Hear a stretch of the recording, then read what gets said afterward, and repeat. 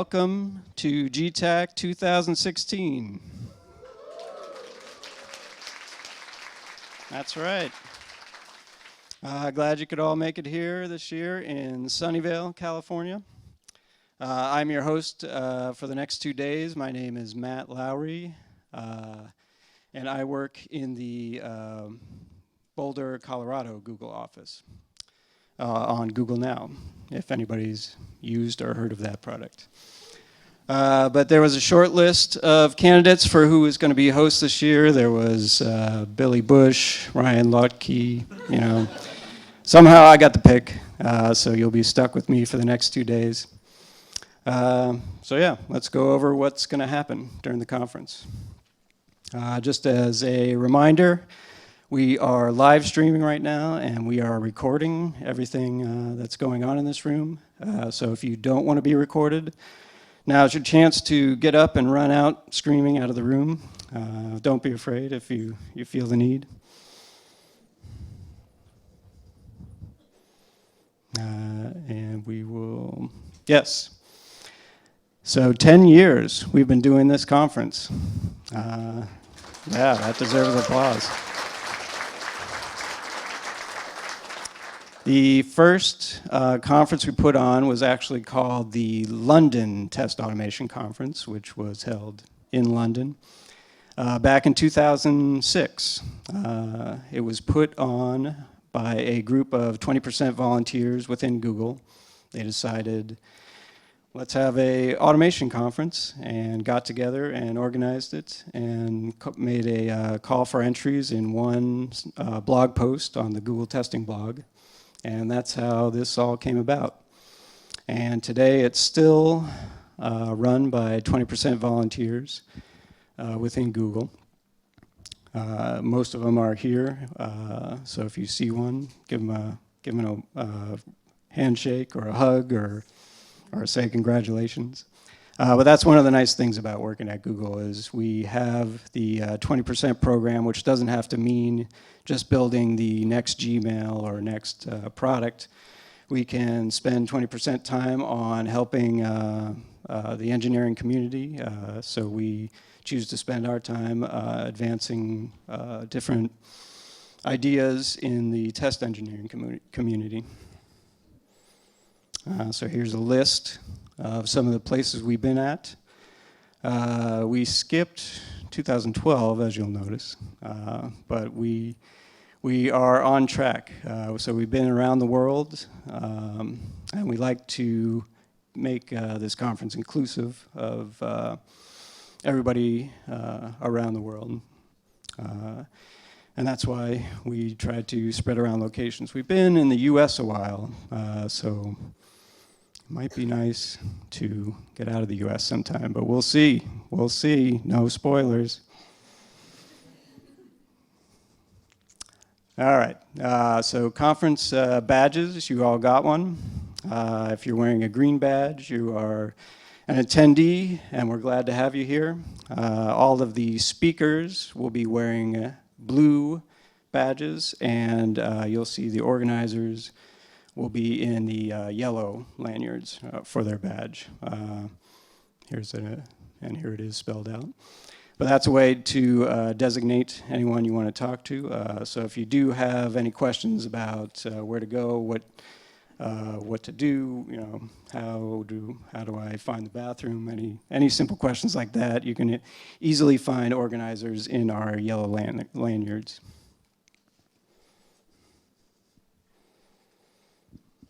The code of conduct. We employ a code of conduct for this conference. If you haven't read it yet, it basically says don't act like Donald Trump. That's good advice even beyond this conference. So please adhere to that. It's something we take seriously we want to make everybody feel comfortable and welcome here. All right, lunch. I know the other important topic that's on everybody's mind. Lunch, you'll be able to enjoy in our many Google cafes. So you'll be able to eat just like all the other Googlers here. It will be a little hectic today, I can imagine. What we'll need to do is organize outside the conference room here, and we'll have Google volunteers that will be able to escort you over to a particular cafe and badge you in to where you'll be able to get in line, order whatever you like. Google pays for everything. It's one of the great perks we have here, and you get to enjoy it today as well. So today will be probably a little chaotic getting all that organized, but tomorrow we'll have it down pat. You'll be able to go to any cafe and you'll be totally over the fascination of it, just like every other Googler who works here now. But if some of your options, we have here in this building, there's a cafe on the corner, aptly titled Cornerstone. That's kind of an idea of what they serve up. That one is easy to get to, so I imagine we'll have a volunteer just at the door badging you and letting you get access in there. We also have Fresh Market, which is in building TC1, which is that way. I still haven't memorized all the building numbers yet, but we'll have someone going there if you're interested in what they have to offer. They have a fantastic salad bar there, so if you love salad, that's something to behold. And then in the building this way, TC4 is where we have the most options. We have the burger bar where you can order up a burger, but as you can probably assume, most every Googler always goes there, and the line is the biggest at that one. So there is a couple other options in that building as well. So take a look. The volunteers will be able to tell you what you can find in each cafe as well when they take you there. And if you do have any dietary restrictions, please don't hesitate to tell any organizer, and we're equipped to solve the problem. There's one thing we don't like at Google, and that's for anyone to go hungry. One of our missions. And tonight for dinner, what's happening? We'll be outside, I know one of these directions, but we'll be having carnival games going on. So it'll be a fun event after the full day of talks today. You'll be able to go out, talk to your fellow conference attendee about what you just saw and heard today, and enjoy some carnival games that we have that we'll be setting up during the day. So that'll be fun. All right, so for questions during the day, during any talk, we have an online slide online question generating thing. So you can, on your mobile device or on your laptop, from the comfort of your chair, if you have a question about any of the talks you see today, you can enter a question at this URL. It's going to go to a Q&A app called Slido. So you need to enter in hashtag GTAC 2016 to go to the list of talks where you can enter questions in. And I think I have some screenshots here. Here is, if you have your barcode reader ready, you can get the app where you can do it directly in the Slido app, or you can do it on our GTAC webpage as well. And I think we have some barcodes around the room as well, where it'll take you right to that. But if you search the either app store, it'll take you right to that. And this is what it looks like. So when you first go to it, you enter in GTAC 2016. You'll be taken to the list of presentations you can ask questions on. And once you choose one, you can go in and type your question. At the end of each talk, I'll go through the top voted questions. You can upvote, downvote questions on there as well. So if you don't feel like getting up, you can do that. We will have a mic. If you want to ask something in room, in person, we'll have a mic as well that we'll pass around. It's very important to get your question on the mic so real-time transcription can transcribe it, and so that the live stream can also hear it. so you need to wait for the mic if you want to ask in the room. Oh, and one thing I wanted to point out that was very tricky. Do not click the back button on that slide on the right. Once you get to the question, do not press the back button because that'll take you out of the app. What you have to do is click on that toggle on the top to get back to questions. That gets me every time. So I wanted to save you some frustration. Hashtags. If you are feeling social, and who isn't, use the hashtag GTAC 2016 on your Pinterest board, on your Telegram chats, whatever the kids are doing these days. Let's hear from you, hear how the conference is going, let the world know what exciting things are happening here. And we'd love to see your photos as well. We have a shared photo album in Google Photos. So any happy moments that you'd like to share with everybody else from the conference, be sure to add to our shared album. All right, so a little bit about Sunnyvale. Where are we? What is this place? Well, Sunnyvale started out as fruit orchards. Then it was defense. Now it's buildings. And that's pretty much Sunnyvale. But, oh, what buildings there are here. Plots of your Silicon Valley favorites. Yahoo, Lockheed Martin here, AMD, a lot of the big names. So sightseeing involves, in this area, just involves looking at all the big graphics posted on the sides of buildings. But what about our campus here? So the Google Sunnyvale campus, surprisingly, I could not find much information about. If only there was someone who could organize the world's information and make it universally accessible. But what I did find is that this campus was built in Silicon Valley for Silicon Valley companies. Google leased all of it in 2011, and we moved in 2013. It's a big 25-acre campus, and we currently house 3,500 Googlers here, but not in any projects that you would be interested in knowing about. So and that's not fair. We have a lot of people operations here. All the people doing recruiting are based out of here.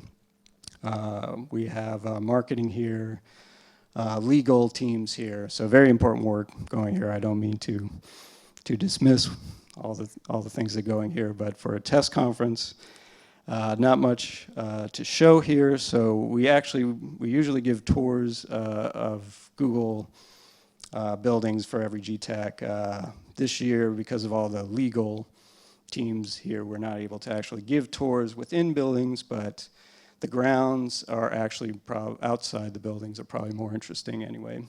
You could feel free to walk around, play some beach volleyball. If you brought your swim trunks, you're free to do that, or check out the basketball or bocce ball courts.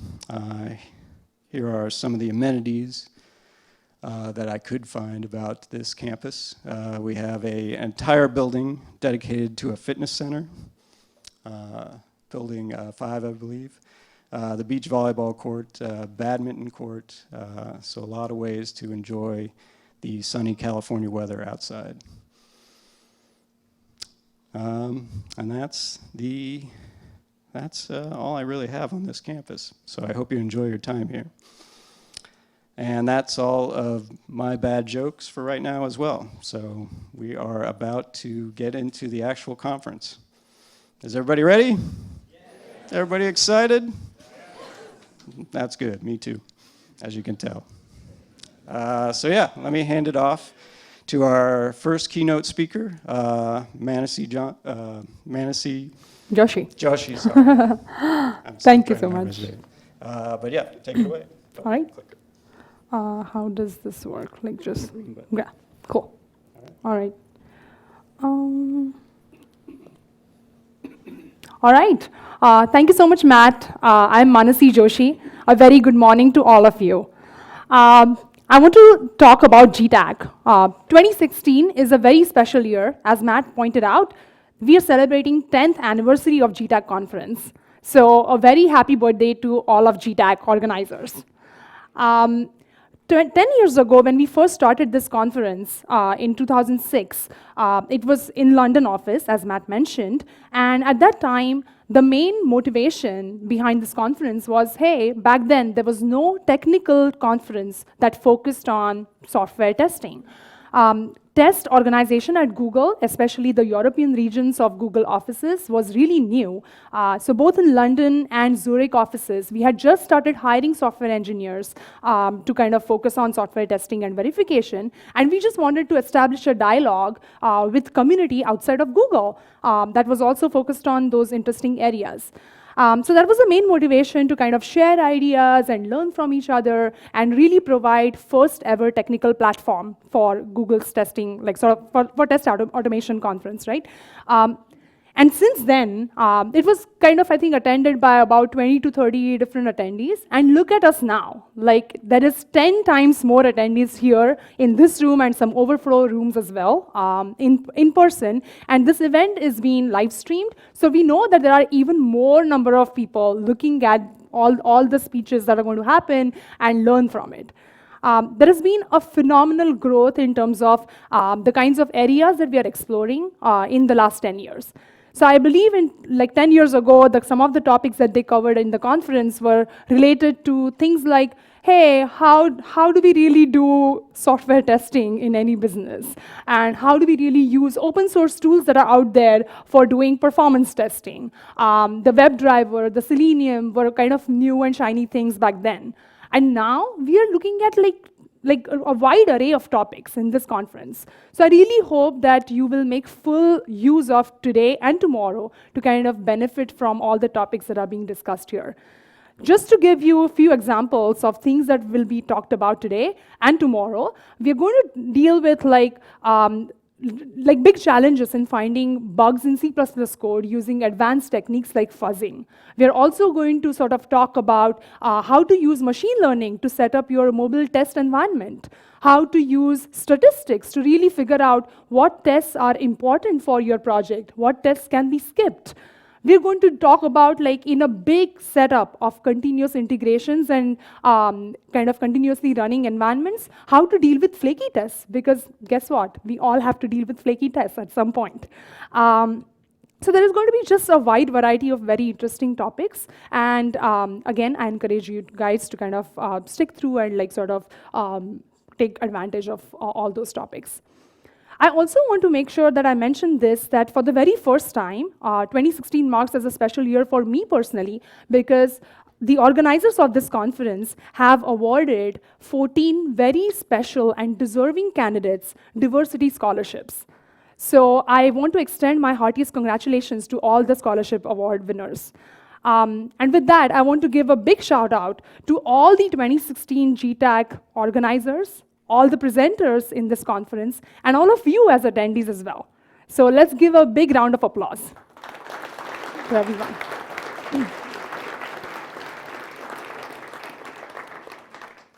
All right, so now, again, I'm going to talk to you about, I'm Manasi Joshi, and I'm going to talk to you about evolution of business and engineering productivity function at Google through my experience at Google, of course.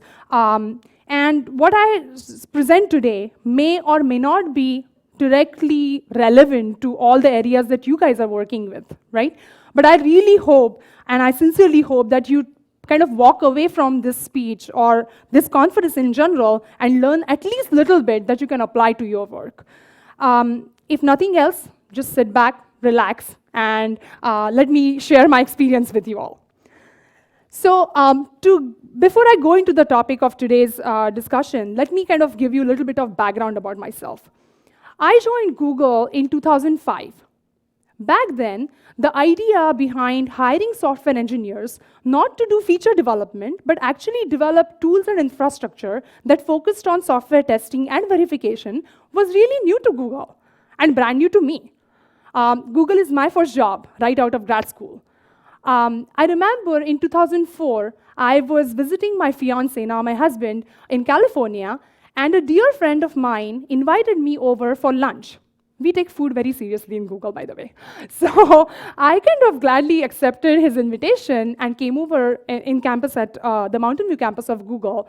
And what I saw there was just amazing.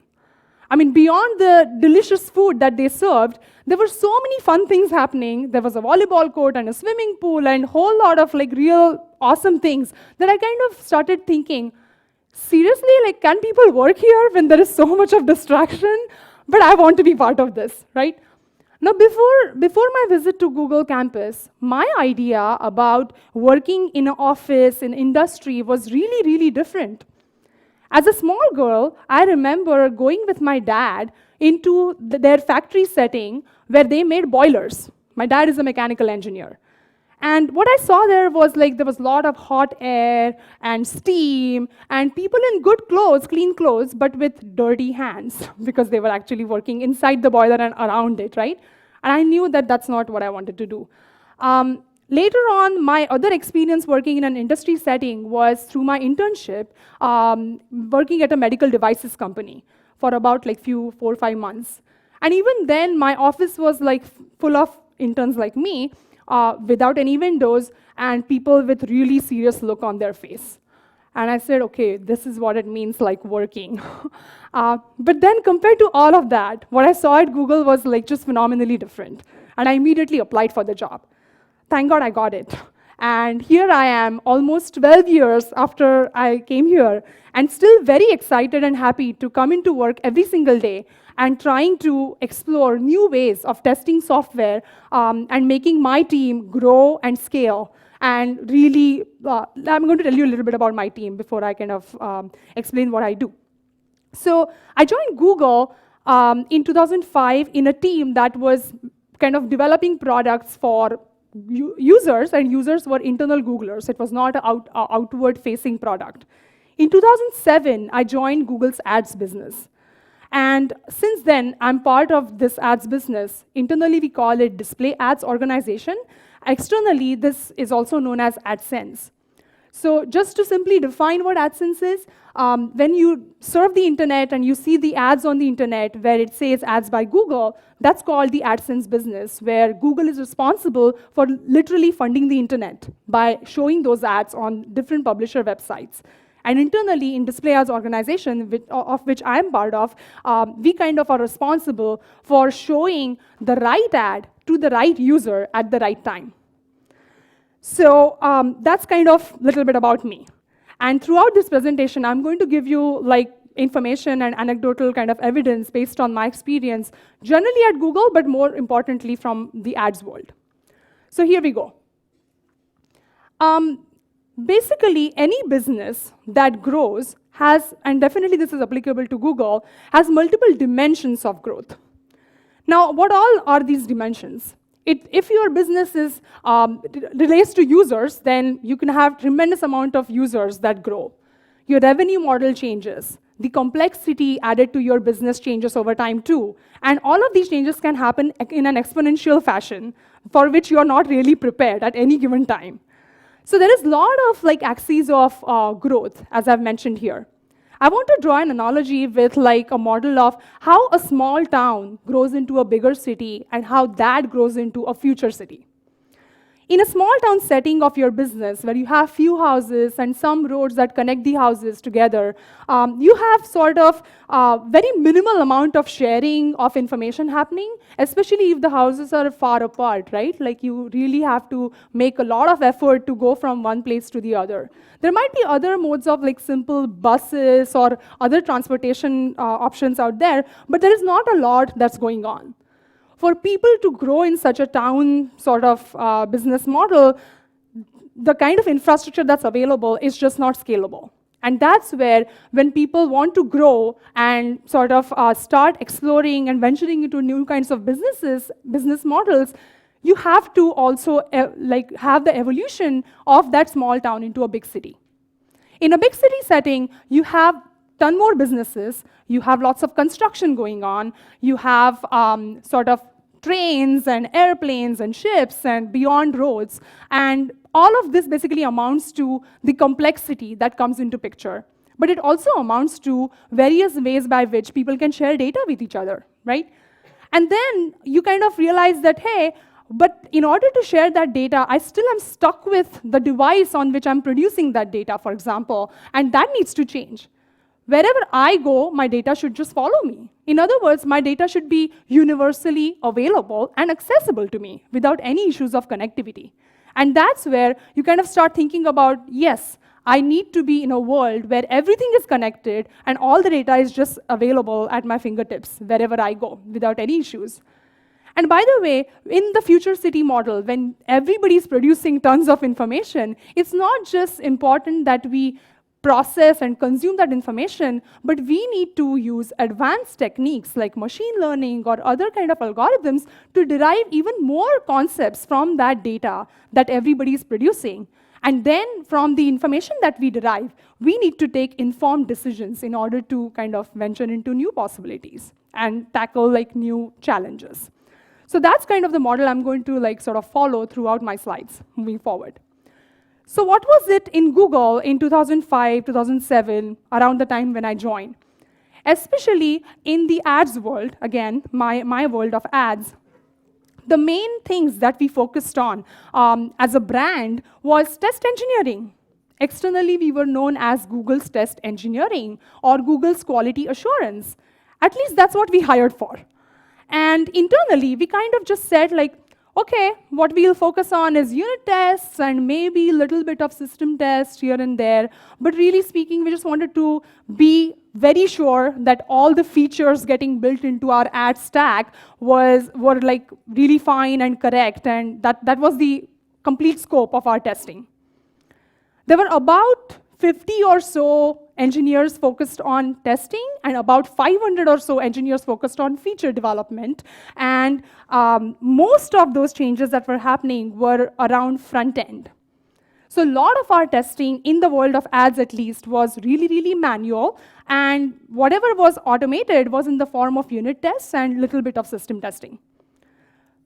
At the same time, Google was also getting into business of acquiring a lot of like talented ads businesses and growing quite a lot. We were really feature hungry. We wanted to develop more and more features on a daily basis. All the feature developers were. And we knew that this model of like few tests and a lot of manual testing was not going to scale. We had to introduce automation, and we started evolving our systems in order to kind of include that automation. Now, this is a cliche slide of test pyramid. Some of you may think that way, and yet I have added it to my deck. There is a reason behind that. The main reason is maybe most of you already know of a test pyramid. By the way, for those who do not know, there will be some of you, like me, like how I was, right? Like 11 years ago. I didn't know what this meant. And there may be some of you who are new to the industry, who are attending like sort of test conference for the first time. I just wanted us to be all well aligned and kind of have common language and understanding moving forward. So I've added this slide, which kind of says what should be a typical model of test engagement for a business. And this, again, with a caveat, this may not be the best model for your business. But on an average, this generally works. What this test pyramid says is that there should be maximum investment done, and in terms of sheer numbers, there should be lots and lots of unit tests available for your stack. If you think of like your stack divided into different components, then unit tests are nothing but correctness testing of the individual functions that you define inside your component to make sure that that function is behaving. At the higher level than unit tests, you have the component level tests, where your components are exposing some sort of interface for external components to talk to each other, right? And that interface is essentially just a contract that says that, hey, this is my request interface, this is my response interface, and you want to test the component at that level, which will take care of executing correct number of functions depending on what the control flow is taken, and that becomes your component level tests, or in other words, regression tests, to kind of like figure out that, hey, with new features added to the component, new functions getting added, we're not breaking existing functionality at all. And one level higher than that is the integration, where you can imagine a system where there is not a single component that's out there. There are multiple components that need to now talk to each other in order to achieve the greater good, right, that your product is responsible for. Depending on how complicated your production setup is, your integration tests can be extremely challenging and resource intensive. To give you some idea and quote, not direct numbers, but give you some idea from my ads world again, we have an integration test in display ads organization that has grown just phenomenally in the last few years that has been around. Today it runs thousands of tests, which is more than 158% of number of tests that it ran just 2 years ago. It uses hundreds of gigabytes of RAM, which talks about the footprint that this particular test infrastructure has, which is more than 158% of the RAM that it used like 2 years ago. This test is used by thousands of developers who are 30-day active users for this test. This test is also invoked on every single change that gets submitted into our repository for all relevant code paths, which amounts to about thousands of sort of what we call as pre-submit runs. Pre-submit meaning before you check in your change into the versioning system, you want to make sure that that change works. So that's kind of the pre-submit model that we have, and this test gets invoked through like thousands of such runs. So it's a very fundamental, very, very critical test, and that literally reflects how complicated our production system has become with hundreds of binaries that we test as part of this test. But above all of this, what I really have highlighted here is the top portion. And the top portion is interesting, because not many people think of it as important or relevant. Again, I have mentioned this, there might be a caveat, this entire model may not even fit your business. But generally speaking, what those types of tests are logs tests, which basically means that, hey, if you are processing some requests as part of your system, maybe it's the request coming from users or other components of your system, then every system is going to like sort of spew out some logs, right? And that's going to basically tell you the ground truth, what happened when a request got processed. And I'm telling you that there is lots and lots of intelligence in these logs, depending on what gets logged, obviously. But you can leverage these logs and test the ground truth about your system. In other words, things like what we internally call as system invariants, how a system should behave. If you look at the system as a black box completely, can be something that you can apply into testing the logs of the system and make sure that it works. To give you an example again from ads world, we do keep a track of how many ads were shown on any given page, right? And we do have track record of, hey, our users are telling us that, hey, I'm interested in sports, and I'm interested in hiking, and some sort of health issues, and whatever it is. And we kind of keep track of that, and we try to target ads related to users' interest. So all of this information gets logged into our logs, and we basically have lots of tests around logs. Privacy for us is really, really critical.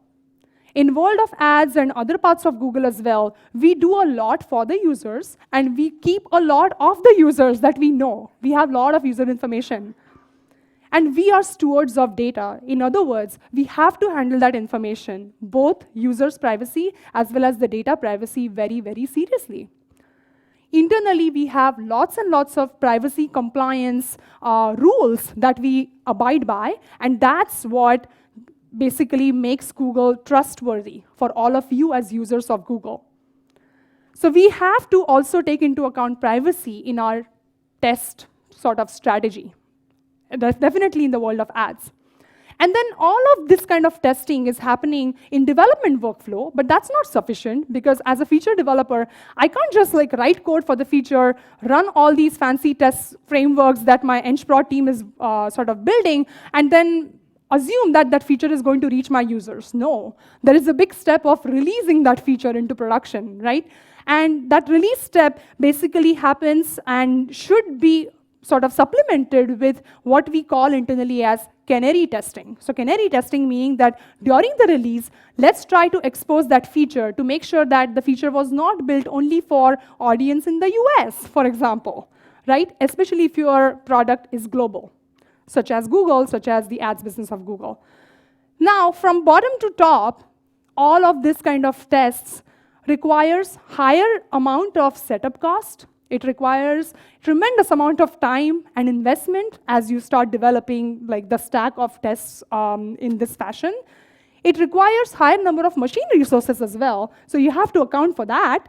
And by the way, it requires higher level of domain knowledge, so don't forget that. Now, while doing this, you have to achieve a very fine balance, and it's very hard. This picture, as you can see, I'm very, very inspired by my 4.5-year-old son. And one day, while I was thinking about GTAC and what I'm going to talk about, when he was playing with his cars, he kind of stacked them up. And I thought, yes, that's it. We need these 4 aspects about all of the tools and frameworks as engineering productivity engineers that we are to kind of deal with. A, our tools have to be extremely useful. We have to do something, right? There has to be a utility to all the tools and frameworks that you're building. B, our tools have to sustain. They have to be robust enough in edge cases, in extreme conditions. For example, if you are working in a database area, your tools cannot break because of concurrency issues. C, you have to build the tool so that you are aiding the feature developers in their velocity, right? You are making their life smooth in terms of the feature development, the development experience, the releases, so on and so forth. So there is a velocity aspect there. And D, all of this kind of testing, basically quality has to come out of all of this testing only when you have quick and frequent and smooth releases. So there is a really fine balance that you need to achieve across these 4 dimensions for all the tools and frameworks that you are building. And that can be very challenging because all these 4 factors cannot work against each other. They have to work together. So now, with all of that, I just wanted to summarize what was our test strategy 1.0 in like the first like sort of era, 2005, 2007. We mostly kind of focused on before submit and after submit kind of defect ratios for some definition of defect. And by the way, we wanted to be 99% defect free. And most of our testing focus was still pretty much like few unit tests and system level kind of smoke tests and whatnot, right?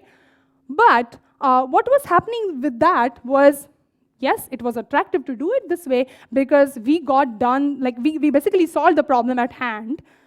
We didn't have any dependencies because it was very quick iterations of those unit tests and smoke tests and whatnot. But there was hardly any sharing. There was hardly any concept of adaptability of our tools in relevant, applicable like sort of situations. In other words, we ended up with lot of like duplicated code throughout this system.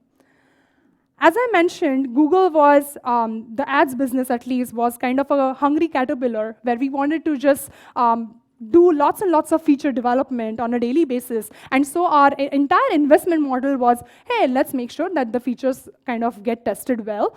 But who cares about rather, we did not care, I should say. We did not care so much about whether those features were reaching our users on time or not, and how smooth that release process was at all. So there was a lot of problems with how we released at that time. In terms of our release strategy then, for 1.0, what we ended up having was really long cycles of releases. We kind of released once or maybe twice a month at best. And a lot of those releases that we did, because of like sort of lack of any kind of advanced techniques of test during development process, we had to rely on a lot of testing during releases as a result, just to make sure that things were working fine. And what that did was basically we tested in production most of the times. Again, this is something I want to spend a little bit of time because some of you may be of the camp that thinks that why is it such a bad idea to test in production? Of course it's attractive, right? Especially when your systems are have become so complicated that you just cannot replicate that setup in your test environment. You have no other option but just to test in production. Or when there is constraints on you based on machine resources or just the expertise of how to mimic your production workflows in testing, there is no option but you have to test in production. But think of, this is generally very dangerous. Think of all the downsides that it can have. In the world of ads, for example, what if I'm a feature developer who has a buggy code which was never tested with my unit and system level like smoke test, but it was a bug that dealt with advertiser budget. And I exhausted all the budget after I showed the ad like just few times. And instead, I charged the advertiser exorbitant amount of money. Or worse still, if I am a developer who is dealing with some user data, I introduced some sort of bug that ended up deleting that user data without the user's consent and sort of knowledge, right? These are really horrible things that can happen if I just rely on testing in production. And some of them are not kind of, they can be irreversible damages. The biggest damage this can cause is getting ready to be sued. Your brand is affected. So generally speaking, testing in production is a very, very bad idea, and you have to change the mindset to invest a lot in testing upstream. And that's what we started thinking about as we made the transition from 1.0 to 2.0. Another thing I want to kind of just mention is one of the heads of release engineering at Google kind of was sharing a story with me and gave me this example, and I really liked it, so I thought I'll share it with you. In terms of how the releases happened then was, remember my town model? So the business, when there was a small town kind of a thing, in small town setting.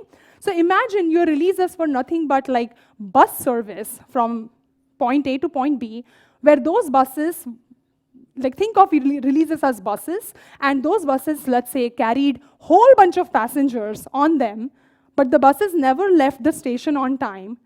The probability that the buses will arrive at the destination on time was very, very low. And oftentimes, the buses really encountered some problem or the else, and they had to be called back. In other words, in reality, the releases that we did were really long and buggy, and we had to roll them back. And we had to do more releases with bug fixes and patches. And that was generally not a very happy situation.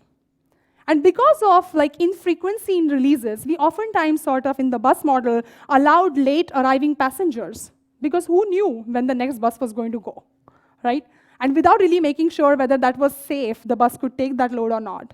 In other words, we kind of entertained our feature developers to say, hey, by the way, if you're going to do the release, then can you please wait? I'm just about to submit this change. Literally, just give me 2 hours, right? And we just kind of entertained a whole bunch of those things happening. This was really bad. So we had to change it, and we changed it. I'm very glad to say that. Enter 2.0, where we transitioned from the small town into the big city, where we are right now. I want to like sort of call this out as a period in Google and in ads world between 2012 and 2016 pretty much. Some of the biggest changes that we did was our brand. Externally, we are no longer called as test engineering, we are called engineering productivity group. We are an organization who has invested a lot of time and resources and the talent that is now responsible for setting up systems that are doing continuous testing, that are deriving test coverage all the time. And we as engineering productivity team are sort of focused on writing tools that augment these dedicated organizations who are improving our releases or continuous deployment systems and test clusters and so on and so forth.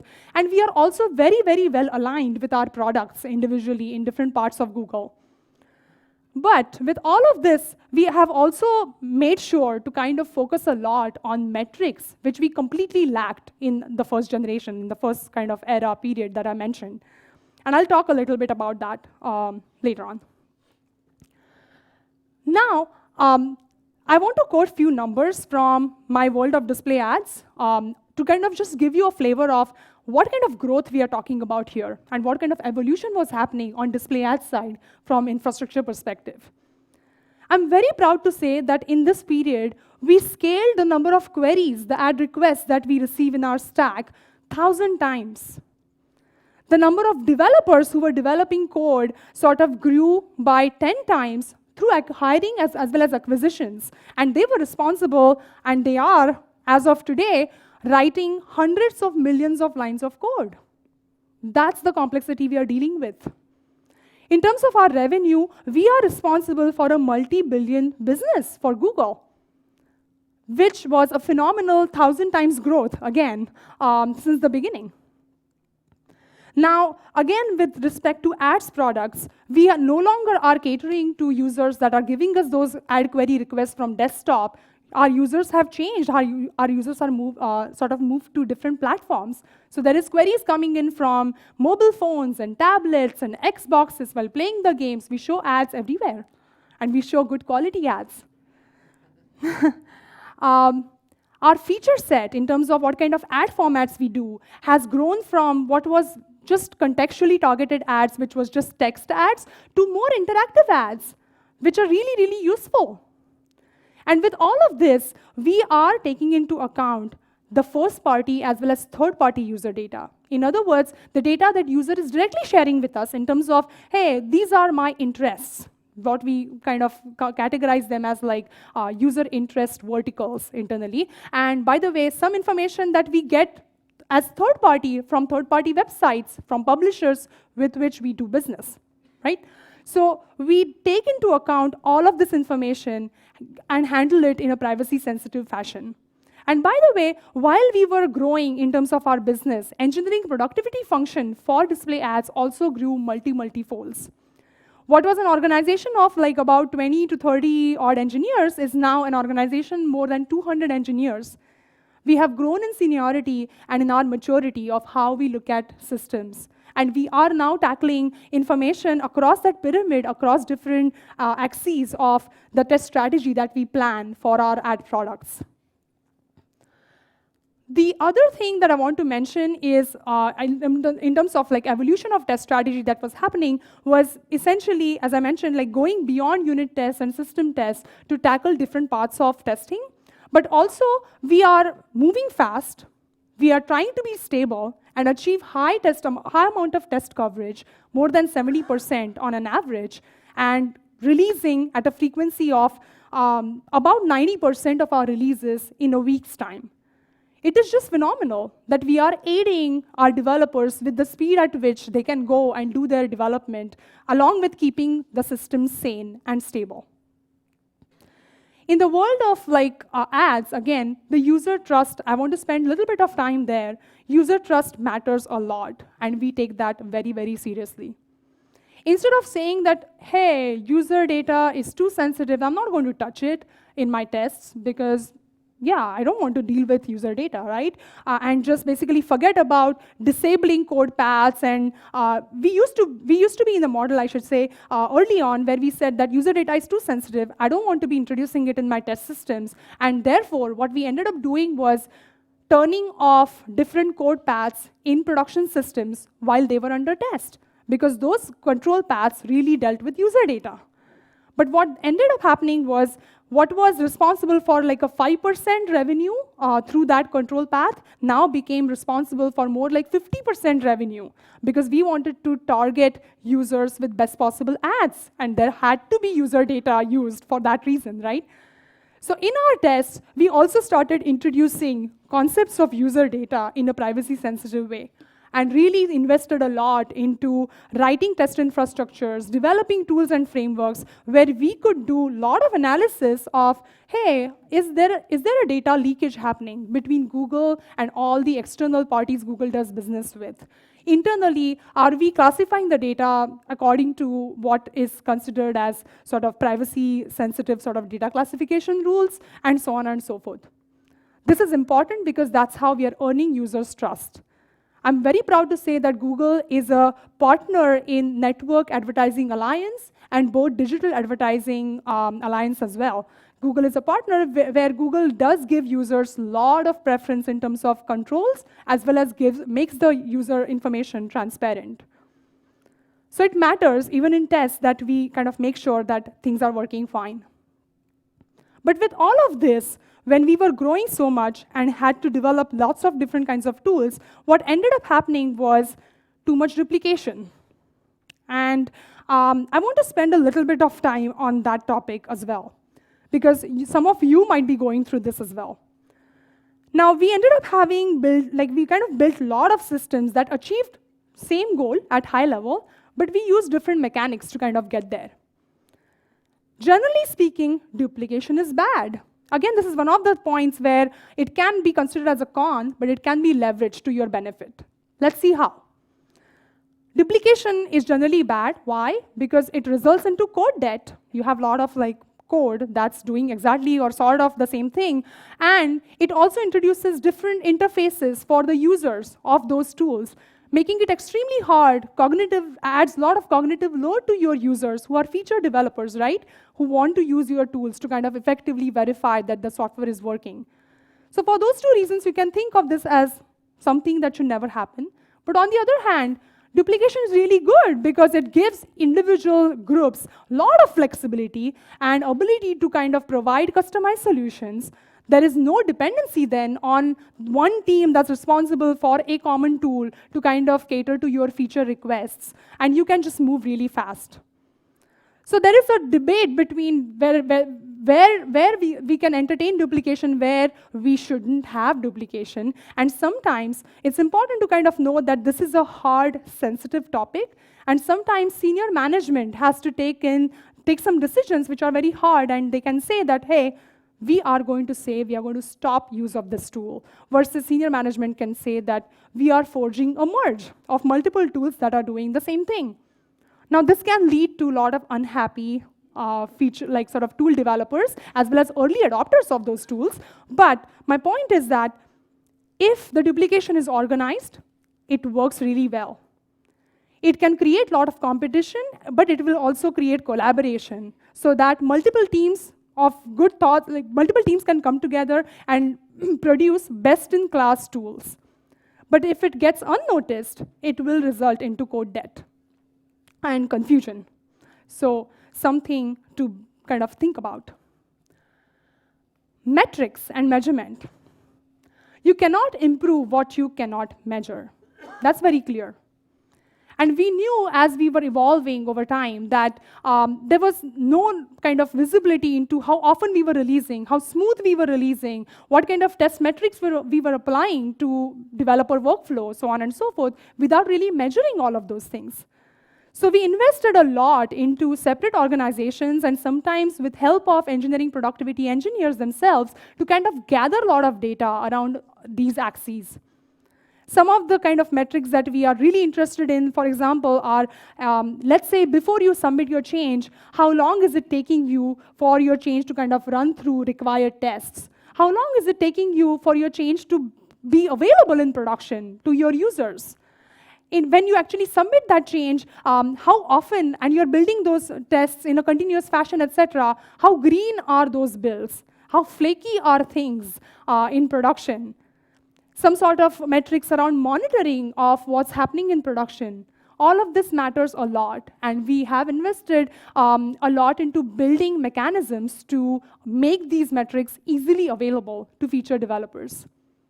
One thing I want to mention here is it's not sufficient to just say that, hey, build a lot of metrics without really having executive sponsorship from your leaders who also believe in those metrics. Your leaders start believing the metrics, believing in such metrics, because it's really, really important that we can stack rank different projects on common footing when we can derive data for those projects via these metrics. That makes it extremely easy then to kind of have a lot of different teams work with each other in a friction-free fashion. That's what the leaders want to achieve anyway. So we in ads in Google have had tremendous amount of support from our senior leadership to kind of set quarterly goals, yearly objectives to improve around some of the axes of either pre-submit or post-submit of change kind of like metrics that I talked about.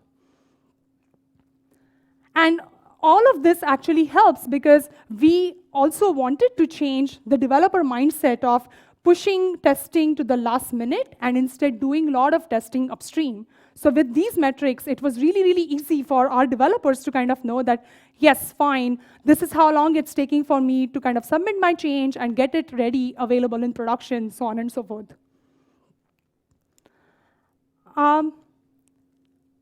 So I wanted to just summarize like how the entire process at Google in 2.0 is working out. This is kind of a 360 view of how we work today in Google in my ad space.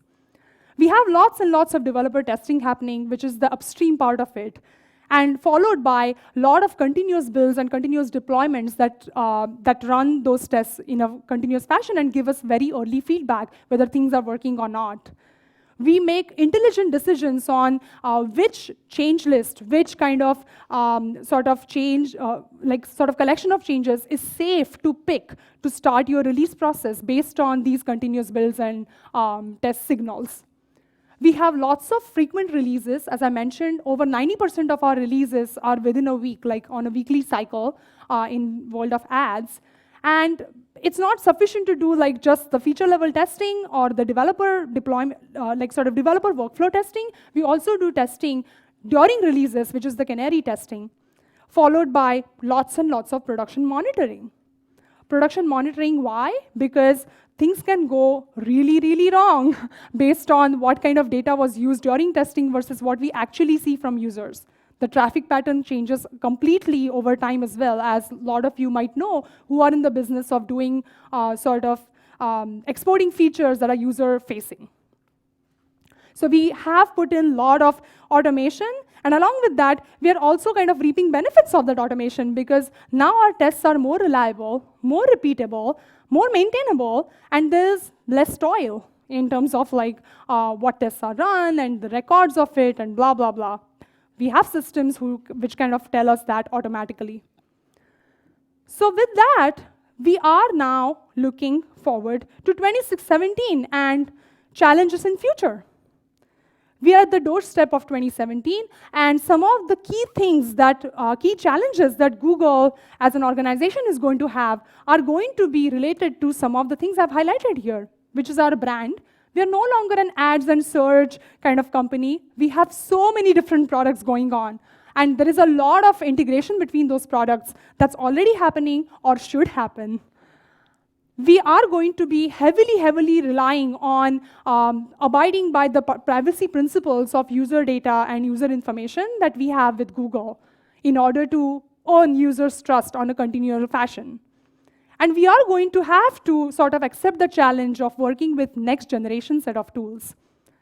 With all of this, by the way, one thing to remember is machines do not come for free. So machine resources and cost should be taken into account while you're planning for your test strategy when you're dealing with all of the next gen infrastructure. And that's one of the challenges too. What's our test strategy going to be moving forward? The model that we are going to apply is really focusing on deeper integrations. By that, I really mean that moving forward, we are going to have users who are sitting in their place and want to book a travel, want to do shopping with just their voice commands, right? For that to happen, we have to have so many systems that need to work together, whether it's speech recognition, whether it's all the query analysis of the keywords extracted from user speech, and kind of connecting that to the payment system backend, so on and so forth, in order to kind of do the flight search in case of travel, itinerary planning, etc. There is a lot that needs to just talk to each other. Those are the deeper integrations I'm talking about.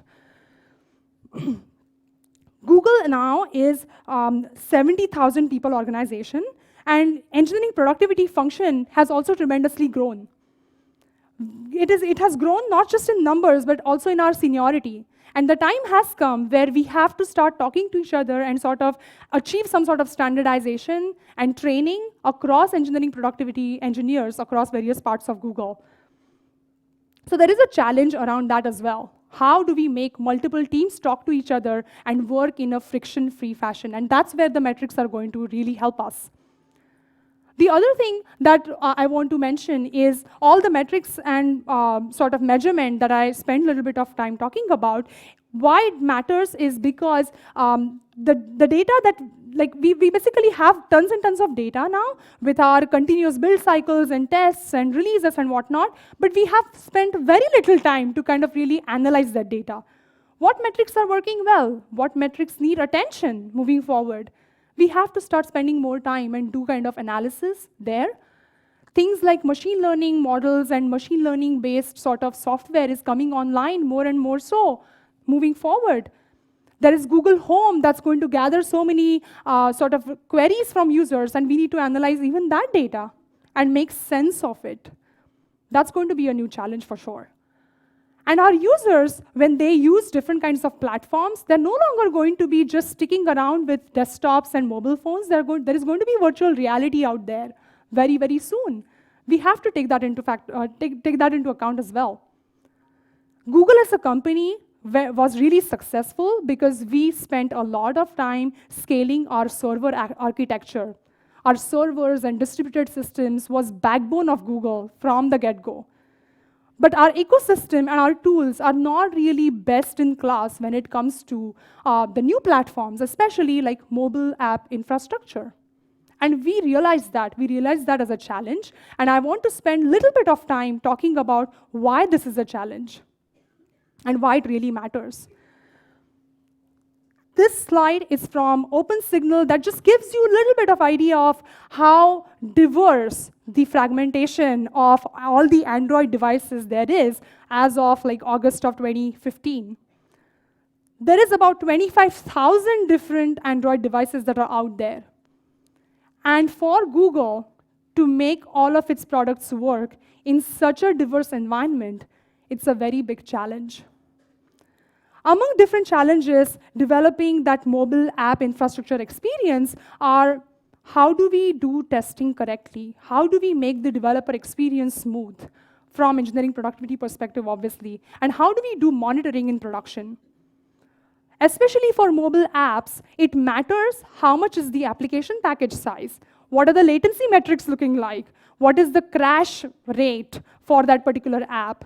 What is generally the memory used by the app? All of these metrics are extremely important for any mobile app.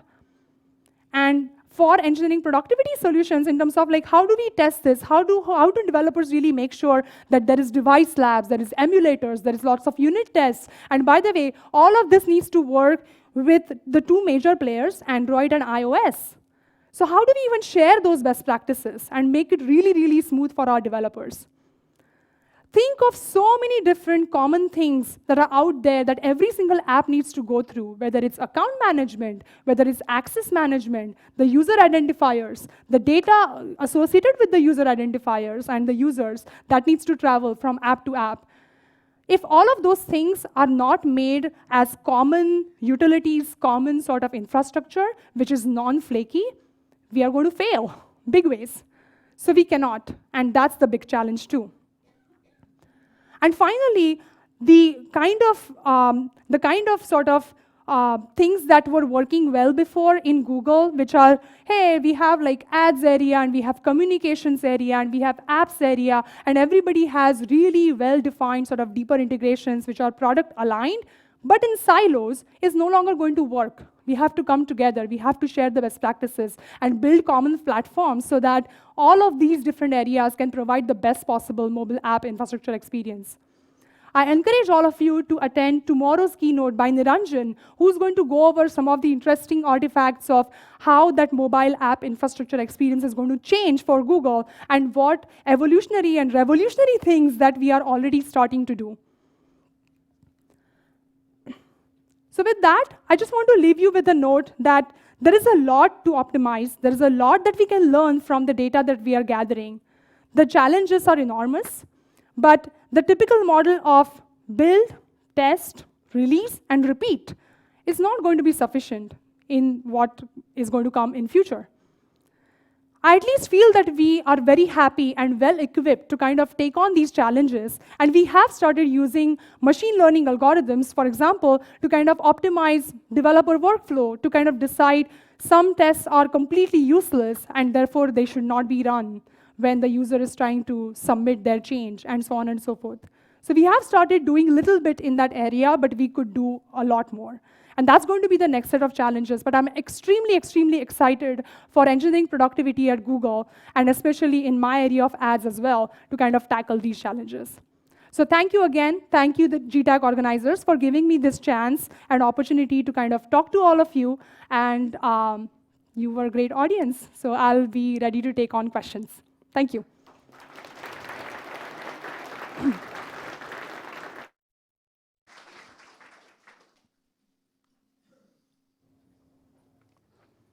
Is there a question page? All right. Thank you, Manasi. Excellent keynote. It's very scary to hear that we were testing in production, and I am so glad we are not doing that at all anymore. We're not. So questions, would you like me to read the questions? Or I'll read off the questions and you can answer them. Which tools or open source frameworks Google uses for automation? Well, Google is not one product. Google is multiple products, and so this answer really depends on like what product space you're talking about. So I'm not like sort of sure like where we kind of keep a long list of open source tools that we can use for automation or that we are using for automation today. But I think there is some bit of that happening in our mobile sort of SDK related development. So whoever asked this question, I would be glad to kind of get back to you with kind of gathering more information on it, but I don't have that list in my mind. Okay. So please talk to me afterward. I think the lunch. basic answer is lots of them. Yes, yes. So how do you automate testing a self-driving car? That's a good question. Something you do not want to do in production.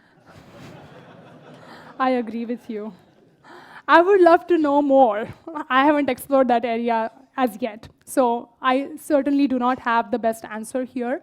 How do we automate testing of a self-driving car? But obviously there is a lot of machinery that's involved in terms of lots and lots of data that's getting processed to detect like sort of obstacles and whatnot. And I sure hope that there is a lot of tests out there. I'm not familiar myself directly. Very good. What is the percentage of automated test versus manual test?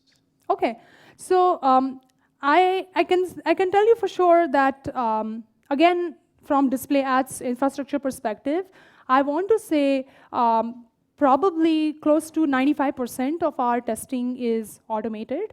There is a 5% testing that is manual, and things like we are now, like I don't know how many of you have followed the news, but Google has a new initiative to kind of produce products for kids.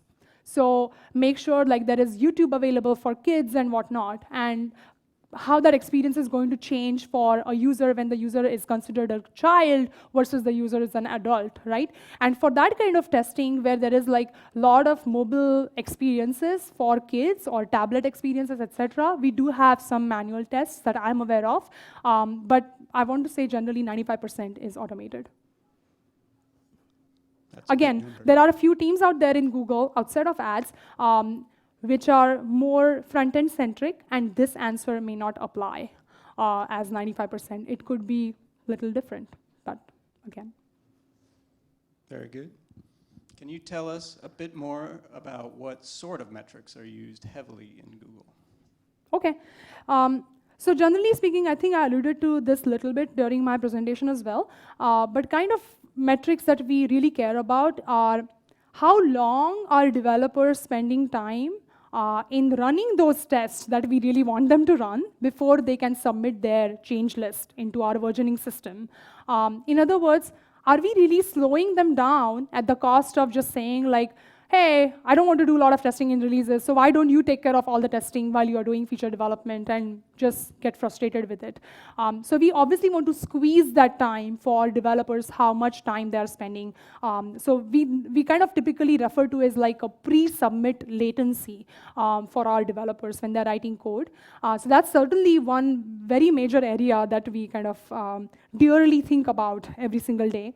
The other areas, other metrics are in terms of like how many bugs there are, open bugs that are there in the bug repository. What are we doing to kind of address them over time? How many of them are considered like priority 0 bugs versus 1 and 2 and so on and so forth? There is certainly a lot of emphasis given to how healthy our systems are in terms of how green those continuous builds and continuous deployment systems are, because the greenness really matters. If your system, you are kind of writing tests which are flaky all the time and failing in production and whatnot after you submit your change, your continuous systems are going to also be very red. And Therefore, that there is a possibility that you cannot even start your release if your continuous deployments are red. So we kind of focus a lot on like build greenness in a continuous fashion as well. And there is a lot more, but I think we should get to more questions. Yes. One thing that I think is an interesting story about Google is that we like data so much, we need people building dashboards to tell us which dashboards we should look at. Yes. We have that much By the data. way, yes, I like that. And by the way, one more area which I kind of forgot to mention is with so much of this investment happening in engineering productivity to build those metrics very easily and make it available at fingertips and so on and so forth, there is also emphasis and a lot of interest that a lot of engineering productivity engineers have to detect bad patterns in code and to detect dead code and bad build dependencies, because indirectly or like indirectly, this all amounts to the developer experience and developer velocity anyway. So we have very powerful techniques to kind of detect like sort of bad dependencies in our build system, as well as like flakiness. And yeah, we kind of take that into account as well, like focus on it. Okay. And if anybody in the room had a Yes. question, feel free to raise your hand as well. I can get a microphone to you. Otherwise, I'll continue with the online questions. Yes. Oh, here. Thank you. I'm Atif Mimon from the University of Maryland. This kind of related to both of your comments on testing in production. So you talk about the bad things about testing in production, but now that we are getting into more and more learning-based software, it may actually be impossible for a developer or a tester to predict what the correct output will be at development time. So are we going to enter a period where we need to test in production, and how do we get around that, the problems there? Right. So again, as I mentioned even before, like the model and the test pyramid, etc., it's kind of like works on an average, but not in every single use case, right? So for things which kind of include like machine learning, where there is like supervised learning and whatnot, you obviously have to test in production, kind of, or like based on some data sets, but also on the actual user samples, right, in order to do the predictions and whatnot. So I think there is a mixture of like testing in production versus upfront testing that needs to happen. But in terms of general behavior and correctness for your software that's going to be responsible for user data analysis, that I would highly recommend or think it will make sense to kind of test before it hits production. Very good. I think There's we a have question. time. Let me take one more here, and then I'll get to you. I think we have time for two more questions. How much time does the pre-submit phase take to qualify new features? Do you use test selection? So if I understand this question right, how much time does pre-submit phase take? So typically, like again, I can give you an average answer. It takes about 10 days or so between the time me as a feature developer has submitted my change list into versioning system and it is available in production. It varies a lot depending on which part of the world in Google I am, but essentially in display ads organization, again, we kind of spend, I want to say a good 3 to 4 days in like the pre-submit phase, where it's not just about, not 3 to 4 days in pre-submit, in about like 2 to 3 days in pre-submit phase, where the developer is actually running different tests, or we are running different kind of continuous tests on their behalf on their change list in parallel, offline, and kind of providing those signals.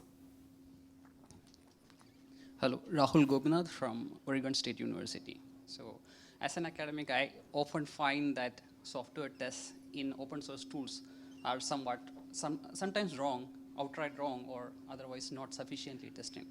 So my question is, does Google actually verify that their tests are right? And do you have any automated means of doing that? How do you test your tests?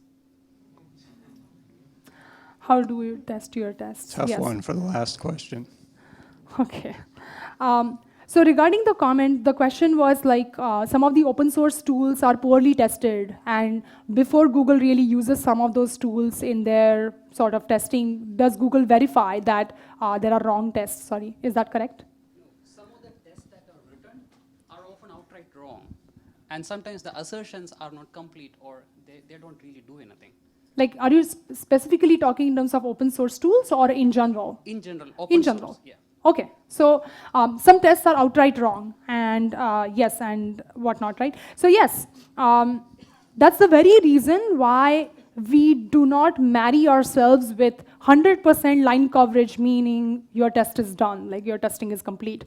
Because yes, tests could be wrong, and tests could be wrong because of the way the binary code is wrong and buggy. Because if the test is written in a fashion that is too brittle, it's going to just like do like sort of reflect exactly what the production code, the binary code is sort of doing, which could have bugs in it. How do we test the tests themselves? So we actually, I actually strongly think that there is no good point where we can say we are done with testing. Like, the whole so again, engineering productivity, as an engineering productivity engineer, I'm going to do some sort of risk assessment of what is the risk associated with any particular launch, and sort of suggest the best possible test strategy and develop the frameworks that are enabling my feature developers to write tests in. But I'm never going to be in a position and comfortable to say that if you have written tests here and there is certain amount of coverage associated with it, we are done and we are in good shape. Because things can like change very well in production in ways you haven't even dreamt about. The way we do testing of tests, we don't actually focus a lot on testing the tests themselves, and therefore we kind of actually exclude our test files when we do coverage calculations. But how we kind of believe strongly in defense in depth, and therefore we are not going to ever sort of just rely on 80% unit test coverage and calling that done. We are going to also do like system level test and some sort of log level test, which are testing the system invariants, and that way we are getting assurance from different ways that your software is behaving correctly. All right. Fantastic. Yes. Well, I think we.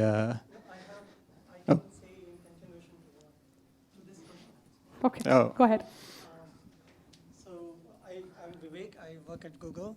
So somebody also at Google thought about this issue, and we have something called mutation testing, where we deliberately change the code and then test, and then verify whether the test is correct or not. So we verify whether the test data and etc. Is valid or not. So it's not used by many teams here, but yeah, it's there. Okay, thank you. Thanks for adding that. Very good. And we're out of time, but yes, thanks, Manasi. Sure. Thank you Excellent all. keynote. Let's give a hand, give a round Thank you. of applause.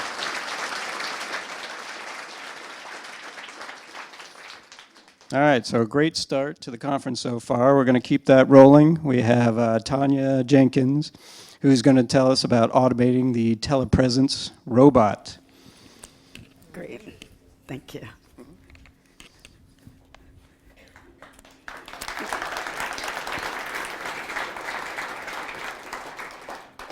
Hi, everyone. Oh, good. Wow. The thing is, I don't have, let's see, this. Bear with me. Yes. Great. Thank you. Good morning. How's everybody doing? All right. Good. Let me ask you something. Have you ever had a project, an automation project, that was so challenging that by the time you got to the end of it, you were so happy and it was so satisfying and it really made a difference in your career? Well, I'm Tanya Jenkins, and for the next 30 minutes, I'm going to tell you about how that project affected me. This is great. Automated telepresence robotic driving. So, what does it mean to be present in the 21st century? The idea of presence involves hearing, seeing, and interacting with your environment. Technology has allowed us to redefine what it means to actually be present. Before, you had to be face-to-face with someone. Now, you can be in different rooms, and technology took us to a place where we're in different rooms and we could hear each other, but we couldn't see each other. Then teleconferencing came along. And what could we do? We could see each other and we could hear each other, but we still couldn't interact with each other. And what did that mean? We couldn't say, you know what, who's in the room? We couldn't say, I want to go outside. We just had to deal with proxy. Someone else would have to do everything that we needed. So I think we can all agree that everyone in this room is present with respect to me, right? But what about the people that are streaming live on YouTube? Are they present? Well, they can see us, they can hear us, but they can't interact in a meaningful way. And that really makes a difference. So what do you think? Are they present? Well, what about that guy? Is he really present? I mean, he can see, maybe if it's on the back of his eyelids. He can hear. You know how it is when you're asleep. But he's affecting his environment in some way. We agree he's physically there. So you can think about that. Is he present? Well, what about this guy? Is he present? Hi, Brad. Hi, Tanya. How you doing? Good. Everyone hear me okay? Everybody in the back here, Brad? So this is a beam telepresence system, and this is what I test. So Brad's here, he's present, he can see you can see him, he can hear us, we can hear him. Is he present? Well, if I walk over here, can Brad follow me? Oh. What about if I go this way? So this is the difference between conferencing, teleconferencing, and being there.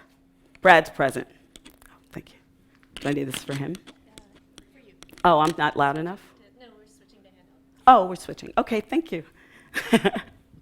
It's like you always have to be ready for these things. So Brad could be anywhere. Where are you today? Oh, I'm in Palo Alto. So Brad's in Palo Alto. Brad's in Palo Alto.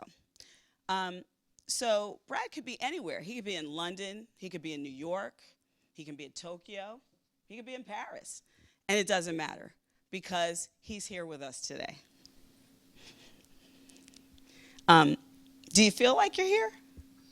Yeah, nice conference. Since telepresence is action at a distance, Brad can be anywhere, as I said. But what makes him present is that he can interact in the environment, and that has to do with the driving. So that's why driving is important in telepresence. I'm going to go hang out off on the side. Okay, great. Thanks, Brad.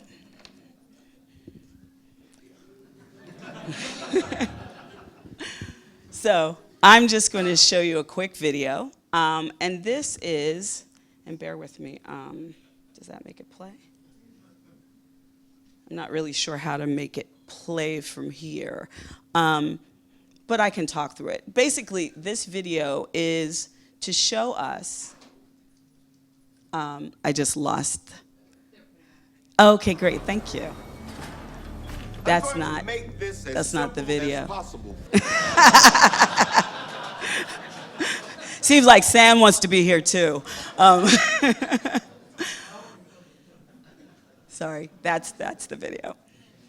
And it's a quick marketing video, and I'm not trying to market it, believe me, I think it markets itself when it's here.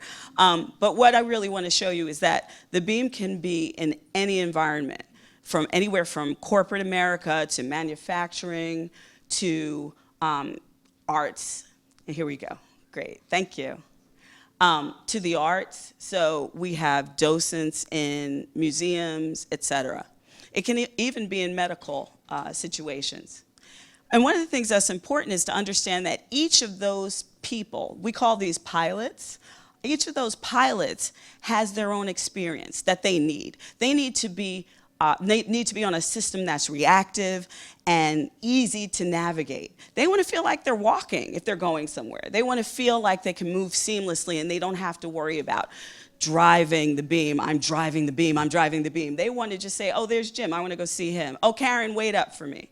And that's what this is. The amazing thing is that these are all different environments, and yet the beam can move around in all of them. So what was my challenge in this? My challenge was to understand that each of those people, each of those pilots, whether it's a CEO or a doctor or a nurse or a docent in a museum, all of those people wanted to feel that ease and that simplicity. So I had to focus on something, and that was the driving. So, great. Let's see if I can, okay, great. Oh, we'll get that back. Thank you. Well, anyway, while we're doing that, so you can be anywhere, and this is important. The doctor has a specialized relationship with the team that the doctor is dealing with. The CEO wants to see the different people that they're talking to, and the manufacturer wants to see what's on the floor. So, now that we know a person can be present anywhere, how do you test that? As I said, I kind of narrowed it down to the driving and that experience. And how do you automate something like that? Well, you have to figure out what the differences are in testing telepresence. One of the things that really struck me when I started using this system was that the validation of the system goes beyond the UI. It goes from looking at what the beam is doing at any given point, tracking the position and orientation of it, and understanding how that affects the pilot. I had to look at the challenges of manual versus automation. In the previous presentation, we talked about percentages of coverage. Well, I couldn't even look at it from that perspective. It was, how do you get that thing done? Automation, test control challenges, how do you get the thing to work? How do you get the thing to move by itself? And also, do I need a dedicated test environment? I think so. So, start with this challenge. Telepresence testing is more than UI testing. When you're a pilot, and you can see the picture on the right, when you're a pilot, this is what you see. You see what's in front of you about 105 degrees, and you see what's below you. And that's really good because that's kind of like walking, right? You walk, you skim ahead just to make sure you don't trip over something or run into something. But how do you translate that to automation? I mean, we have sophisticated systems now where you can, you can have object recognition, but that's kind of not what we're talking about here, because all of those environments that I spoke about, the hospital, the museum, and you really don't want to run into something in a museum with this. It weighs about 100 pounds. You have to figure out how to map that to, well, what am I seeing at any given point? Where am I? And what orientation am I in? So this is just a quick overview of the beam telepresence system. You have, as I mentioned, a pilot, which is what Brad is, and he's using a pilot application. We call it our client application. And basically, he is directly connected to his beam. But sometimes that requires that if a lot of people are using beams or a network, we run over to a relay. And that in and of itself introduces some issues like latency that we'd have to deal with in testing. So, what about the challenges of manual versus automated, as I mentioned? We had, when I first went to Suitable Technologies, which does the beam, there was one tester and he was manual. So you can imagine, you know how a startup is. You get there and it's like, great, I'm gonna automate. And they're like, well, there's some manual tests we have to do. So, you know, if you're like me, immediately you're like, how can I automate? How can I automate? They had 2 desktop platforms, the Windows and Mac. They also had just one beam device, that one, and one driving input device. So you could use your keyboard, your arrow keys, and that's it, and you would drive around with that.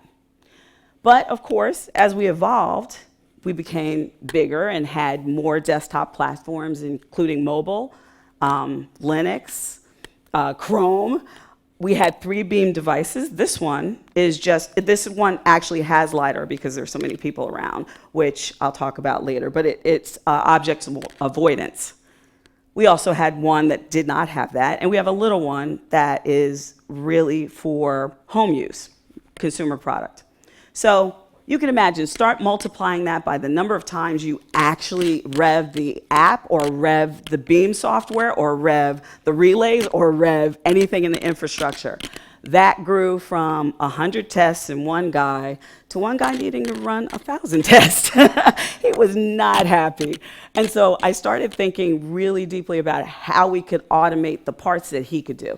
You know, everybody here, you can automate a UI. That's really easy in the sense of, you know, getting it to click things, et cetera. But what you really, really, really need is with Beam testing, is that it's not that simple. It's not just that UI. It is everything behind it, all of it coming together and making sure that the Beam is where it's supposed to be.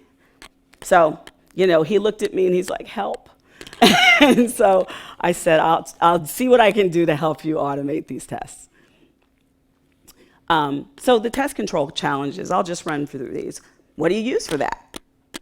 How do you handle the different controls? Now we have keyboard, we have a mouse, we have gamepad, and each of those has different permutations within itself. How do you connect that all up and get it to systematically run?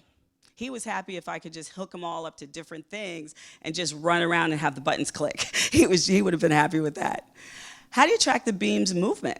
How do you know where it is? You're not in the same place where a Beam is. Brad's in Palo Alto. How does he know where the Beam is aside from seeing? But again, automation, you don't have a pilot. And how do you retrieve whatever information it is that you use to track that device? Well, again, if you all are like me, you look really big first. I'm that person. I like to think about, oh gosh, what could I use? What's the greatest thing I can use? So at the time when I was contemplating all of this, I actually was taking a robotics course. And we were on the section about drones. My mind blew up. I thought, oh, drones. And we were talking about SLAM and using beacons, et cetera. And I was like, great, I just really, really, really need to figure out how I can do that and have beacons in the room and cameras and drones and slow down. But the beacons that was a really good idea because the Beam has 2 cameras. It has a forward-facing camera and a down-facing camera. And if you know anything about how you use beacons with drones, you can have a beacon, which is just basically like a QR code. Let's just make it that simple. A QR code that if you hover over it, it can give you whatever information you want. So I thought downward-facing camera, put beacons all over the floor of a lab. That would be awesome. And then the Beam could drive and it could know where it is at any given point if I just take a snap of that QR code. But then I realized, wow, laying out all of that stuff on the floor and mounting cameras and, the floor becomes fragile. You can't walk on it. It's only for the Beam. And what happens when it rips up? And yeah, but it was really fun to think about. So option 2. I said, let me go simple because probably the solution is somewhere in between those 2 places. So I thought, how about just simply text on a wall? I could use OCR and, again, use the forward-facing camera, drive some known amount of distance, and see what I see. If I see, put left on one wall, right on another wall, straight, all those words. If I see the right word, yay, I know I'm in the right direction. I know my orientation is right. But we're talking about position and orientation, not just orientation and not just position. So that wasn't good enough because, yeah, I just know where I'm facing, but I wouldn't know how close I am to my target. So what was the last thing? So what would give me something that's right, position and orientation? Well, as you can see on the front of that Beam, and as I mentioned, LiDAR. So that was my thought. And that was actually the biggest challenge, to figure out what exactly it is to track the Beam's position. So in a nutshell, let me answer the test control challenges that I talked about. I use Frog Logic Squish. Our application is based in Qt, so I use Squish, which has a Qt layer and hooks right in. I use Python because Python is great. There's so many modules available with it. Also, it's just really flexible. How do I track the beam's movement? Or sorry, how to handle the driving controls? Well, I actually abstracted it. I took every device and made a library for it. It became an object, and I could pass that into the test script. Really easily pass it in, and the test didn't care what it was running, and I knew, and I passed information out, and all of a sudden, that was so much simpler. I also wrote an API for driving and abstracted the driving controls based on the objects. So it made it very simple. How did I track the beam's movement and positions? As I mentioned, it was a LiDAR. So I had to install the LiDAR in the lab and then just figure out how to take readings. But I made a course, and at each part of the course, I would then take measurements, or actually the script. When I say I'm kind of connected to my script now. It's like my baby. I think you guys understand that.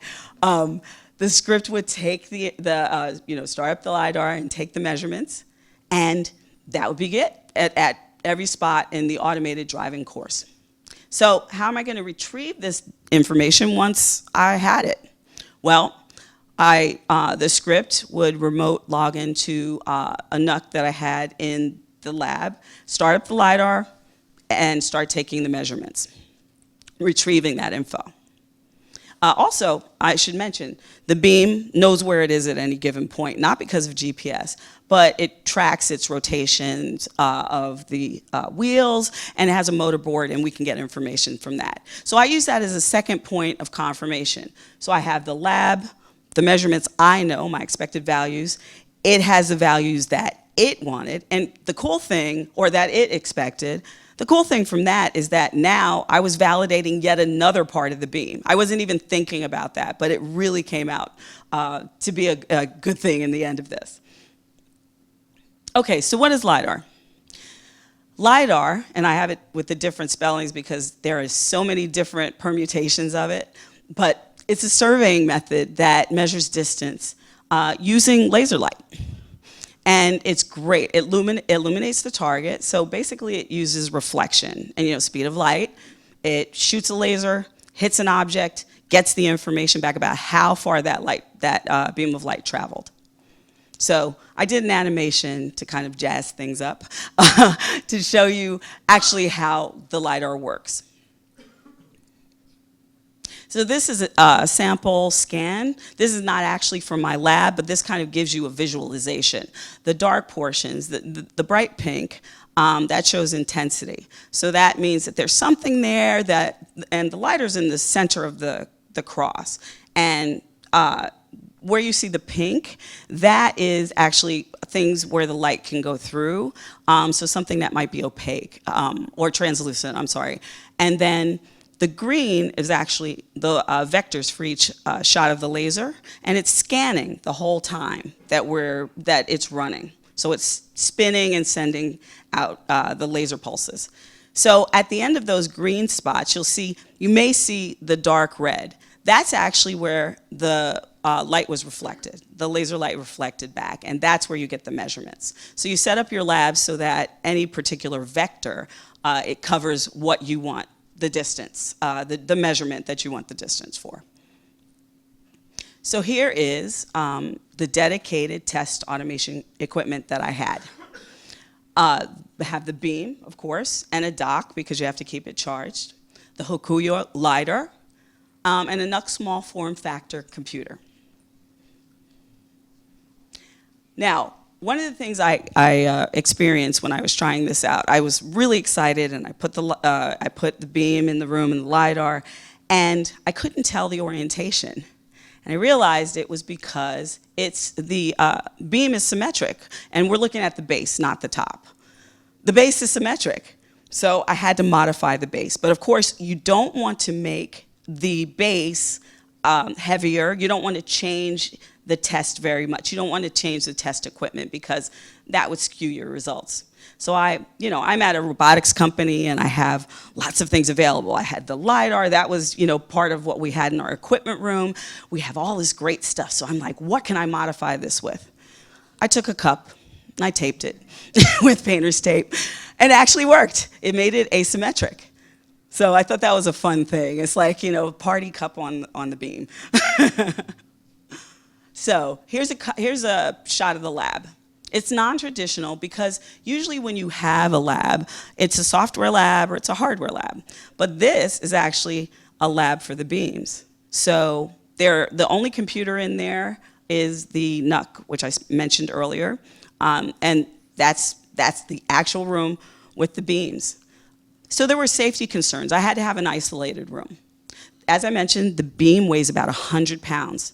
So you really don't want that to be running around without a pilot who can say, oh, stop, there's someone in the way, because we would be running over everyone that walked by. You just don't want to take out the employees until the product's out at least.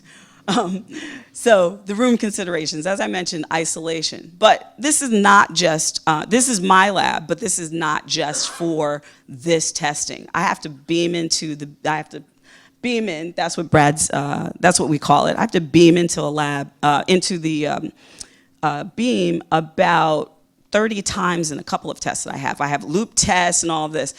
And you could imagine sitting next to it. The first time you hear it, you're like, oh, great. Then you become trained to the fact that someone's coming on. And so you start looking at a beam when you hear the telltale noise. And then people start getting annoyed with you. Can you take that somewhere else? Brad, do you hear, if you could hear the sound, that's Brad. He's coming back in now. And it's very audible. So we wanted to make sure that that was isolated and that no one had, any problems with that. And it's also interference from the outside, because when I'm doing audio tests or something like that, I want to make sure that those tests are, the value of those tests are proper. Lighting, natural and man-made light, man-made fluorescent above. And as you can see from the back of the picture, that was the light from outside. The cool thing is that this light actually affects LiDAR, so there's some great tests that we can do at certain parts of the day. So that's it. Oh, the flooring, have to mention that. So that's just common corporate flooring. This, it's important, believe it or not, because you're talking about rolling over a surface, and if it's not the right kind of surface, you actually, if the density is different than average, you will not get the right measurements. So here's another animation, and believe me, once you see the actual driving course, you'll understand why I did an animation of it for you. The beam starts at the dock. It drives to position B. I take a measurement, or the script takes a measurement there. It turns towards C, take a measurement there. It turns back to the center, then turns the other way, take a measurement there, drives back, backs up, take measurements at all those points, and then it self-parks. And that's yet another feature. It's a really cool thing. It'll align itself onto the dock so that it's always charging. So just wanted to make sure you kind of saw that. So when you see the actual thing, this is a little more exciting, but it's cool. So data collection. It's important for tracking, when I'm tracking the position and orientation of the beam, it's important to have the right type of data collection. So what did I have to collect? Well, as I mentioned earlier, it would be the position and orientation information about the beam at any given point. So in the previous slide, I showed you at the different points I mentioned where I take those measurements. It's important that you do the same ones. I mean, we all do test automation, so I don't really have to explain that in that sense. But it's important, especially from the distance perspective, that you go to the same point every time and you let the LiDAR scan at that point. So I took measurements and I have an expected distance traveled, and that information is correlated with the beam's information, which is reported back through a special client that we have, and also the motorboard information, my expected values, and also the LiDAR. All of those are compared, and I have a margin of error, and if it's within the margin of error, it passes. So here is actually the automated driving course. On the left, you'll see that is the view from the test beam. The beam goes into the room and does its thing. And I had to have, a fake pilot, so I brought on my evil minion to lord over the test course.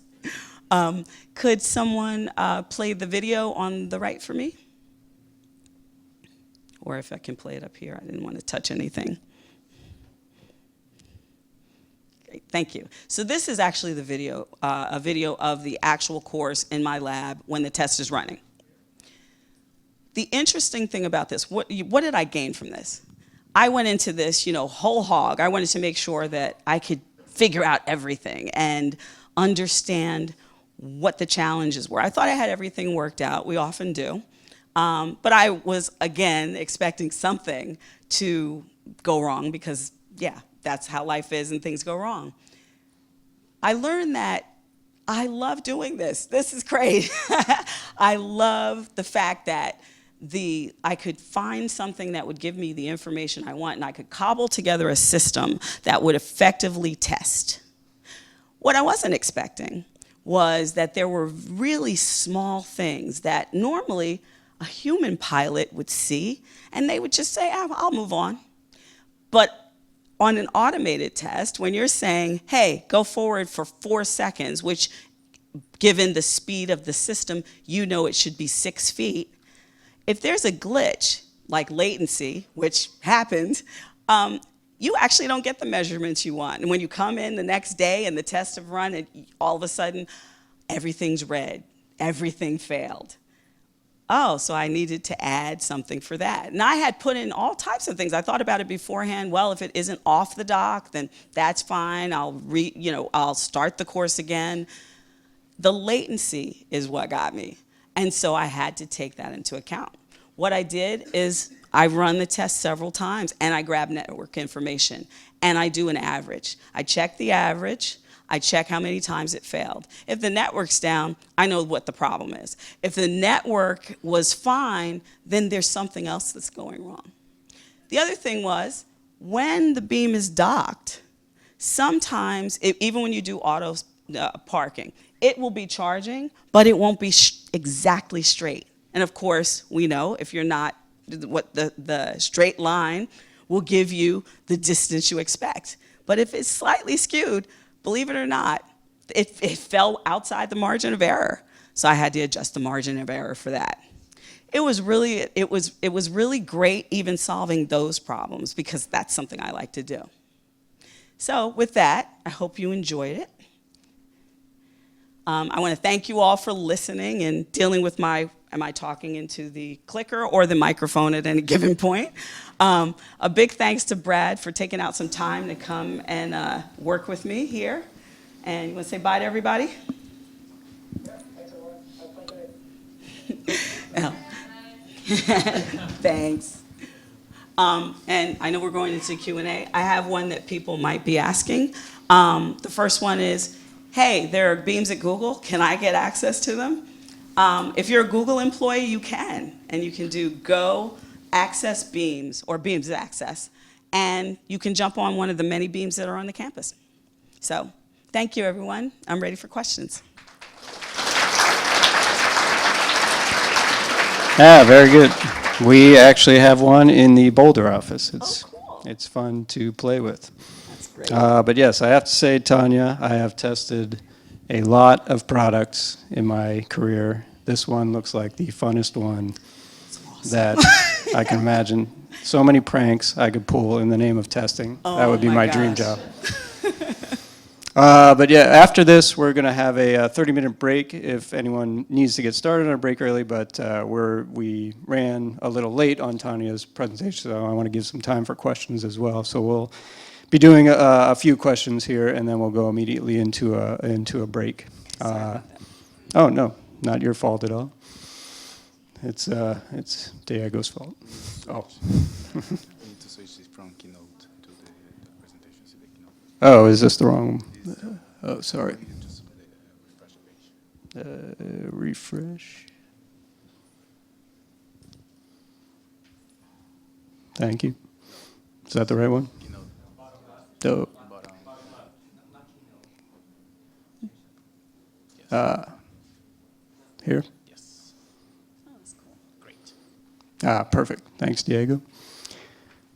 All right, first question is actually a feature request to not have the teleprompter run over people. So, actually, no, the beam didn't run over people. I was saying that's what I wanted to avoid.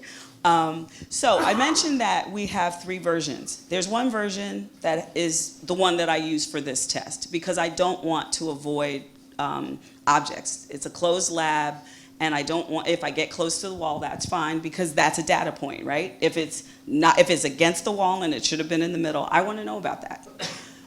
Brad actually is on a beam that has LiDAR, and that has accident avoidance or object avoidance. It will actually slow down and not hit something. And so basically most of the corporations that buy them have LiDAR on them because they have a lot of people running around and they don't want anyone to get hurt. But the point is, there's a pilot on there, and if you get run over by a beam with a pilot, they want it to hit you.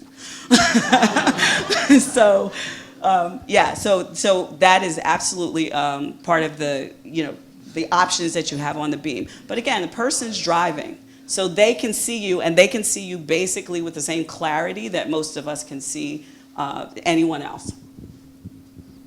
Great. How about testing other surfaces, inclines, non-smooth, etc.? We have a whole other place for that. One of the cool stories that came out, I didn't see this, but this was really cool. Someone was driving a beam, not with LiDAR, and we have basically it's our, I guess, production floor. So it's like a warehouse, right?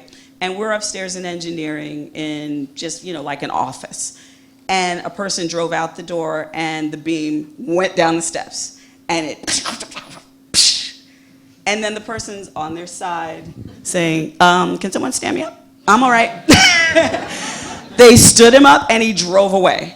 So that thing is really, really durable. But we do, that's one surface, we don't test that often. But we do, we have wedges, we have all types of things that we test with. But I think one of the main things that we do is we crowdsource our testing within the company. Everybody, half of our employees, or probably more than half, are remote to us. So they're beaming in from other countries, they're beaming in from across this country, and they come to meetings on the beam. I've been in a meeting where there was one person, and our CEO likes to call it a meat body.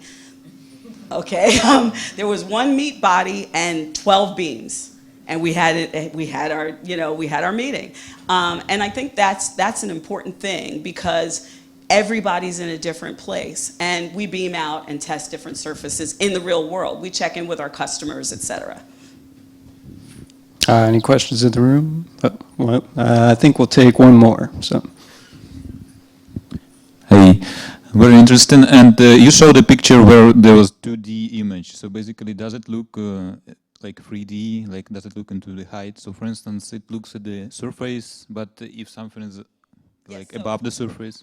Yes, so the LiDAR, you're talking about the LiDAR. Yeah. So the LiDAR actually, you place it at the level at which you want to take those measurements. So I have mine lifted about this much off the floor because that will just correspond with hitting the front of the beam. So no, it doesn't do, at least this one, doesn't do 3D because it just sends out one laser, vector at a time at the level it's at. And it rotates on the same surface, on that same plane, if you know what I'm saying. So the light comes this way, and the LiDAR is rotating, shooting the beams this way. So it's not a 3D surface on that plane, but everything it hits, it illuminates in that direction. Does that make sense? Okay, what do you need from me? So if there's a hole in the floor, so basically will it throw to the floor? Through the hole? No. So you're saying about where I mounted the LiDAR? Yeah. So, Brad, can you come over here? I'm sorry, the rest of you probably can't see this. So, this little knob on the front, this is where the LiDAR is actually mounted. So the obstacle avoidance that the beam does is actually it shoots out from here and spins. So anything at that level it can see in a void. So he's looking down, he can see around himself. And so it's really forward, and it's in front of you. And if you mount the LiDAR sideways, it'll scan this way. It really is just oriented the way you want to put the LiDAR. Does Thanks, help? that answers the question. Okay, Thank you. good. I'm glad. Good. And maybe we'll do one more. How much does all this cost, if you can give us a quick answer? Do you include my time in this? I mean, so this particular version of the beam is about 24,000. 20,000, and then the LiDAR is 4,000. But there's a solution. There is a beam that we sell on Amazon that's smaller, and it's 2,000. I think it's $2,500. And that is shorter. It has a smaller screen. It weighs less, 40 pounds, and that usually is for home use. Just as not as a plug, but just kind of as an FYI. People use it to visit their family. You know, their family's in another place. They put a beam in a room. Oftentimes it's in the kitchen, which is really interesting, so they can eat dinner together. I don't know about you guys, but when my mom would cook, I'd want that food, so I don't want to see you eating it. I can't have it. So that's the kind of thing that people would use that for. And we found that actually a lot of people use that in small business. And so when they have, you know, they're not big like Google or Microsoft or places like that, they buy the smaller one.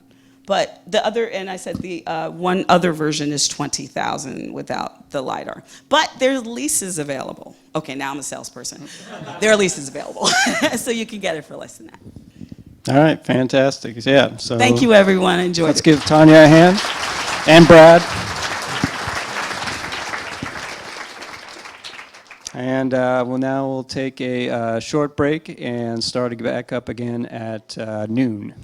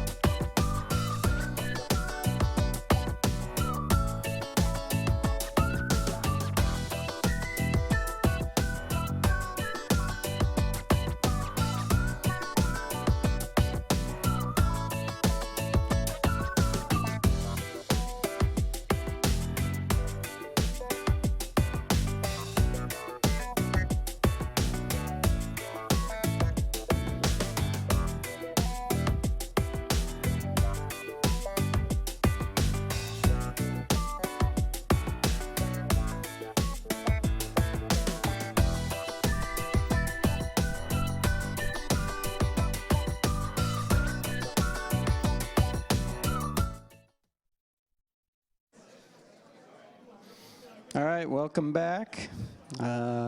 Let's get back on track with our talks.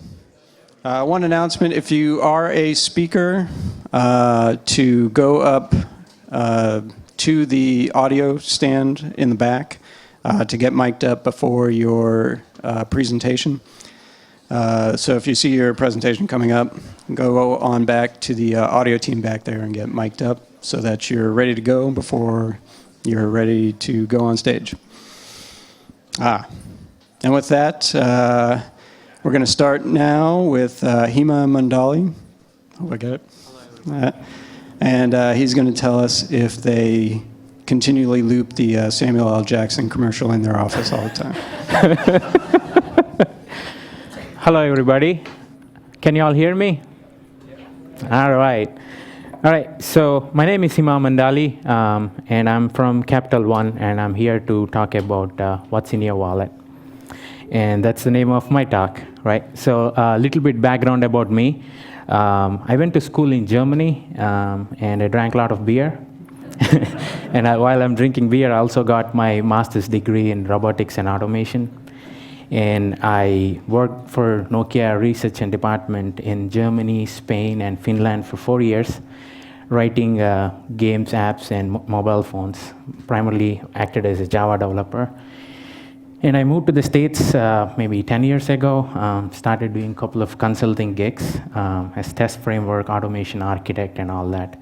And 7 years ago, I started working with Capital One, and I've been with Capital One ever since.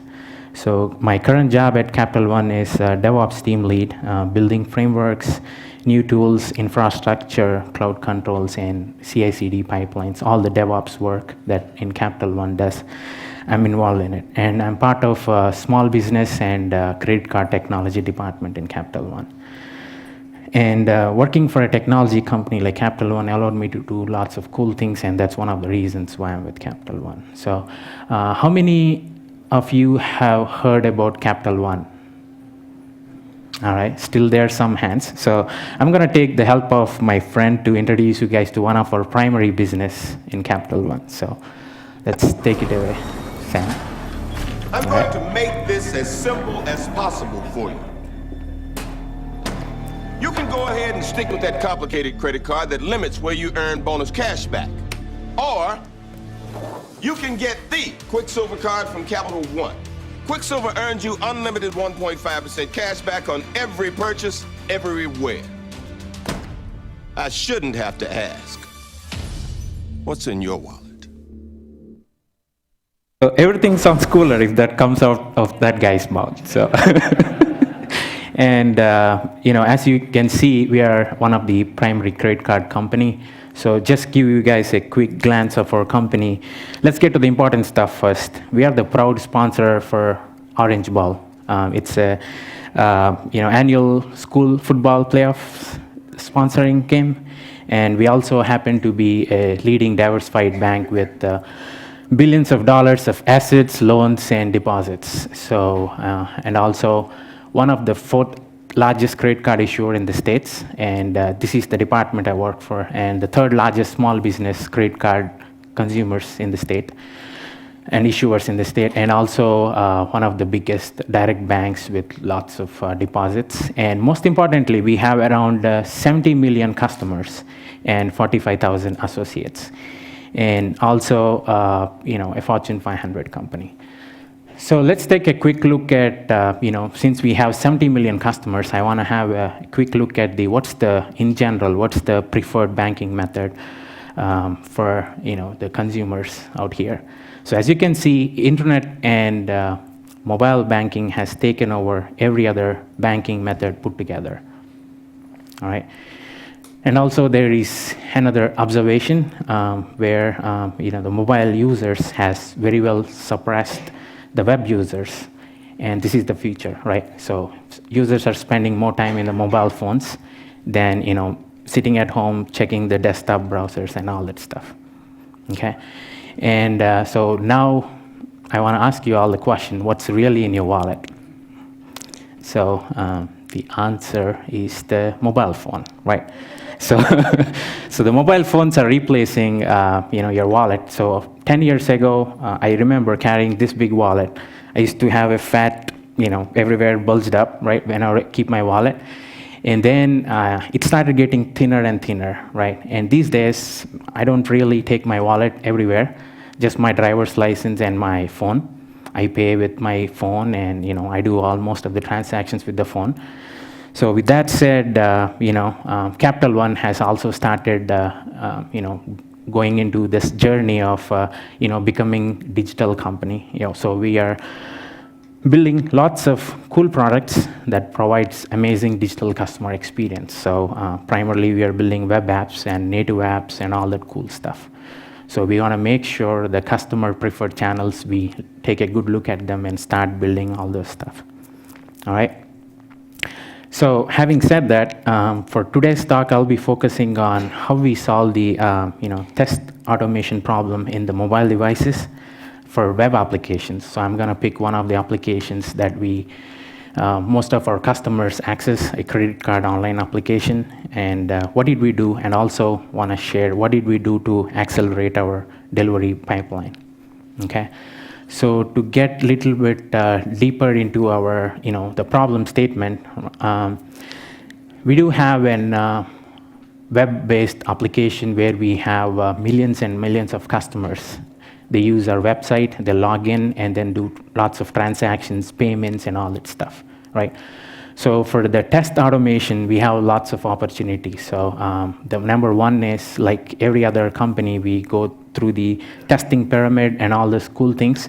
But we started using, for the mobile devices especially, at first we started heavily using simulators and emulators.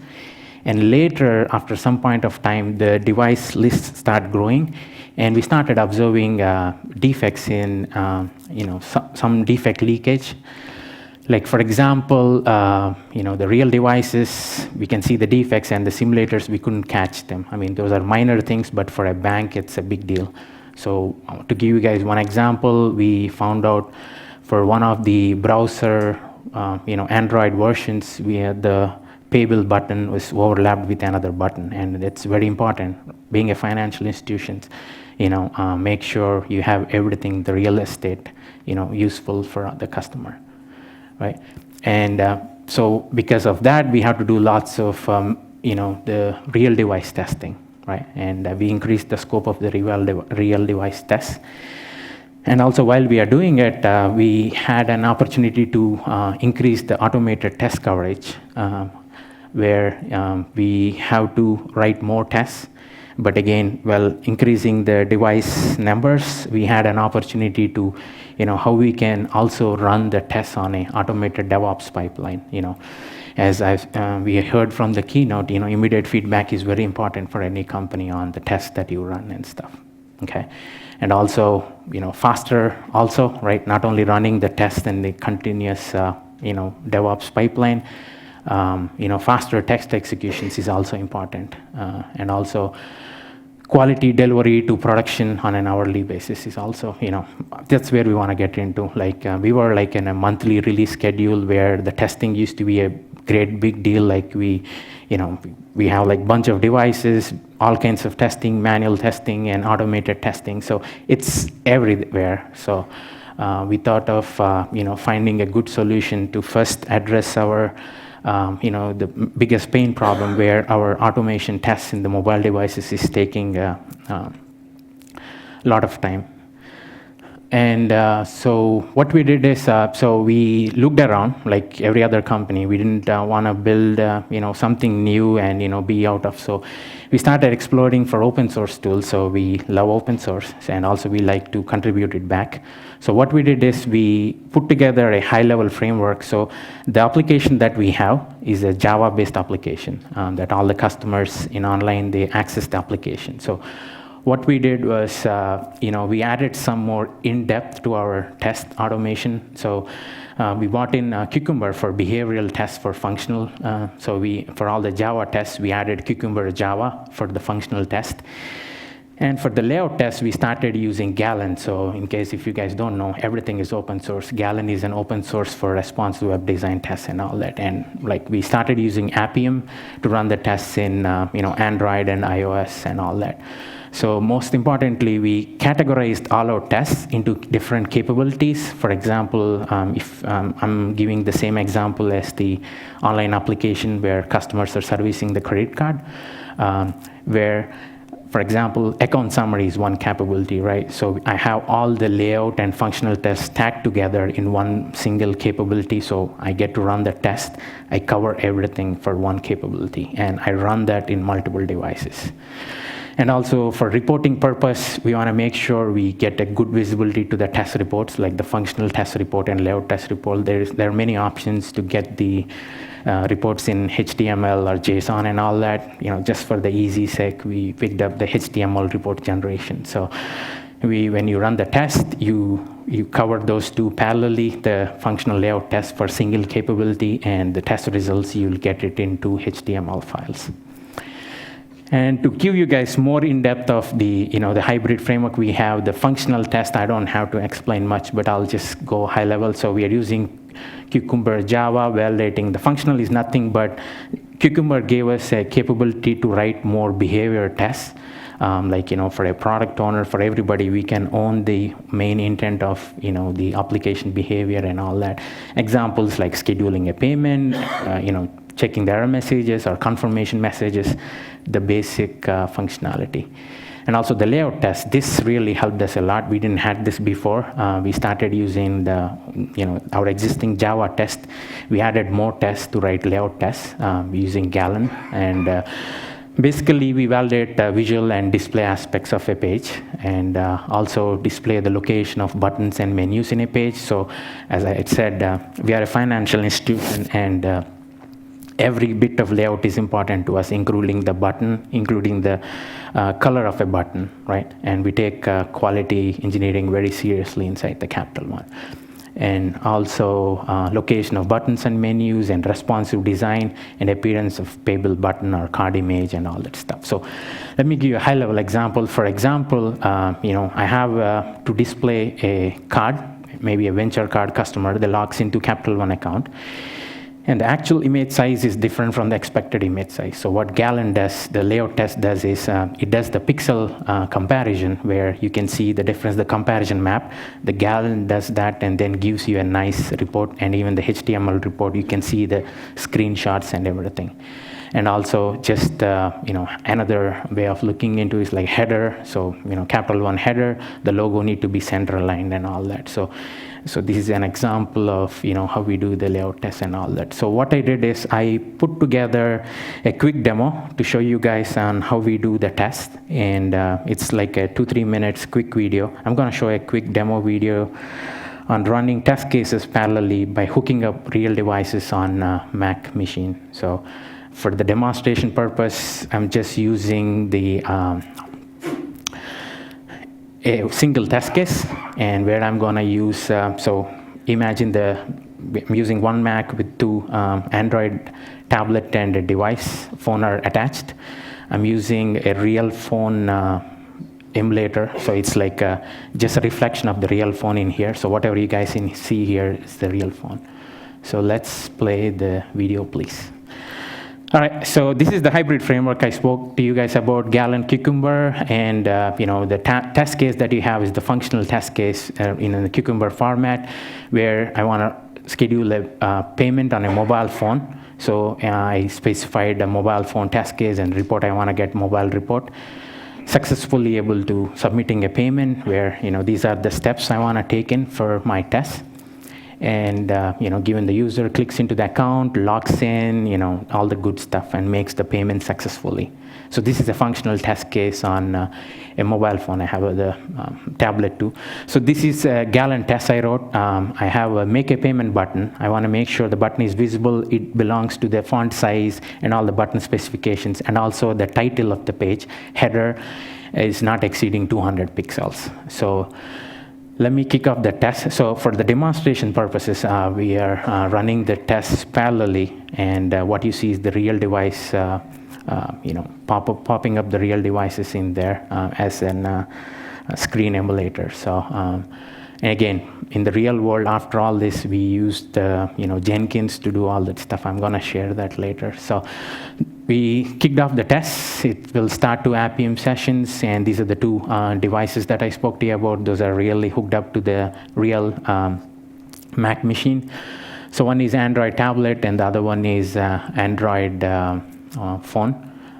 So for the test, as you guys can see, just making sure a user is able to submit a payment successfully. So you're able to log in, go to payment screen. So this is an account summary page, and you go to the payment screen and submit a payment. So it does run the test parallelly, and also it is validating both the layout and the functional test parallelly. So the tests are completed on the tablet, and the tests are getting completed on the other device.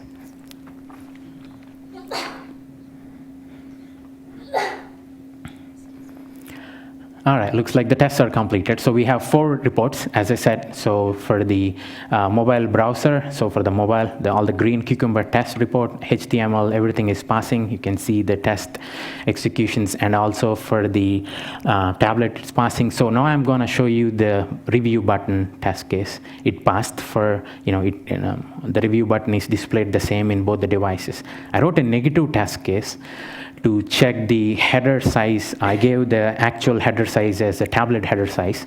The test case failed for the mobile phone because the header size is smaller when you compare to tablet, and that's why you see the failure.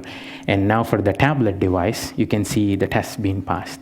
All right, so it does the pixel comparison and all that stuff. Okay, now let's get back to the slides, please. So what we did is, so the basic framework, whatever you guys saw, what we did is internally we set up a private cloud device lab. So we set up, we built in our own infrastructure and tools and everything. So we wrote RESTful APIs to do Appium device management. I can't go too many details into it, but again, it should be simple. If you guys can have a cloud environment, do all the devices. So we set up a device lab where users can access the devices virtually and run the test. And also we added a bunch of servers and devices that can connect to each other and everything. So, with this type of framework, we were able to run more test cases and also run parallelly faster and everything. So we have everything ready. So, and one other little piece that's missing is how can we get into, accelerate our delivery pipeline, right? We are running the test, but there is no good way of checking the test results and making some decisions. So while we have the DevOps best practices inside the Capital One, we build our pipeline. So this is, for example, your tests running in a pipeline, right? So it is very strong, right? So all the tests are passing, you can go into production. So if a pipeline is like this, I'll go into production every hour, right? And if you see something like that, I would ask you, do you want to go into production? So what we do, what we also built together is we built an internal tool inside the Capital One to visualize the software delivery pipeline. So what this does is we named it as Hygia, the name of the health goddess or something, goddess of health. All right, I got it right. So what it does is it gives us the real-time, feedback for all the tests that you're running and all that in one single dashboard. Okay, so, and again, in the software delivery, we have many tools, right? We're all using Jenkins, but there is no good way of seeing the test results in one single dashboard. So this is how it looks. And again, this is all mock data, right? Since we are a bank, we can't share what we have inside. So I try to populate with all the mock data as much as I can. So this is how our DevOps dashboard looks like. So what it has, to give a little bit background on how this is built, we do have set of collectors that extract data from all the types of tools and save the data in a NoSQL database. And we also build set of REST APIs to expose the data from the database. And the UI application that you guys are seeing here, it's a Java-based application where written in JavaScript, and this calls the REST APIs to fetch the fresh data. So, the tracking the health of the software delivery pipeline is, we can see the entire. So, the view that you guys are seeing here is a feature view, right? So, in the extreme left of the feature, where you can see. You can plug in the Jira version 1, the stories that you have, right? So for example, a feature, I'm developing a feature called account summary. I will have all the stories and the requirements lined up in that widget. I can configure it by Jira version 1, whatever tool you have. And also there is a code repo widget that you see downstairs. It's you can hook up the GitHub subversion 1 information. So it's all about configuring. You don't have to do too much of heavy lifting. If you just install this in like 3 different steps, you can just configure this tool. And code repo, you can see the number of code commits per day and everything by just plugging in your Git information. It just extracts the data from the all the backend systems. And the build, right? So we all use. For us, we use Jenkins jobs, and you can we all get the good view of the build views by hooking up the Jenkins information for all the builds. And also the quality, which is really, really important for us. We made this widget flexible where we can hook up any test that you run. For example, Sonar, right? For the unit test violations and all that, you can see that over there, the Sonar violations. And also for security scans, if you have any security tests that you're running in HP 45 or whatever tool you use, you get to use that, the details in here, hook it up there. And also, if you're running Cucumber Java, Cucumber Selenium, any functional tests in here, you can populate it here. And also, if you're running any performance tests, also, you can just, configure it over here. And also, most importantly, the deploy aspect of it is what I like, is where I see teams going and beating up the people who are not, are in red. So all the green stuff is good. So we mainly focus on the red stuff. So for deploy, it can be configured to Jenkins, or maybe if you are using udeploy, it can be configured as well, right? So let me show you since I spoke about the mobile test cases that we ran, let me show you how our test cases are populated inside the Hygieia. So I'm going to focus on, the functional tests. So we can populate in a widget. So I picked functional test widget. I configured all the tests that I'm running in Jenkins pipeline in here. And you can run many tests. You can throw in any test cases you want. You can configure any devices you want. So for us, we run almost, for every release, for a major critical releases, we run around 12 to 13 number of devices to make sure all our applications are working properly. So for functional test, we can give the names tablet 4, S4, and all that, whatever you want to do, right? So, and also the good feature in our dashboard is, you can hover over. So all the data you see here, it doesn't end here. You can hover to any other point, and then you'll get more details to it. So for example, I have, so the percentages you see, they're 100% test pass. Okay, so that's the test pass percentage. So I have tablet 4 pass 100%. So in case if I am curious to know how my test cases are passing, I can click on it, and then I can expand the test. I can see the features inside the test. And also there is another expand button. If you do that, you can see the steps involved in the test as well. So without even looking into different tools and all that, this dashboard gave us a good visibility to, to check all our tests. And also, since I showed the past test cases, let's pick one of the bad boys here. The 40% the iPad tests are failing. So let's see why they're failing. So if you click on it, you will see the the 40% test cases that were there. And if you can expand in it, you can see more details on the features that were run for that test. And also you can see more details if you click on the view test job on the over type, the top corner, you will get the details of your Jenkins job and everything. So it's a very, we found it very useful. And And again, with this good consolidated view, every team that are responsible for delivering things, they don't have to check in like in 10 or 15 systems and then see what is failing and what this. So this gave us a good visibility to make real-time decisions, and you don't have to ask people. They can just look and see if they're ready for production or not, right? And also there is another view to the dashboard that we built.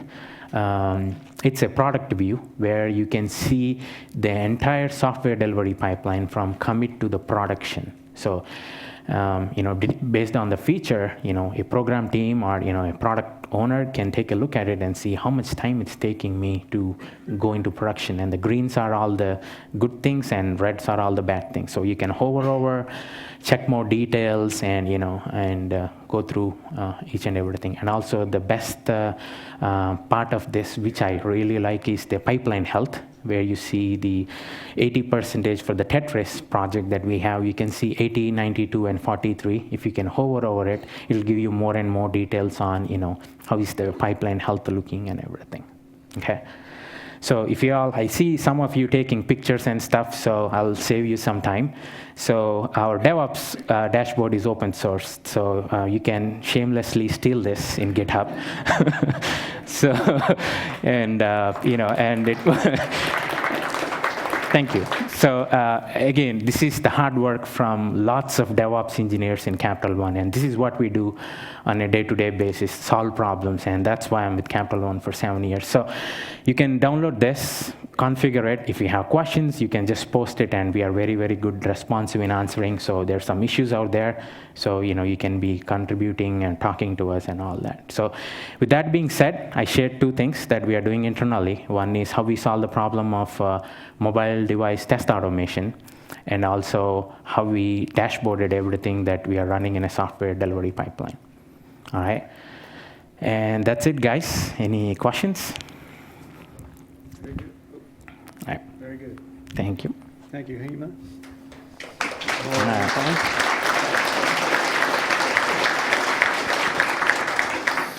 All right, we can go to questions. I actually have one question while we're setting up. Do they at Capital One just give you a whole bunch of test accounts filled with millions of dollars? Oh, no, wait. Yeah. That's Wells Fargo. Sorry. Oh. Hey, easy. Just the jokes, folks. Yeah, so, no, but to answer your question, I belong to small business, right? We generate the virtual test data for just, for fun's sake. I can configure millions of dollars, play around with it. We call them high spender accounts. So we really have people with a lot of money. That is not modeling my behavior. Let's see if I can. I need to refresh. Any question from the room? While we're waiting, sorry, let me get the microphone over to you. And also, while we are getting the microphone, I have 2 people from my team. I'm fortunate to have my guys here, Bini and Uday. You guys can hit them up with questions, not only me. And they were part of these projects as well, so feel free. So how does your build pipeline change if there's a breaking incident and you need to push the product as quickly as possible? Because I saw there was commit, QA, blah, blah, blah, all that other stuff. So I'm wondering, how do you circumnavigate that? Or do you run a different set of tests? What does that look like? Yeah, so that's a good question. So yeah, if everything is green, we don't have to talk about it, right? So if there is reds, that's where you go and click that and see what type of tests we have. So primarily, if those are not high priority test cases, right? So we make an informed based decision, like, can we go, is it safe to go into production based on what we see on the number of failures, or sometimes when we run the tests in the cadences, right? We run the high priority tests in maybe 10 times a day, low priority tests 3 times a day, right? So based on the type of tests we run and based on what we see in the dashboard, we make that call. And again, every product is different, and also we look into the aspects of, how much of a customer impact will it have, right? So. All right, and what security testing tools do you use for Android devices? Android devices, security testing tools. So for the Android devices, we do have internal security tools. So we have we have some security scans that we do. We use variety of tests. And again, 45 is one of them, and there's lots of internal. We build some internal security tools as well by mixing 2 or 3 open source products. Okay, and I think we have time for one more. How much value do you actually get from pixel comparison tests versus flakiness? All right, that's really a tough and good question.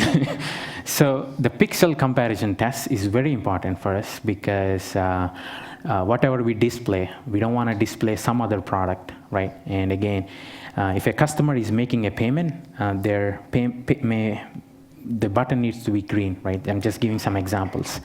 So if the color of the button is grayed out, most of the times they were not able to hit that button or something. So there is this customer mindset when they see a different color, they think it's grayed out and they will not even do some transaction in it, right? So for us, that's very important. And again, the flakiness, it happens everywhere. We have to deal with the same way how Google does. We, sometimes we tweak our code as well to see how many who are writing the test to just get along with it. And also sometimes we do code reviews and all the best practices that are out there. So. All right, fantastic. Well, thank you, Hema. All right, thank you.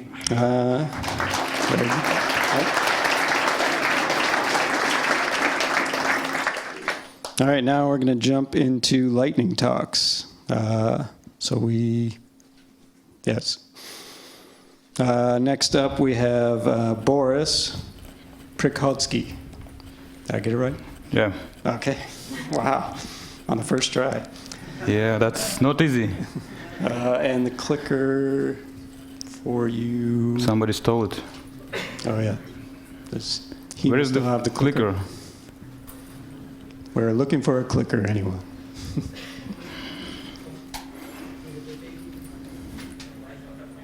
Here it comes. Okay. Sorry. Okay, no problem. No worries. This is a professional conference, let me remind you, everybody. But yes, Boris, take it away. Yeah. Hi, everyone. My name is Boris Prichodsky, and I'm QA Infrastructure Team Lead in Unity Technologies. And today, I'm very excited to share the results of our work of the 2 of our teams, QA Infrastructure and QA Frameworks. So, how does it work? Yeah. And the topic of my talk today is smart test execution, or using automated test statistics to optimize or predict test execution, their execution. Yeah. It works? Yeah, it works. So what is Unity? So how many of you have heard about Unity? Quite a few. And how many of you have ever created anything with Unity? Oh, that's not that many, but after this talk, I think everybody will use Unity. Yeah, let's see. So first of all, Unity is very popular and very easy to work with and very easy to start with the game engine. So basically, you can create 2D and 3D games and augmented reality and virtual reality applications with Unity. You can easily do that as, yeah, clicker works. Yeah. You can easily do that as we have an asset store which already created content, and this is a sample content, free content that you can use. It looks pretty amazing. And you can easily create a game, as we also have a lot of, services. Like Unity ads, you can put an ad in your game and earn money. You can use Unity Analytics to find some most difficult levels that gamers are not happy with, and you can analyze everything and basically a lot of stuff. But mostly, the most biggest advantage is that you can easily create a game and run it on 25 plus platforms, basically. A bit of more numbers, if the clicker works. Okay, I need to push the button. So yeah, we have around 5 million registered game developers. We have around 200,000 unique games created with Unity. And 700 million people actually playing Unity-made games. And around 1,700,000,000 mobile devices running Unity-made games. Yeah. So this is what we are dealing with in Unity. And Unity is itself is a pretty big piece of software. We have around 2 million lines of code, and which is evenly split between platforms, editor and runtime, three major components of Unity. And all of that success and all that numbers wouldn't have been possible without the Unity test automation, obviously. A bit more numbers. We have around 30,000 tests, 10,000 unit tests, around 5,000 integration tests, 3,000 runtime, graphics tests, and so on.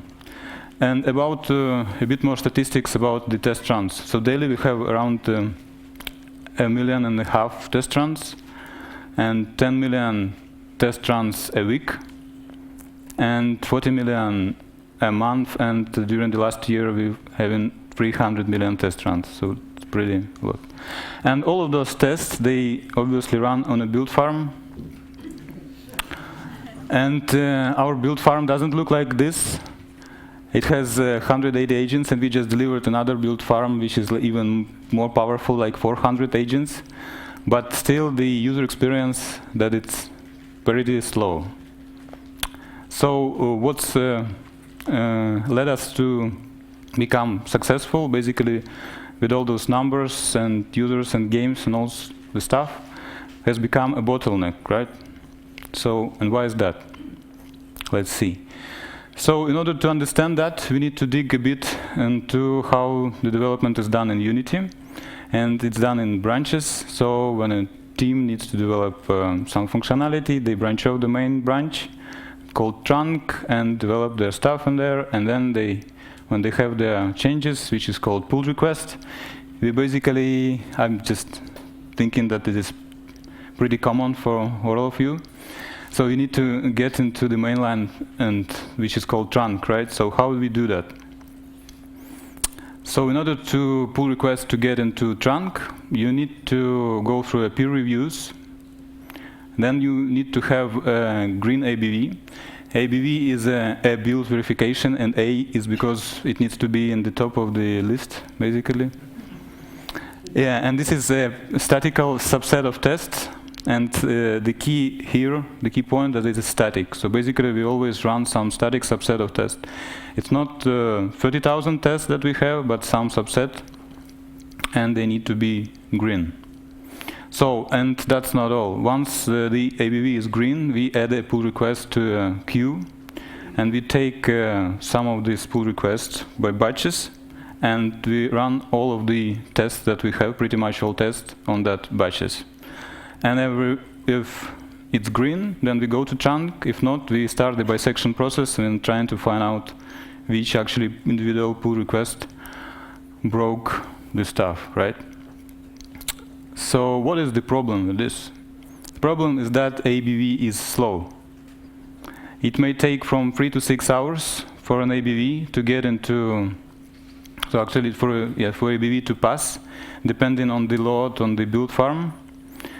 And when it happens, you just sit and wait how the send actually goes down, and basically pray that everything actually works well, that there are no flaky tests, nothing happened bad, and so on. Yeah. So, and we ask a question ourselves if we can speed it up. Yeah, let's try. But before doing that, we had to fix a problem with the ways how to run tests. We used to have a lot of different kind of scripts for runtime test, for native test. They all were different. So we created a tool called Unified Test Runner, which is which actually let you run tests in unified way, either on your local machine or on a build farm. And as a last step of UTR, basically, it sends all of the data to a database we created, also called Hoarder, which actually has the statistics on all tests. So here on the screen you can see basically the statistics. I'm not sure whether it's visible because of the font, but size. But basically you can see the pass rate, the median time, and so we know everything about our tests right now, all the history. So once we had that data, we found out that we have evergreen tests. So if you look at that column, basically you see that we have 100% successful tests, even though they have thousands of executions. And we actually came up with a pretty simple idea. Simple, but yet powerful. Let's just not run tests. How dangerously it could sound, but yeah, this is the idea. Let's not run tests which are 100% successful during last month, and which have around 100, which have more than 100 test runs. And on all branches, except the branches which are involved into merging into the mainline trunk. And that's a key point, because we do not just get rid of all tests, we get rid of green tests, and once they fail, and if they fail during the merge process, we'll know and we'll get them back onto the probation, and basically we will run them for another month.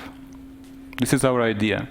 So some results. So we started with 1 hour and 20 minutes and 1,700 tests, and basically we went down to 30 minutes and 160 tests. So this is our results. So this is the most results that we have. Like, we enable that for pre-test suits, and sorry, probably no, that's okay. That's good. It didn't work.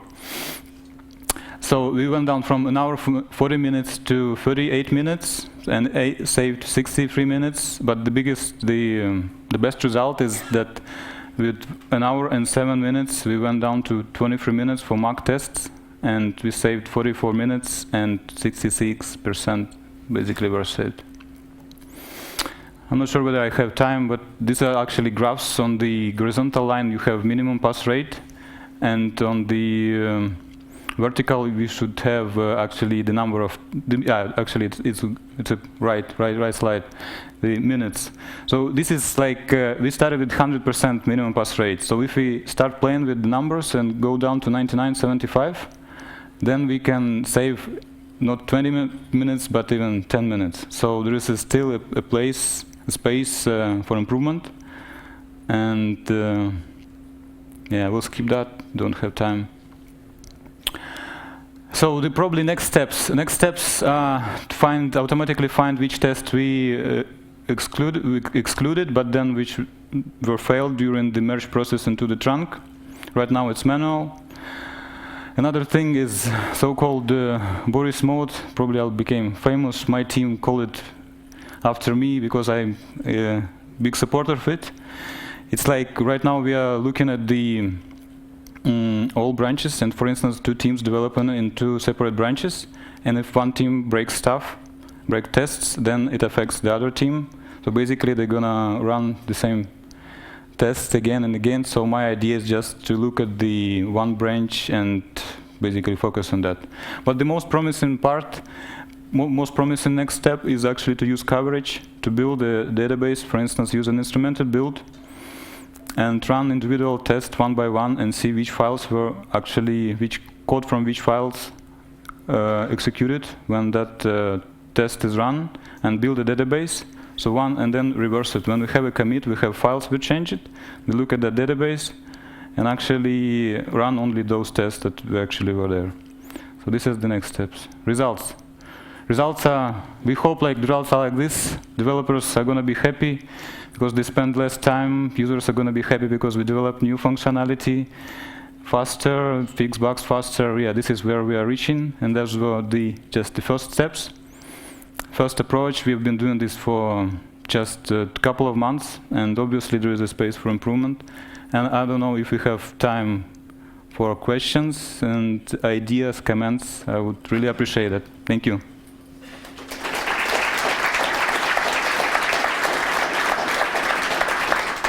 Very good. Thanks, Boris. This was a lightning talk, so no time for jokes between. So going to the straight stuff. Okay.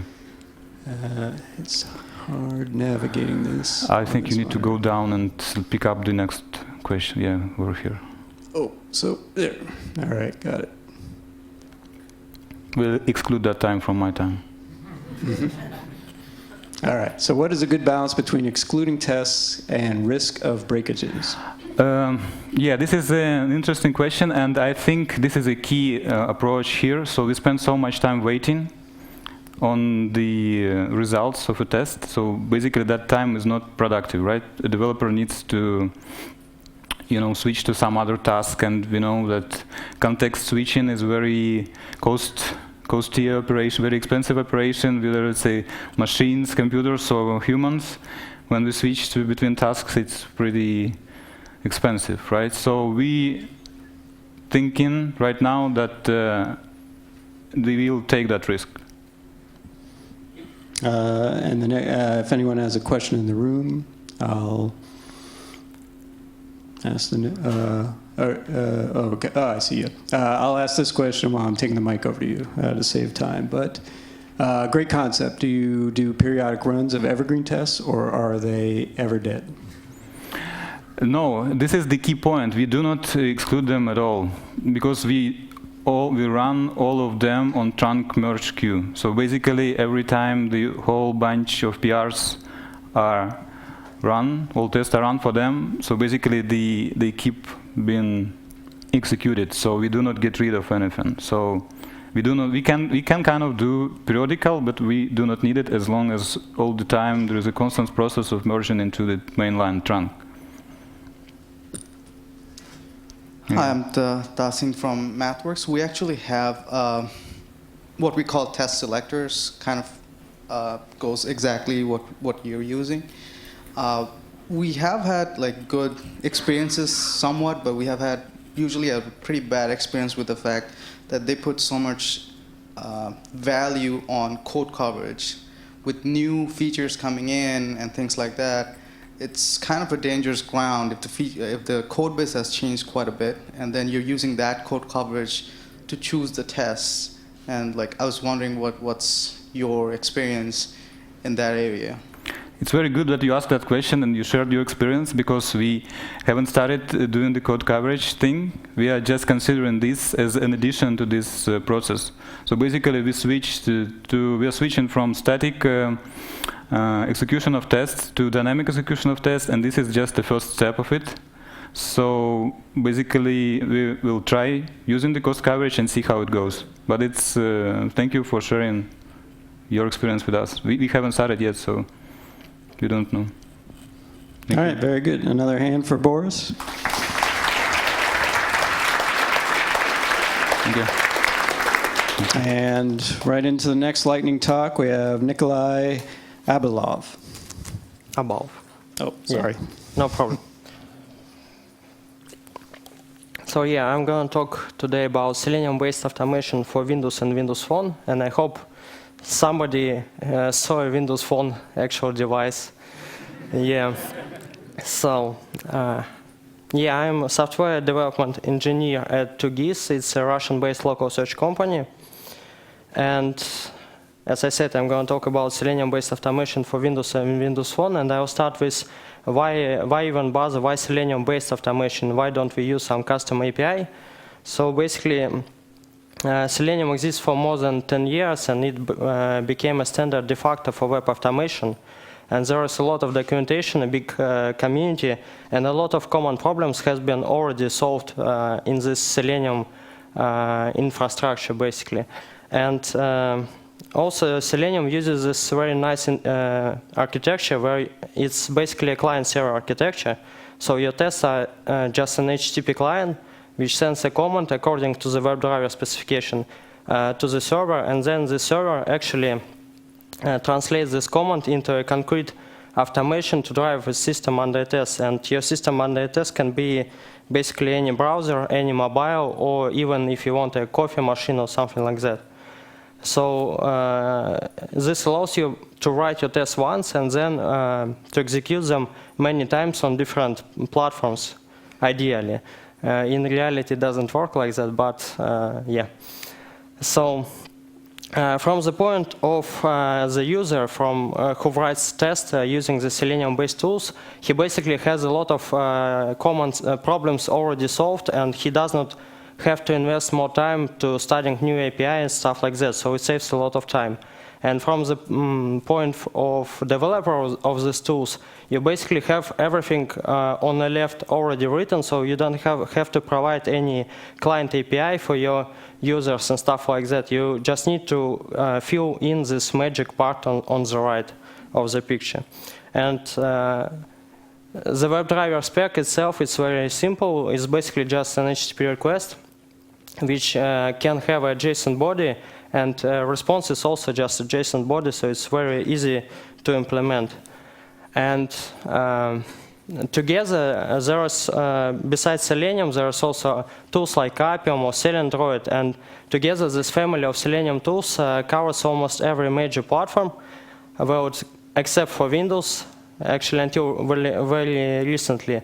So like maybe in the last release of Appium, there was added support for Windows Desktop, which was made possible because Microsoft released a WinApp driver, which is actually a closed source and it's in beta right now, but you can go to GitHub and download binaries and try it out. But I'm going to talk about the Vinium project. So Vinium project is basically an open source family of projects for Windows and Windows Phone automation. And I'll start with Windows Phone automation because it was the first project we wrote back in 2013. So we needed some tool to automate Windows Phone, which was quite popular in Russia. Yeah, and we had, actually, there were no tools for automation for Windows Phone, and even there were no tools provided by Microsoft, which was kind of strange. So yeah, we wrote a project which is called Vinium Mobile. You can find it on GitHub. It's completely open source. We have like documentation and samples and stuff like that. And what it does basically is a WebDriver implementation which can drive automation of native applications on Windows Phone. It actually lets you run your tests on emulators. It does not work on devices, but you can hack it around and actually run on devices, but with some limitations. We also are working on a support for hybrid applications testing. And because it's Selenium-based, you can easily plug it into your existing infrastructure. You can use it with Selenium Grid to run tests in parallel and stuff like that. And there is only one catch, but I'll show it you here. So we have this architecture which is similar to Selenium. We have your tests and we have a driver. And when you send a command to the driver, this command converts into one set of APIs. So we use Microsoft APIs to manage virtual machines, which are basically emulators, to simulate user input, to install your application, stuff like that. But to interrogate UI and to interact with UI, we had to embed a test server inside the application under test. So because of heavy sandboxing on Windows Phone, you actually have to add a special automation server right inside your application. And this server will be able to handle commands like finding elements and getting the text value and stuff like that. So how does it work? It's very easy. Basically, the steps are similar as for Selenium or Appium, except for the first one. So you have to embed a test server, as I said, and this is accomplished by adding a single code of line and installing a package. So it's very easy. And from then, you just write your tests like any regular Selenium test. So there is no difference, basically, from web test except for capabilities. So we have some specific capabilities which let you install application and install files into this application or debug your application. And in your tests, you can use standard commands like finding element by ID, by class name, by name, and etc. Also, you can use Appium bindings, which are basically just extension of Selenium bindings, and this lets you close application, launch application, and upload and download files from and to the application. And also, it lets you switch between contexts. So if your app has like a web view for authentication, you can switch to this web view, use just regular Selenium to automate this web view, and then switch back to the native context. But we haven't released it yet, but you can build it from sources and try it out right now. And also because we have this automation server right inside your application, we are able to do some cool stuff, like we can call any static method in your application, basically, or set any value of public property in UI. So this can help you with testability of applications. So for example, if you have like a map view, you can set coordinates of this map view directly. very precisely. You don't have to use like a touch gesture to swipe it, or you don't have to write a custom test API. So you can just do it from Selenium test. And yeah, then you just run your driver and you run your tests like usual, and I have a demo. So if we can switch and turn on this video. Yeah.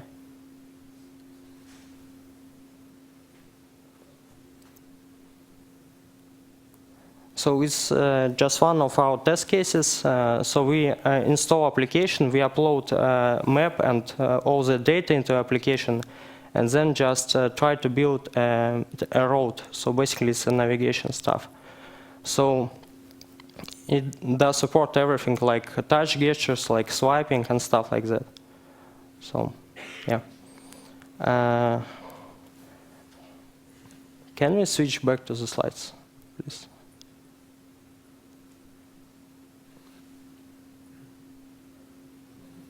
No, like next slide, please. Oh, okay. Yeah. Technical difficulties.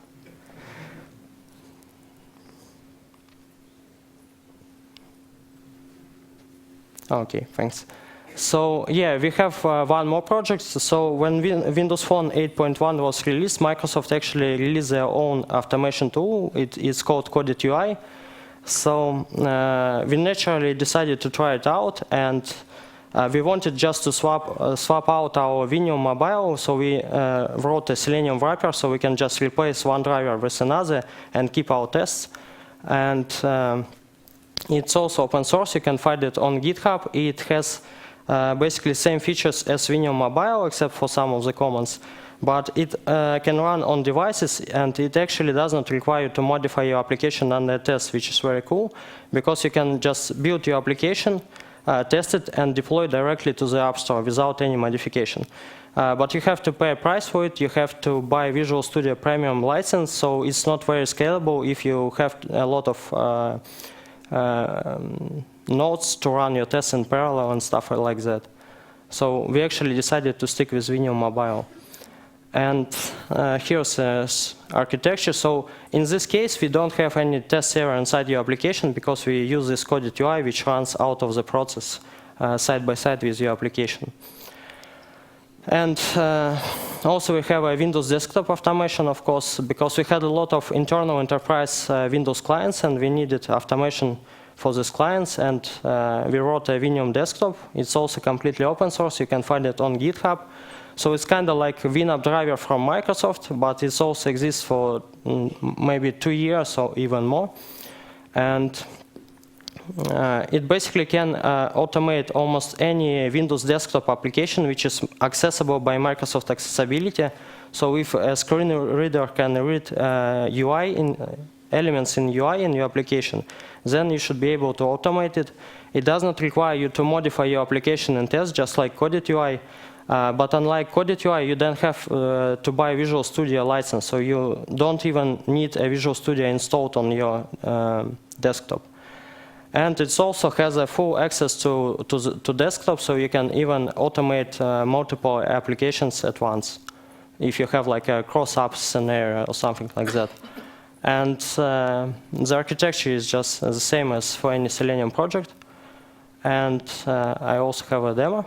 So if we can switch.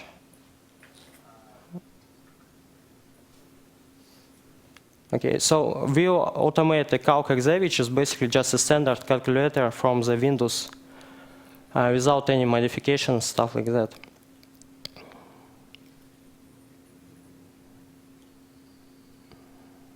So it just calculates 2 to the power of 8 and validates the result. So you can basically automate, you can use it not only for testing, but also for automation of some scenarios where you have tools which have no API, so they have only UI stuff.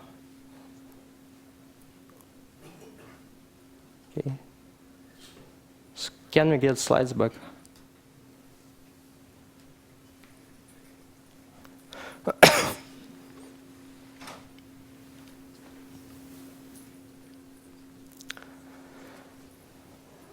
No. We have more. Okay. Here's slides. So here's an example of a code sample which we used to record this demo. It's written in C#, and actually I had a previous slide, but I can switch to it. And okay. And here's the same code which is written in Python, so it's also one of the benefits using Selenium-based approach, because we have a lot of different teams in our company, and each team prefers their own language to write the automation. So one team can use Python, another team can use C#, for example, and there is almost no difference. And actually, that's all I have. But we also have more automation tools. We have VM Master, which is basically like a Selenium grid on steroids. So this is basically browser's cloud. When you run your Selenium test and you request a new session, it gives you a new virtual machine with a clean state. So you don't get flakiness because of dirty environment in which you run your tests. And also we have STF utils, which you can use combined with Appium and OpenSmart test farm, which is also open source tool, to build an Android cloud automation with video recording and stuff like that. So now it's all. Thank you. Do you have any?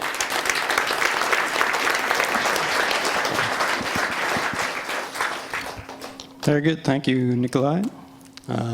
So I think we have a little bit of time for questions. We are, after this, going to break for lunch, so prepare yourselves. First question, though. Which languages do you support in Winium? So actually, because it's Selenium-based, you can use any language to write your test. So your test is basically just an HTTP client.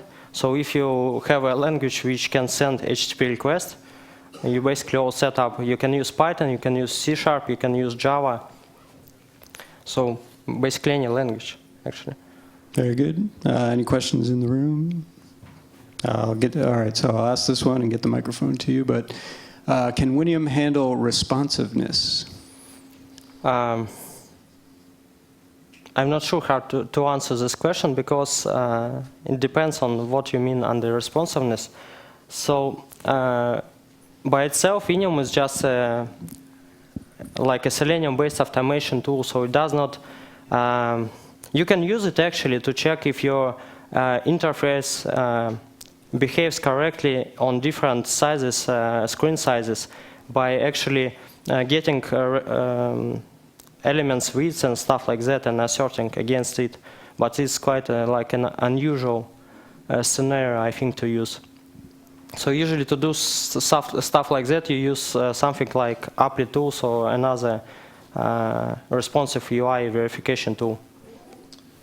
My question is, in the footer of a couple of your slides, you made reference to a tool called UI Spy. Can you explain what that is? Yeah, so it's basically it's one of the tools which came with Windows SDK, and this tool is usually used to verify that your application is accessible.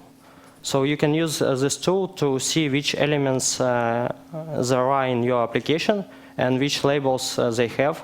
So when the screen reader will read the screen, it will read it correctly, basically. So it's like a UI verification tool of some kind. Okay, and maybe one more. Can Winium run the automation on multiple phones connected to a computer? Well, actually, only Coded UI can run on devices without limitation. But it turns out that you can only connect one device at a time under one user. So it's just a limitation of API provided by Microsoft. But I think if you manage to run multiple users on single desktop, then you can like assign each USB to a single user, and then it should be possible to run multiple tests on multiple devices from a single machine. Okay. So to stay on track, let's give another hand to Nikolai.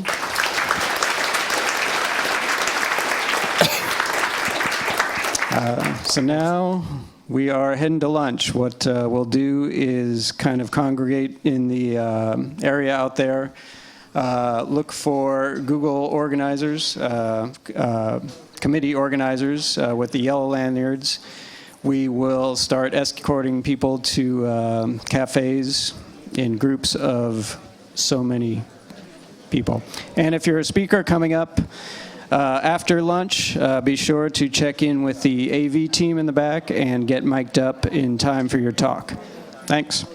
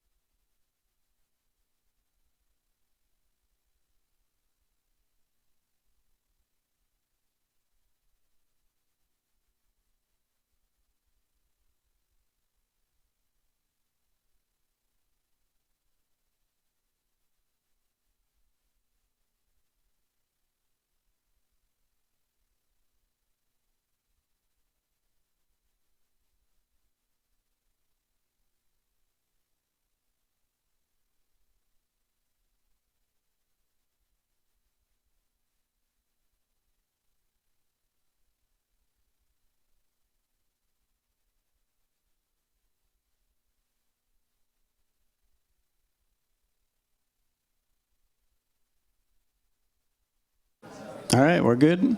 Welcome back. I hope everybody had a good lunch. Is everybody well fed? Kinda, maybe. Yeah. You never know what you're going to get on the menu, so give it another shot tomorrow. Maybe they'll have just what you were looking for. A couple announcements. Heading back into this, if you can keep the area clear in front of the AV and transcribers back there, that would help out so they can see what's going on stage. They are a critical part of the team, so if you can keep it clear, there's plenty of seats up in the front, as you would expect. Everybody sits in the back. So if you're looking for a seat, just come on up front. I feel like there was another announcement I wanted to make, but I can't think of it right now. So let's go right into the next lightning talk. We have Brian Van P from Google, and take it away. Thank you.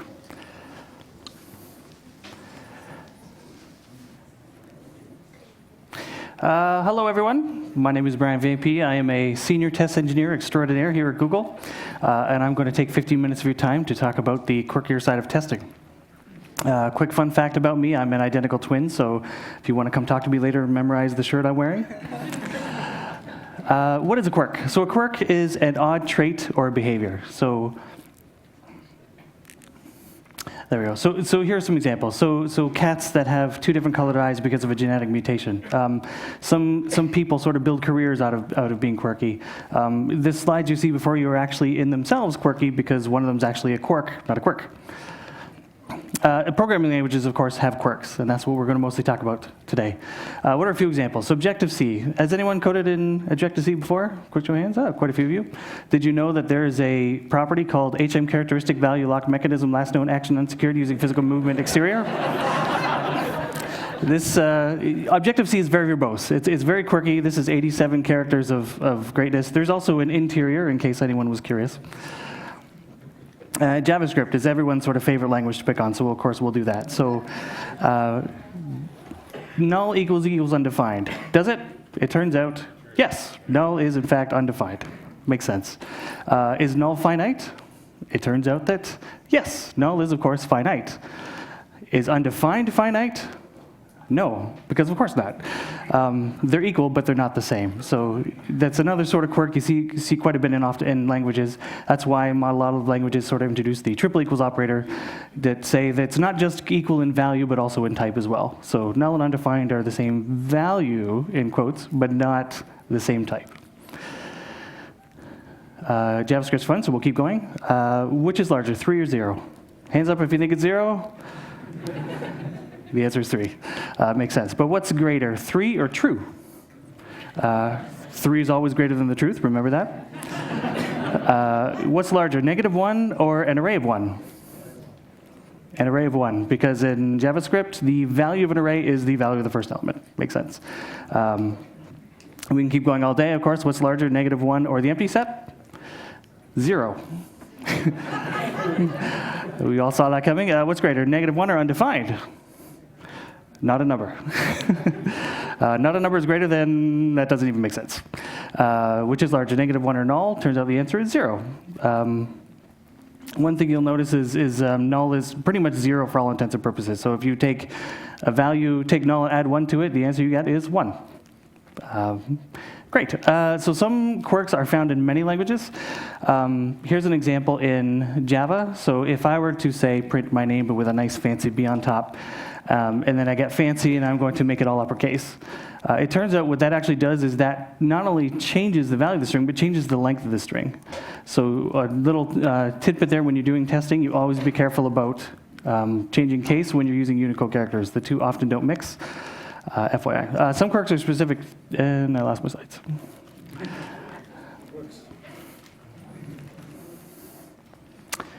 Some quirks are specific to languages. And we'll pause here.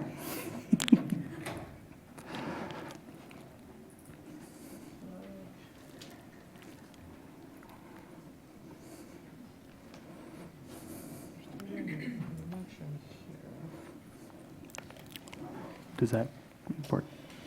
Yeah, it is. I will pause to take a drink.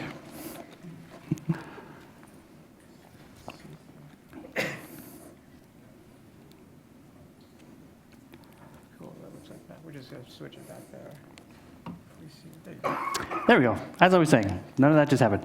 Some quirks are specific to a specific language. So here's an example in Java as well. So if I were to write post-increment operator is the new A post-increment operator, the answer, of course, is 0 is the new 1, because it takes A, prints it, then increments it, takes A, prints it, then increments it. So 0 is the new 1, A is now 2. Make sense? If you do the exact same thing in C++, 0 is the new 1? No. 1 is the new 0. That's weird. If of course here's the C equivalent, it does the same thing. So any sort of C variant does something weird that's not the same as Java. Why is this? So it all has to do with sequence points. So sequence points are defined in C as a point in time at which side effects have been guaranteed so far to be complete, and they vary from language to language. As you can see, Java and C are different because of sequence points. C also defines that between the previous and next sequence point, an object shall have its stored value modified at most once. So as you saw, we modified it once, then when we tried to modify it again, it had no effect because of sequence points. So again, our example, 1 is the new 0 because A was incremented once, and you can't increment it twice in the same between two secret points. So that's why that works. In fact, if you increment B a whole bunch of times, it will never actually increment because this is equivalent. If you do B equals B++, it's actually not valid in C or C++ because what you're essentially saying is B equals B, then we increment it, but it's not assigned. Again, these are all sort of very in-depth about the post-increment operator. The pre-increment operator does work as expected because, of course, it increments, then it does the assignment. Wonderful. But this is the interactive portion of the talk, so I hope you're all not too full from lunch. So finding the quirk is all the fun. So I'm going to throw some examples at you, and I'm going to see if you can guess what the quirk is. So can anyone tell me what this does? Any guess? Returns 1, I heard? Well, it returns 1, 2, 3, or doesn't compile. Those are your options. It turns out that that has to do with the comma operator. So in many languages, the comma operator basically says, always evaluate the left-hand side, then always evaluate the right-hand side no matter what. And of course, as opposed to the AND operator, which does one or the other, and or as well.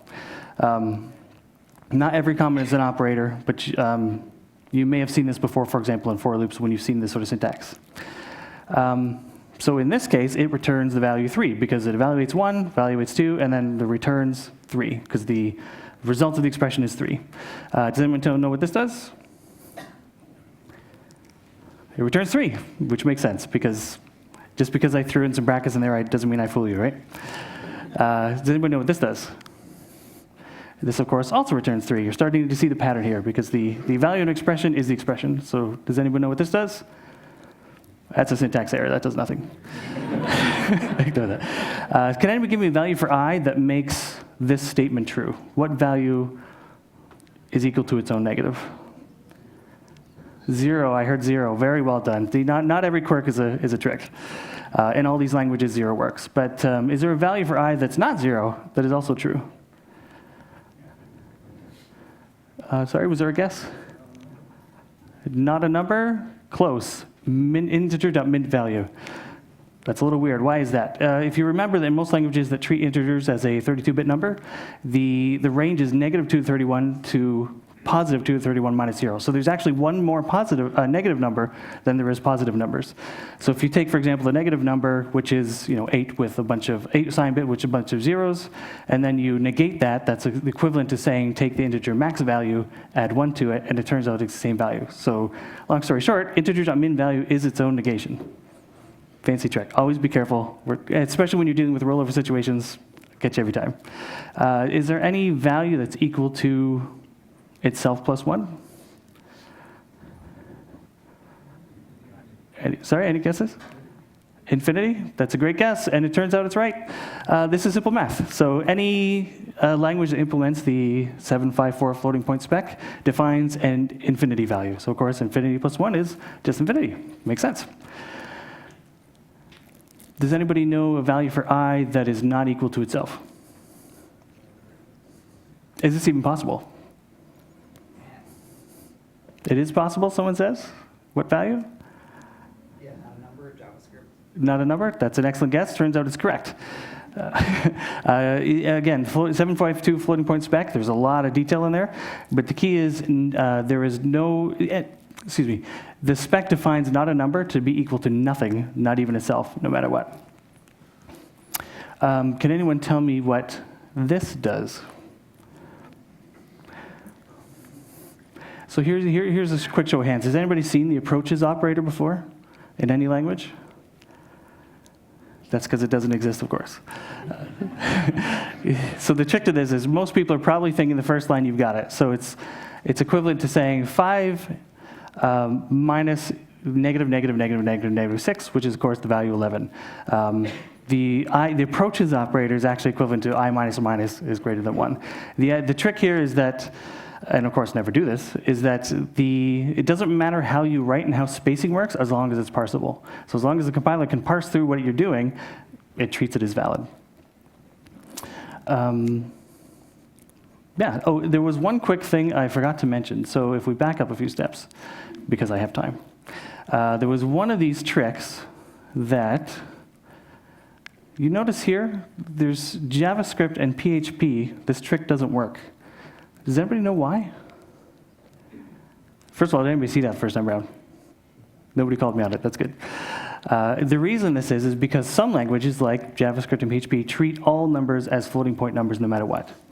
And the floating point spec says that there is a -0 and a +0. Then therefore the range of numbers is even on both sides. This trick doesn't actually work in those languages. So, quick digression there. So as we head to our last slide, so what did this do? So we said, basically says 11 as it approaches 1. This essentially prints 10, 9, 8, 7, 6, 5, 4, 3, 2, 1. Time for the next presentation. Thank you very much for listening.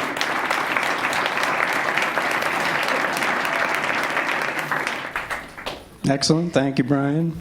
Brian proving that there is absolutely no limit in talks you can create about the intricacies and nuances of JavaScript. Yes, if I had to say this presentation as a moral, it's that even when you're writing test automation or tests, you can fall into these traps as well, so be very aware of them. So. And I don't think we have any questions on the list, so if anybody has a question in the room, I guess my only question would be is why would anyone still use JavaScript? It's getting better, so I hear. Any questions? I think you've all stumped us. Thank you very much for paying attention. I appreciate it.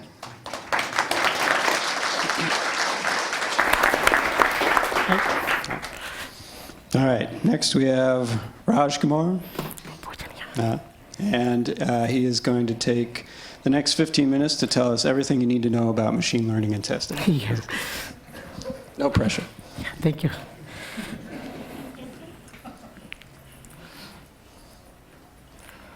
Yeah, very good afternoon to all of you. I'm Raj Kumar. Before I start my presentation, I would like to thank Google for having given me an opportunity to share my ideas with you all. Thank you, Google. Why it's not coming? Oh, it's coming. Okay. Yeah, so this is my topic. Machine learning algorithm for setting up mobile test environment. The agenda of my talk is about me. I would like to give you a small introduction about myself. Mobile test environment, device management and its challenges. Then we'll see the machine learning algorithm for selecting the devices. Then we'll have a Q&A followed by a demo. Okay. I'm Raj Kumar Jogi Bojan. You can call me Raj. I've been working as a principal consultant at Wipro Technologies, Boston, EMEA.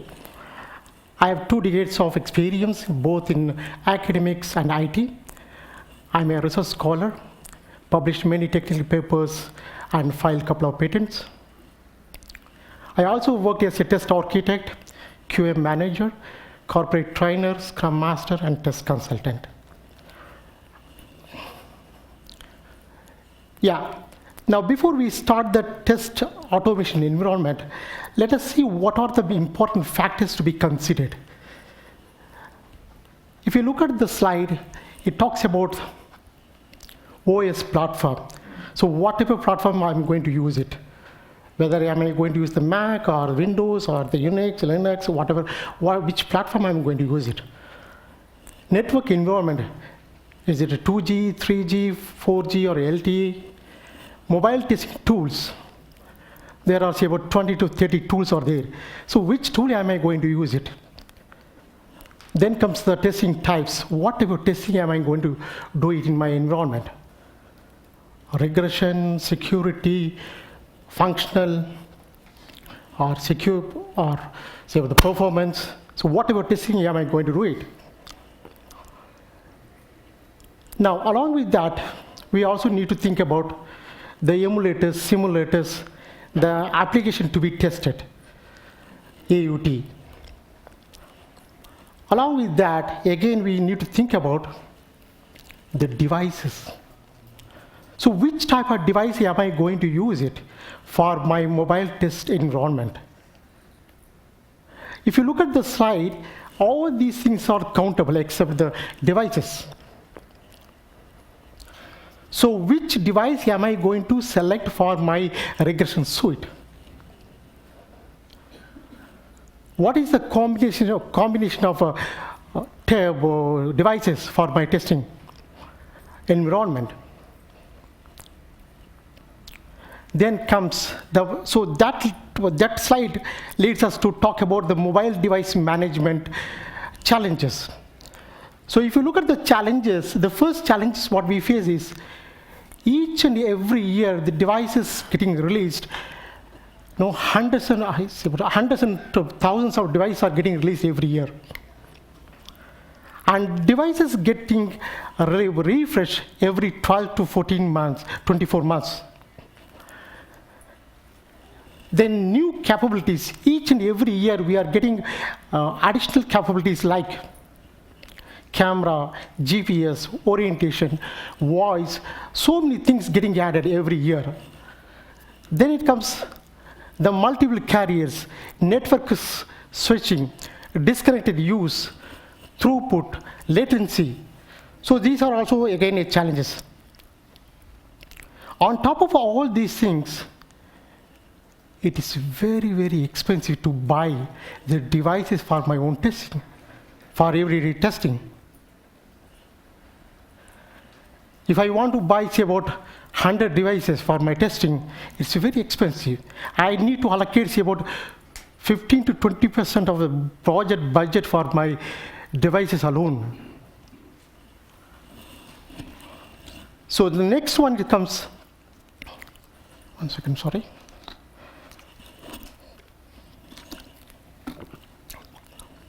Sorry. Yeah, there are 400 network operators throughout the world. So each and every network operators, they have their own technologies, CDMA, GSM, LTE, they have their own technologies. That's again a challenge for testing folks. Then comes the hardware challenges like a processing speed, memory, communication protocols. Then comes non-availability of devices. Some devices, whichever I am able to see it in the US, I'm not able to see it in India or China. Some devices are more popular in India, but those devices I'm not able to see it in the US. So the non-availability of devices, that's again a challenge. The last challenge, what I've discussed here is the tight deadline. Today, ABC company is launching a new device. Within, say, about 2 weeks of time, XYZ is launching another device to capture the market. So these are all the challenges we face in our selecting the devices. So with all these challenges, how am I going to select the device? What are the key criteria for selecting the devices? Does my device compatible with all type of mobile testing? What is the permutation and combination of devices for my regression testing? What is the device market share? What about the user ratings and reviews? Now, so these questions are totally, it is not that easy to answer. So what we have decided in this slide, it talks about how are we going to select the devices from a pool of hundreds and thousands of devices. If I ask the same question to my children, the child I'm giving you is about 10 different mobile devices. So which device are you going to select? My child used to say, Papa, it's very easy, Pa. I thought the child is very creative, so she will give some answer. She said, Inky, Pinky, Ponky, father had a donkey, donkey died, father cried. And she's expecting me to cry. Father cried, father cried. So that's what we do not know what type of devices we have to select for our own testing when you have a large number of devices.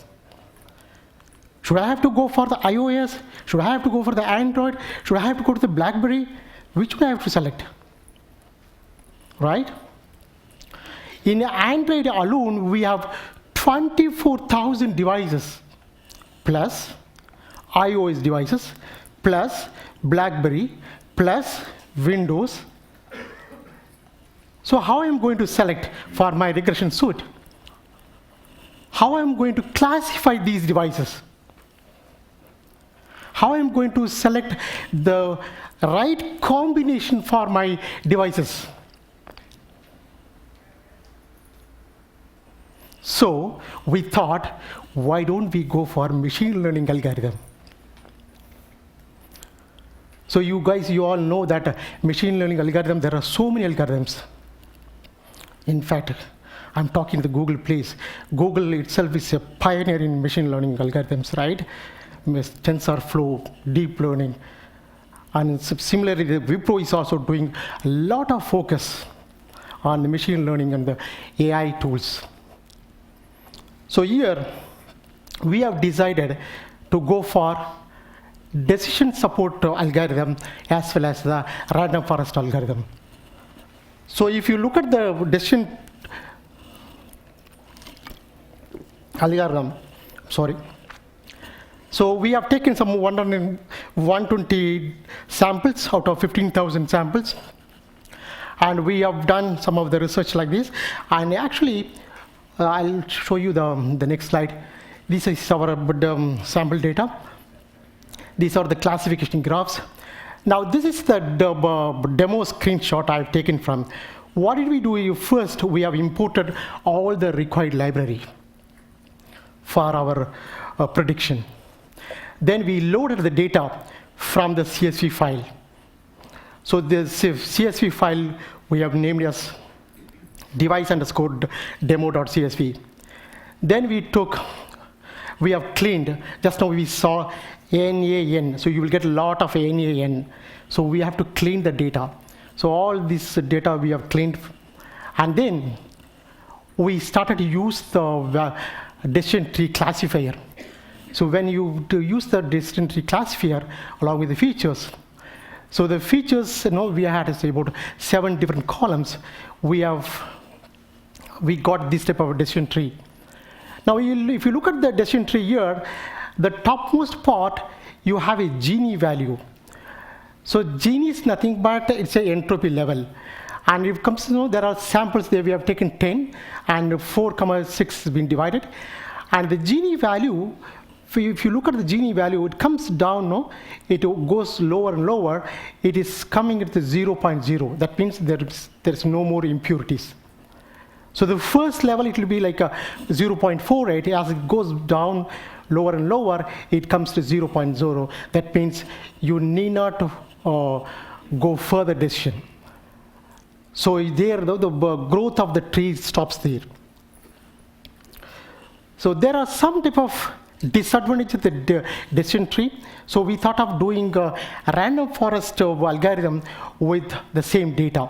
So if you look at here, the random forest classifier with the same data, the 10 values we have taken, you can see the attributes, the variables, like OS, memory, manufacturer. These are the genetic data, genetic attributes we have taken. And now, at the last column, you can see it's a selection. That means Based on my historical data, I am going to select these devices. The first one may be the Google Pixel. The second one is the iOS device. So the first one I am going to select, the second one I'm not going to select, third one I'm going to select. It's like that. So based on our project, based on our data, we can give our own training data, or we can set the last selection. So once you made the selection here, you will get the prediction value. It's like this. See, now if you look at this is 16435.1. That's the third row. We have taken that row. So based on the existing value, it gives you the value called 1. I can show it in my laptop itself because of some technical hitch, glitches, we are not able to do it now on the screen. But it is giving the value called 1.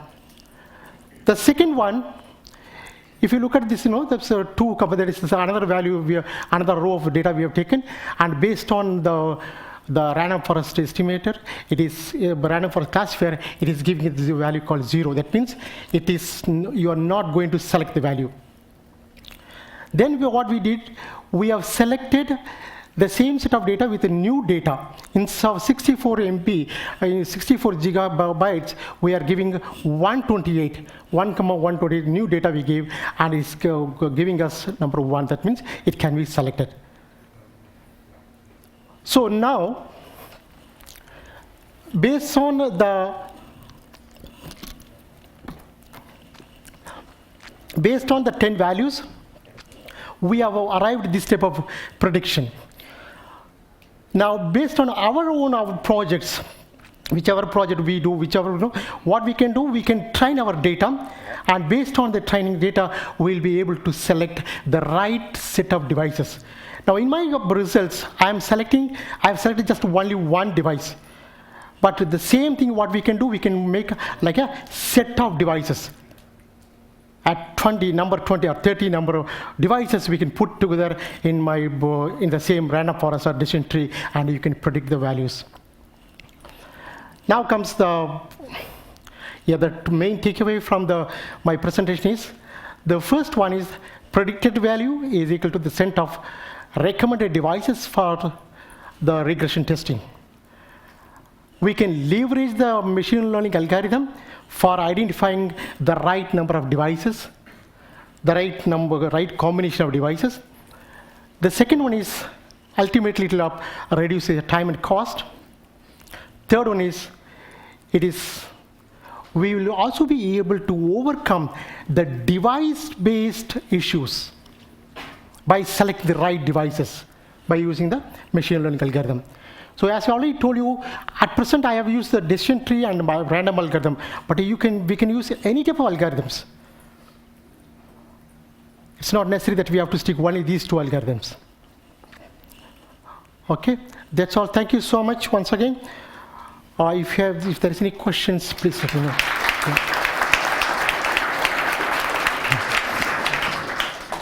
Very good. I think my question, I would want to know, how did the machine learning prediction compare to your daughter's way of choosing? Yeah. Okay, that wasn't a real question. So again, that was a tip of, I need to do a lot of research on that. Yeah. Let me try and get the questions on screen. But in the meantime, does anyone in the room have a question? Yeah. All right. Yeah.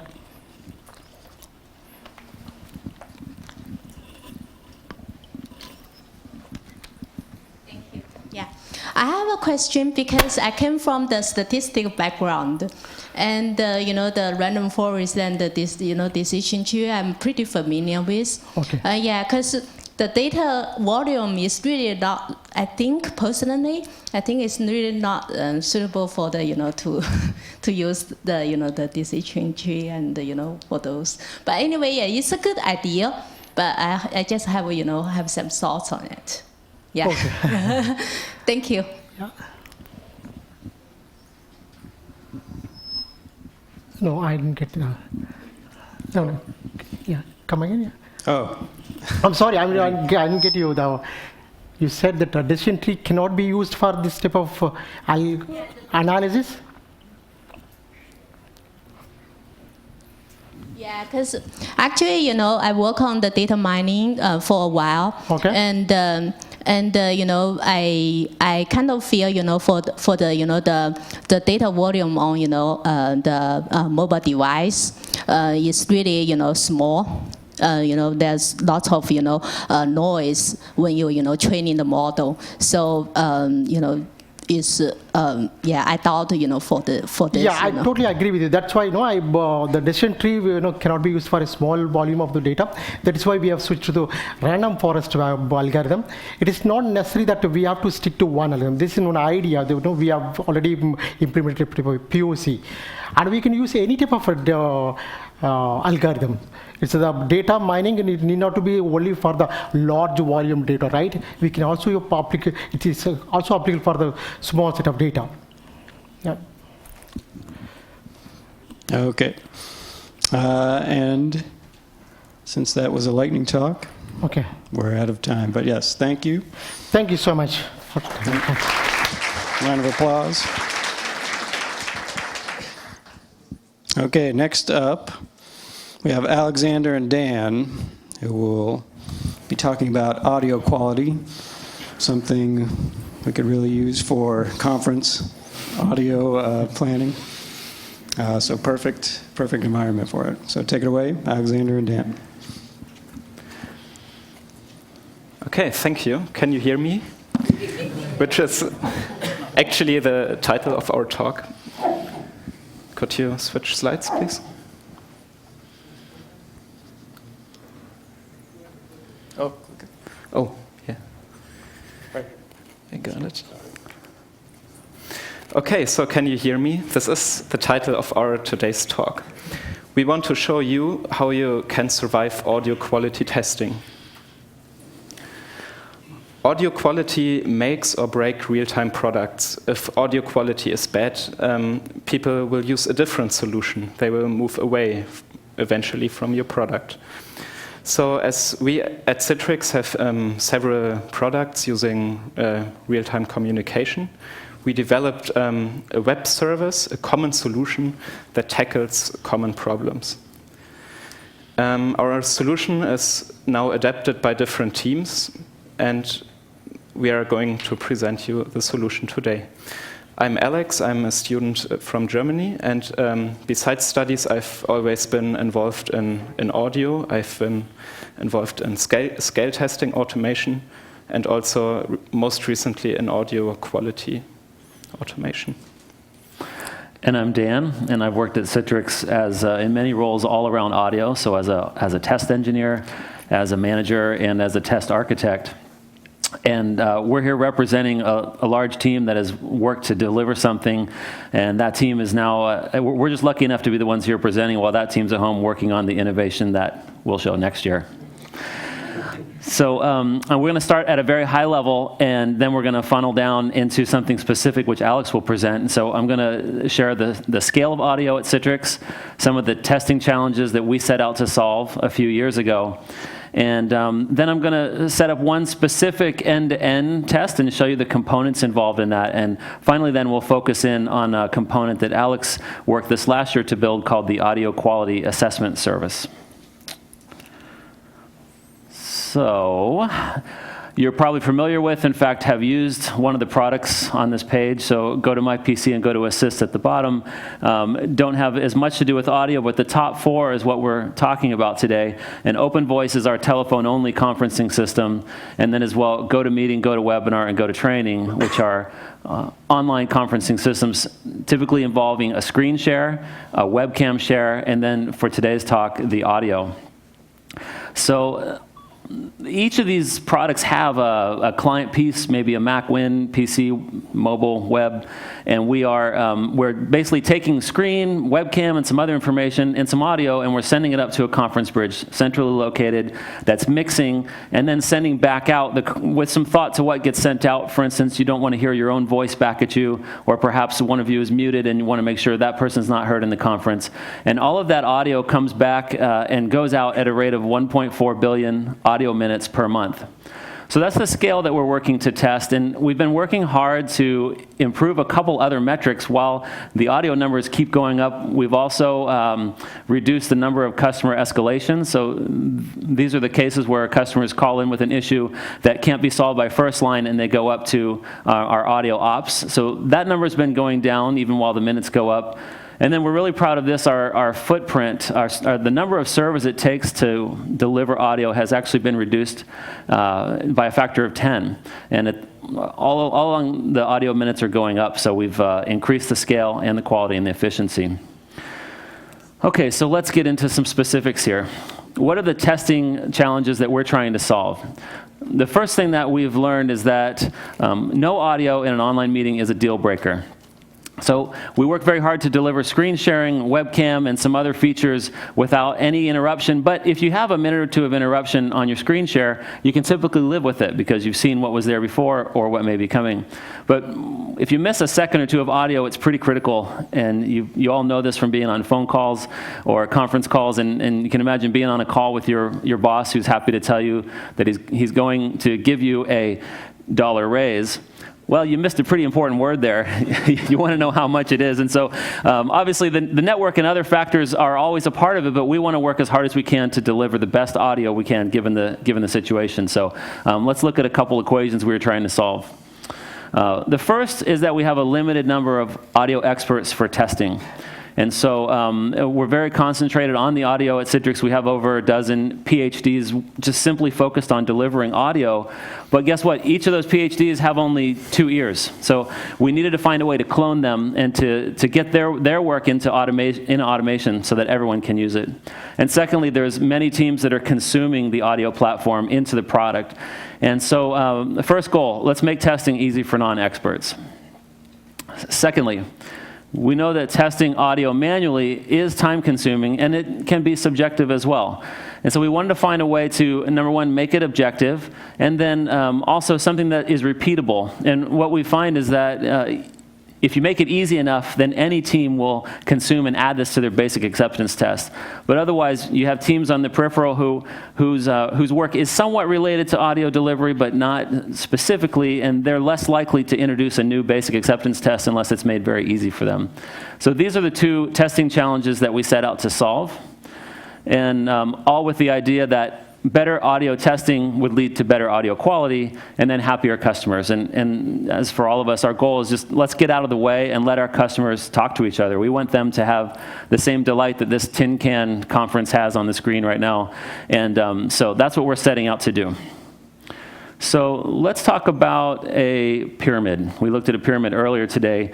This one is specific to audio testing, and it's a way to kind of frame the conversation. This might apply to other types of testing you're doing, but in a way with audio specifically, we want to let's start at the bottom of the pyramid. So let's think about functionality. Anyone who's delivering a cell phone or a conference call or any kind of audio sound-related software, if you ask them, are you testing your audio, you'll most likely get an answer of yes, but the question is, which one of these tests are they doing when they talk about testing audio? And so a very common feature in an app is to have a mute button. So let's use that as one of our examples here. At the bottom of the pyramid, the audio functionality would say, yep, I'm in a call. Look at my screen. You can see that I'm in a call. I press mute, and guess what? It turns red. Or I press unmute, and it turns green. So we have an automated test around that. But I would still consider that audio functionality. And if we wanted to extend this to the analogy of a plumber, if I'm a plumber building out a new house, I'm going to go in and I'm going to set up all the pipes end to end, connect them tight. But somebody outside the window is going to yell to me, are you ready? Are you ready for the water to turn on yet? And at that point, all I've done is kind of check the functionality and make sure everything's in place, but I haven't actually turned on the tap. And when we turn on the tap, we move up in the pyramid of steps. So this is audio presence. Or in the case of the plumbing analogy, it's saying, yeah, water's flowing out the pipes now. We know we have water. So audio presence is a very valuable way to test. It doesn't concern itself with the quality, but it just simply says, do we have audio or not? And again, the muting example, in this case, my automation presses the mute button, and now I'm actually verifying that while I'm muted, you're not hearing my voice. So very important for those of you who work from home and mute from time to time. I'll leave the rest to you. At the top of the pyramid now, so if we turn on the faucet and we've got water coming out, right? Maybe we pour it into a glass, but we haven't yet answered the question, do I want to drink this water? Is this good enough for me to drink? And so it is with audio. Is this audio quality good enough that in one sense, I'm not even thinking about the audio, it's just there. In other senses, we can even enhance what might be poor conversations and make them better. And so it's this top of the pyramid that we've been focused on. It requires the most expertise. And yet what we wanted to do was take as much as we can, make it common components, and then deliver it to those who are working in the functional level, who already have automated tests, and give them something that wouldn't disrupt their existing test much. They can add in the audio quality and boom, verify it on the way out the door, and we know we're good.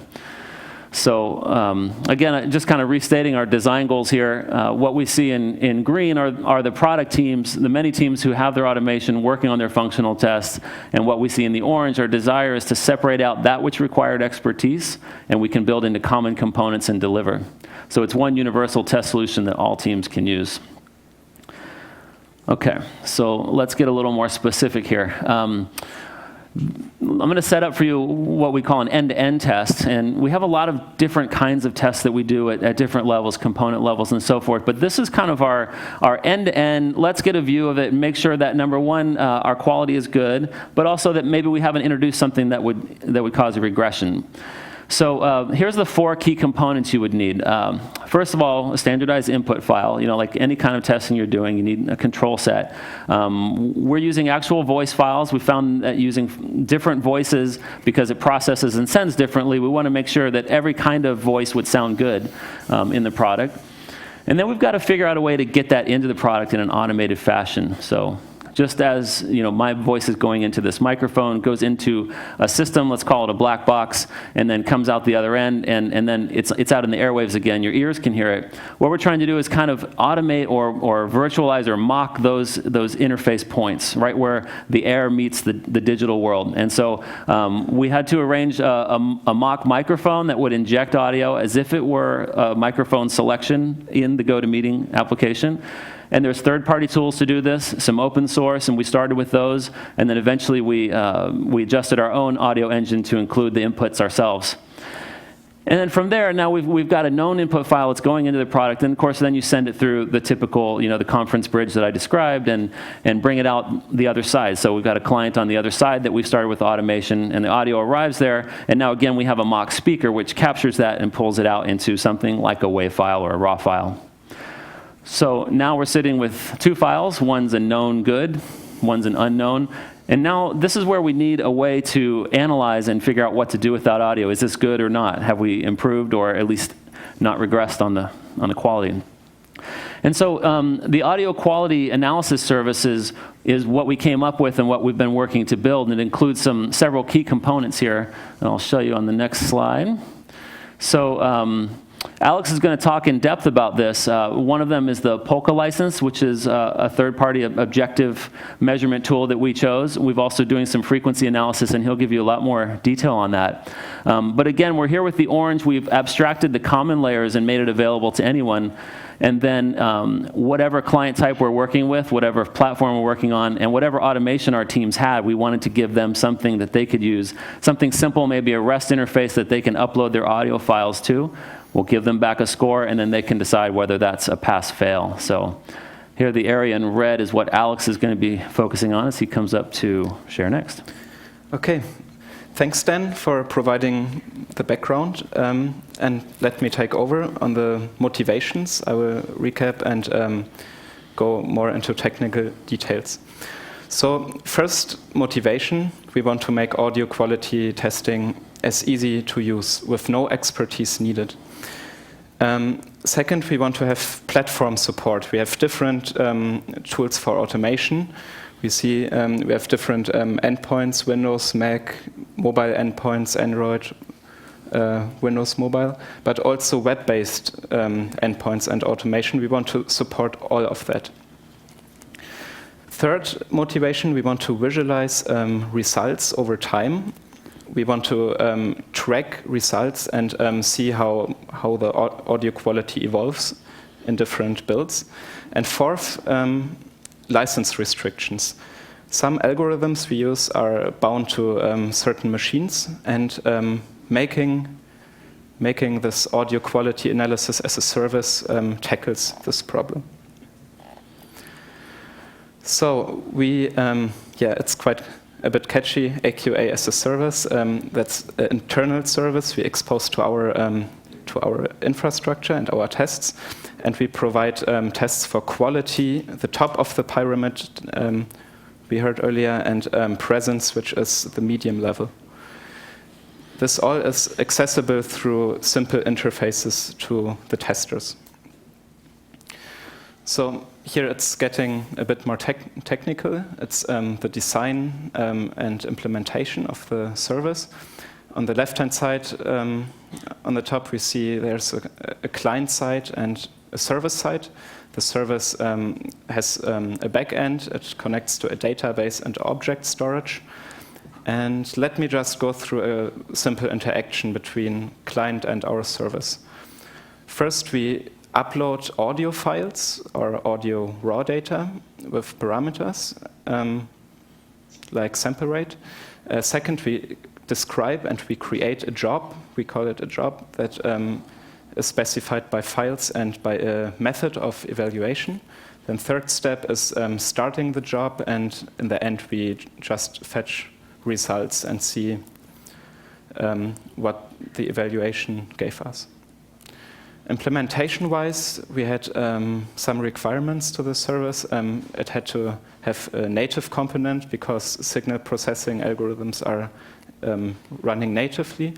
So we chose Node.js and made a native C++ module for it. And this native C++ module integrates the Polka algorithm I will talk later on about. Then the SOX utility, which provides a lot of features for audio analysis, and different codecs like Opus and MP3 to decompress files to a sample-based format. The service on the front side exposes its interface through REST and gRPC based on Google proto-buffers to support multiple clients. And we defined a client API that we implemented in Java, Python, and C++. Okay, so I want to talk about the first category of our testing methods, and this is quality. Here we chose Polka. We evaluated different algorithms, and Polka is a third-party algorithm we integrated. It basically gives us a mean opinion score, a MOS score. The MOS score is a value, a score between 1 to 5, and 5 is the best. And historically, a MOS score, or what it basically means, you ask people how they would rate their perception of audio. And Polka does this automatically. It just evaluates the part of the audio file that the human really perceives as good or bad speech quality. So along with the mean opinion score, Polka gives us other metrics like speech presence or levels. And Polka is called a full reference algorithm, so we need a reference signal and we need a degraded recorded signal. And yeah, that's what Dan showed us earlier on the slide. We have a known reference file and a recorded file. And in the end, we can compute a score between 5 and 1. The second category is presence testing. Here we currently have exposed 3 algorithms. First, it's frequency analysis, speech presence, and amplitude analysis. For frequency analysis, we can identify different active speakers. So imagine a meeting. Each participant would play out a different frequency, and in the end, you can verify that certain speakers have been playing out frequencies in the meeting. So we get regions classified to frequencies as result.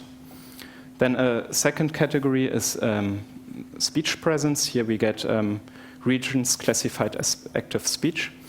And the third method is amplitude analysis. Here we can verify that, for example, that certain speakers are not too loud or not too silent. Okay, I want to give you a live demo of the service.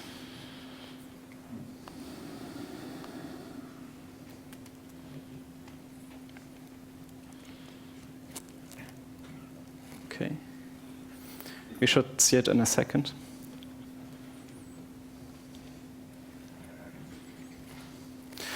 Okay, so what I'm doing here is I'm using the Python client API that that defines, or I have three tests, and each test uploads a set of files and executes a Polka job. So first we create the job, we add the files, reference file, degraded file, we add tags for later on identification and tracking of the results. And we start the job, in the end we get the state, like the result, and specifically the MOS score. And we verify that the score is above a certain threshold of 4.0. The first test is using like a non-degraded file. The second test is using a recorded file that has been recorded in a condition with 5% packet loss. And the third test in a condition with 10% packet loss. Okay. While it's running, it takes some seconds. The first one is passed, but I will switch here and I will just show you the front end. Here we have a dashboard. We can see different kinds of tasks and how much have been processed and how many currently are running, along with information about the machine. Then in a separate view, we have jobs. We can see all the jobs that have been processed. We can filter for tags and dates. And what we also have is a description of API and logs. Okay, so the tests have all been run through. So first off, we have the 10% packet loss. And here we see it gives us a quite bad score of 1.6. I will just play out the degraded file. So the first one is the reference file. The second one is the degraded file I will play out. Simple. I know you went to pick him up. Would you please read the date and timestamp indicated on the lower right-hand corner? Okay, we see there's some distortion.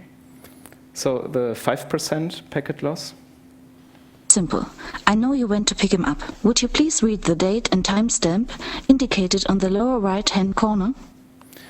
Yeah, this gives us a score of 2.4. And then the best file, which has been recorded in a condition with no packet loss. Simple. I know you went to pick him up. Would you please read the date and timestamp indicated on the lower right-hand corner? Yeah, we can see the score is 4.6, which is a quite good Polka score. Okay, back to the presentation.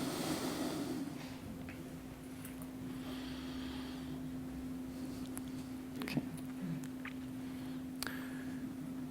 Good. Yeah, so we have some minutes left for questions. We are happy to answer.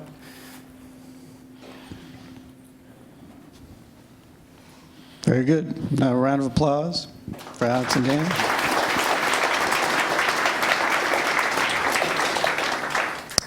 I think I need to switch this laptop to display the questions, but I have the first question here, and I'm not lying. This is a true question. Do you have any way of measuring audio latency in addition to quality? Well, in a sense, the latency, here we take that. The latency in a test like this, even if the file arrives or the audio arrives 3 seconds later, but in the exact same quality, it would still score good on a test like this because it's just time shifted, but it's still good quality. So in terms of latency, then we would need to set up a different kind of test and where we could kind of time when the audio was begun to send and then time when it arrives and arrive at a latency score. So. Not something within this system, but yes. Okay. And how do you replicate different bandwidth scenarios, e.g., good use of e.g., by the way, slow internet connection? Yeah, maybe I can answer that. We have in our test infrastructure also a degrader that we can control with a API in automation, and there we would just limit bandwidth and packet loss. Yeah. Yes. And now that we can see the questions, I'll take another one from the online. Is the acceptable threshold for audio quality dependent on the language or dialect being used? No. In this case, we're comparing waveforms, so it doesn't matter what language or dialect is being used, which is very helpful. Any questions? Live questions? Right here. Hi, I'm Usman from BlaBlaCar. I just wanted to know if there's any way of testing certain filters or corrections that might be happening on the client side or wherever it may happen, such as noise cancellation.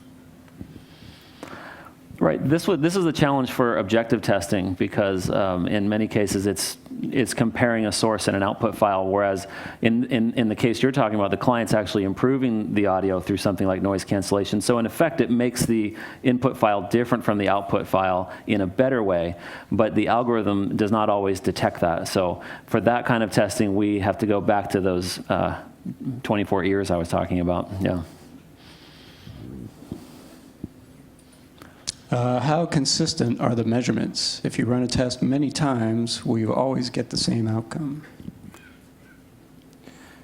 It kind of depends if you run the whole test many times, like recording the file many times, because network conditions can change.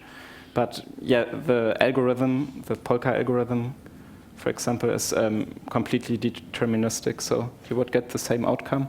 But if you have changing network conditions, you would get slightly different outcomes. Yeah. And just raise your hand if you have another in-room question.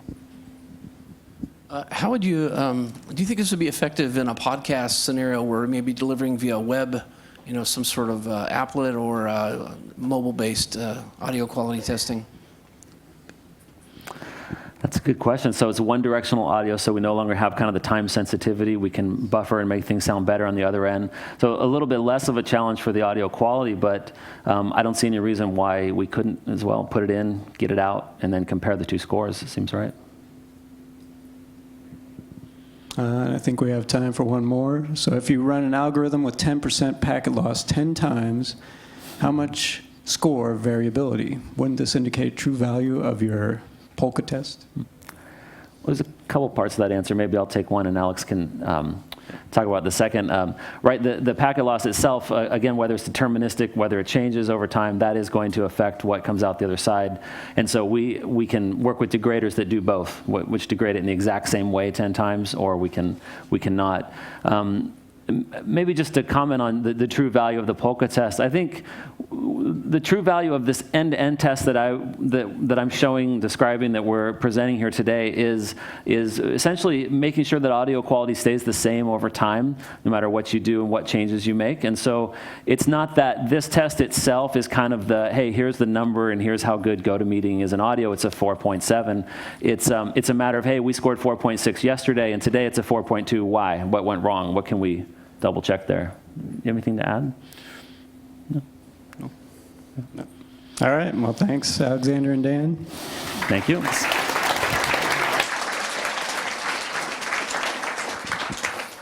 Although I guess as a final follow-up question, I wonder if this means I can't use "you're breaking up" as an excuse anymore. Thanks to their testing. I use that all the time. Moving right along. Next we'll have Yambin talking about a new automated cross-platform and multi-device API test framework. I ran out of breath trying to say the title of that. Okay. Thank you. Very good. Okay. Hello, afternoon, everyone. My name is Yanbin Zhang from Intel Software and Service Group. Today I will introduce our test framework, Automatic Cross-Platform and Multi-Device API Test Framework. The name is IITF. What is IITF? It's Interactive API Test Framework. Currently, it is used for Intel Collaboration Suite for WebIDC. So, talk about WebIDC. How many of you familiar with WebIDC or know the Intel Collaboration Suite for WebIDC? Okay. So, at the end of this slides, and you guys, you not only know the WebIDC, but also know the corresponding API framework. Okay. WebIDC is web-based real-time communication. It is open standard, and now the browser-to-browser or browser-to-application enable real-time communication without extension plug-in. To ease adoption this WebIDC technology, the Intel has provided real-time end-to-end solution, Intel Collaboration Suite for WebIDC. The suite includes the Intel Sales for WebIDC conference server.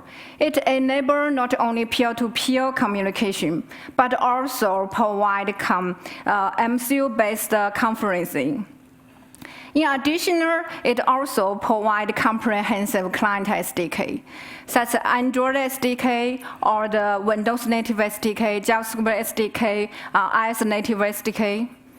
And our suite also provides Intel Sales for WebIDC Gateway. It can enable the communication with the traditional IDC system. Currently, the Intel has built a growing ecosystem of Intel Collaboration Suite for WebIDC. Hundreds of download every month from about 19 countries and regions. And our cooperation covers areas such as education, medical, industry, cloud, social media, and online broadcasting, telecom, reliable, and so on. If you guys have more interesting about our product, please access our official website, webidc.intel.com. Okay, look at these slides, and you can see the peer-to-peer video communication scenario. Different test clients connect to our peer-to-peer server, and video, audio, or data transported by each other directly. Well, the signaling messages such as broadcasting and something like that go through our peer-to-peer server. Here is MCU-based multi-party video conference communication mode. All kinds of test clients can connect to our MCU server, and not only video, audio, but other signaling server all come through the artist server. So the our server also provide a router or mixed solution. So the test client our client can substitute the forward stream from other peers or substitute the mixed stream from our server. It can reduce computing overhead on client machine. So we can see the rapid supported platform SDK make our cross-platform API testing or interactive API testing effort increase explosively. How to automatically testing the interoperability across those various SDK on different platform with different program is a bigger problem. Look at our challenge. The first one is interaction and dependence. From above scenario, you can see even a single scenario maybe need a cooperation by different test client. Our test steps in a single test case run at different device with different program language. Test steps are tied and dependent to other steps. The second one, our test target is not traditional application testing. Our target is a suite of APIs with different program language. So we cannot depend on existing UI automation framework. And currently, we know there is so many good single platform API testing framework and cross-platform application testing framework, but no automation framework can exactly support design and run that kind of interactive API test. I think this is not our unique challenge, but it's also challenge for cross-platform, multi-device game or MSD or any multi-user communication related SDK testing. Now, look at our IITF design philosophy. The first one is cross-platform support. We support deploy the test case automatically on different test platform, Android, iOS, Windows, Linux, etc. Second is cross-device communication. We support real-time status sharing and control. Okay, the next one is extensionable. We not develop the new API framework. We just make the test developer can easily integrate the third-party API test case or third-party test framework to our test framework easily. Okay. Before introduce our framework architecture, let's look at the typical WebRTC peer-to-peer test scenario. I use the Intel WebRTC JS SDK and the Intel WebRTC Android SDK create this basic scenario. Image Alice is JS side, and Bob is Android side. At first, Android and Bob connect to our peer server, and Alice invite Bob through the peer server, and Bob accept the invitation. Now the RTC channel is established. So the Alice can create a no-go string and share to Bob through this peer channel. And Bob also can create a no-go string and share to Alice. And Alice and Bob can also share the audio or text or data through this RTC channel. So, in order to help you better understand about the scenario, I'm creating this demonstrate. It's used the Intel WebRTC JS SDK to create a simple JS application. And I use Intel WebRTC Android SDK create Android native SDK. Okay? Anyone help me play this video? Okay.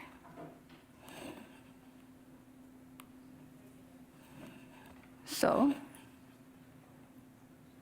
okay.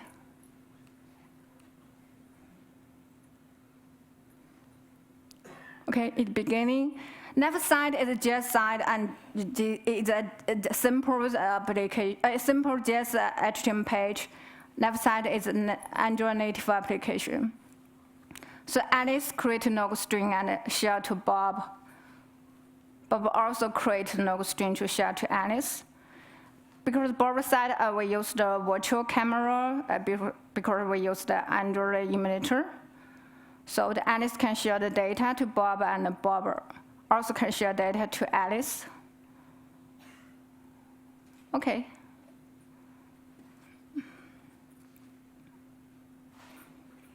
So, okay, next.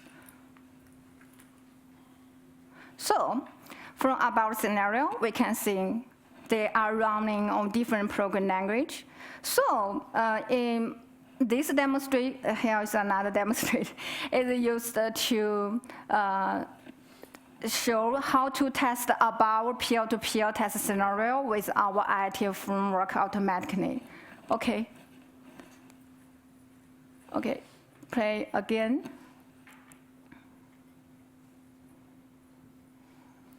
Okay. Our case is beginning running. We launch the browser automatically. At the JS side, we use the JSMI with camera runtime, and Android side, we use JUnit framework. You can see there's some pop-ups on Logger. It's just to show what we are running behind this page. It is optional. Okay. So, okay, I think all of you have the basic view about our test scenario and our IITF framework. Now I introduce the IITF logical and physical structure. The first is the physical structure. Our test framework divided into 3: test controller, test node, and test client. Test controller is the master of the whole framework.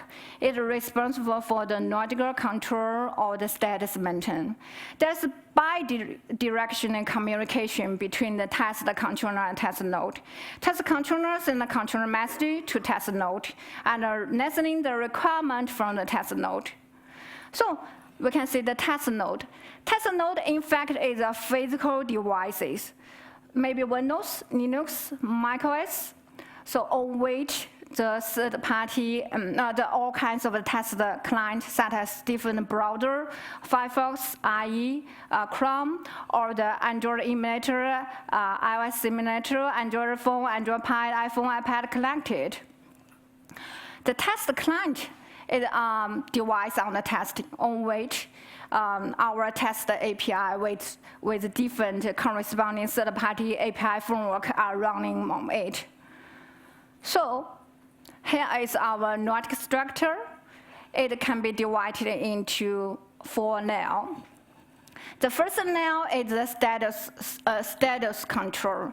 It is used to control, it shares the control message between the test controller, test node, and the test client. Test controller sends the controller message to test node, such as when the test case should be start, which test case should start, and listening the requirement or feedback from the test node, such as which test client is died, is variable, is running, is finished. And when single test case is finished, it's also sent back the finished signaling to test controller. We can see that all controller messages goes through the NOC server by socket I/O. We can see NOC server is also used for wait notify management now. Now introduce the wait notify management now. It is an essential now for our framework. It's responsible for the ordinary API call sequence with different platform APIs. In order to unify the communication between different test clients with different program language, we implement a cross-platform wait notify mechanism. With this mechanism, different API running with different program language with different API framework can share the status between each other and can coordinate and cooperate with each other. We will introduce the implementation for this now in the following slides. And the third now is the test execution. This now is used to integrate the third-party framework, deploy or build the test case on the test client, and control the core sequence. The next now is result management. Because we have a different test client, so for one single test client, the detail report is generated by corresponding third-party API framework. When test case is finished on this test client, it will send the detail report to the report parser running on the test node. The report parser will analyze the test result and generate the summary to the test controller. So finally, the report generator will generate the final report according to different criteria after the test case are finished on all test clients. So this is our general execution steps. The first one is test the building and deployment. It includes the reading, test the environment, configuration, check the device status, and prepare the test device, read, build, and deploy test case. This needs cooperation between the test controller and test node. Then it's running test. During the running test, test steps sequence control is finished by cross-platform wait notify mechanism. Device status monitor is finished by connected test node and share the real-time status between the test node and the test controller. After the test case is finished, we get a test result and generate a test report. It cleans the test environment. So, still use about WebRTC peer-to-peer test scenario. We see how the test case building and deployment. At first, controller server start a NOC server. Then the controller server read the configuration and say how many test clients we should have collected, then connect it to corresponding test node.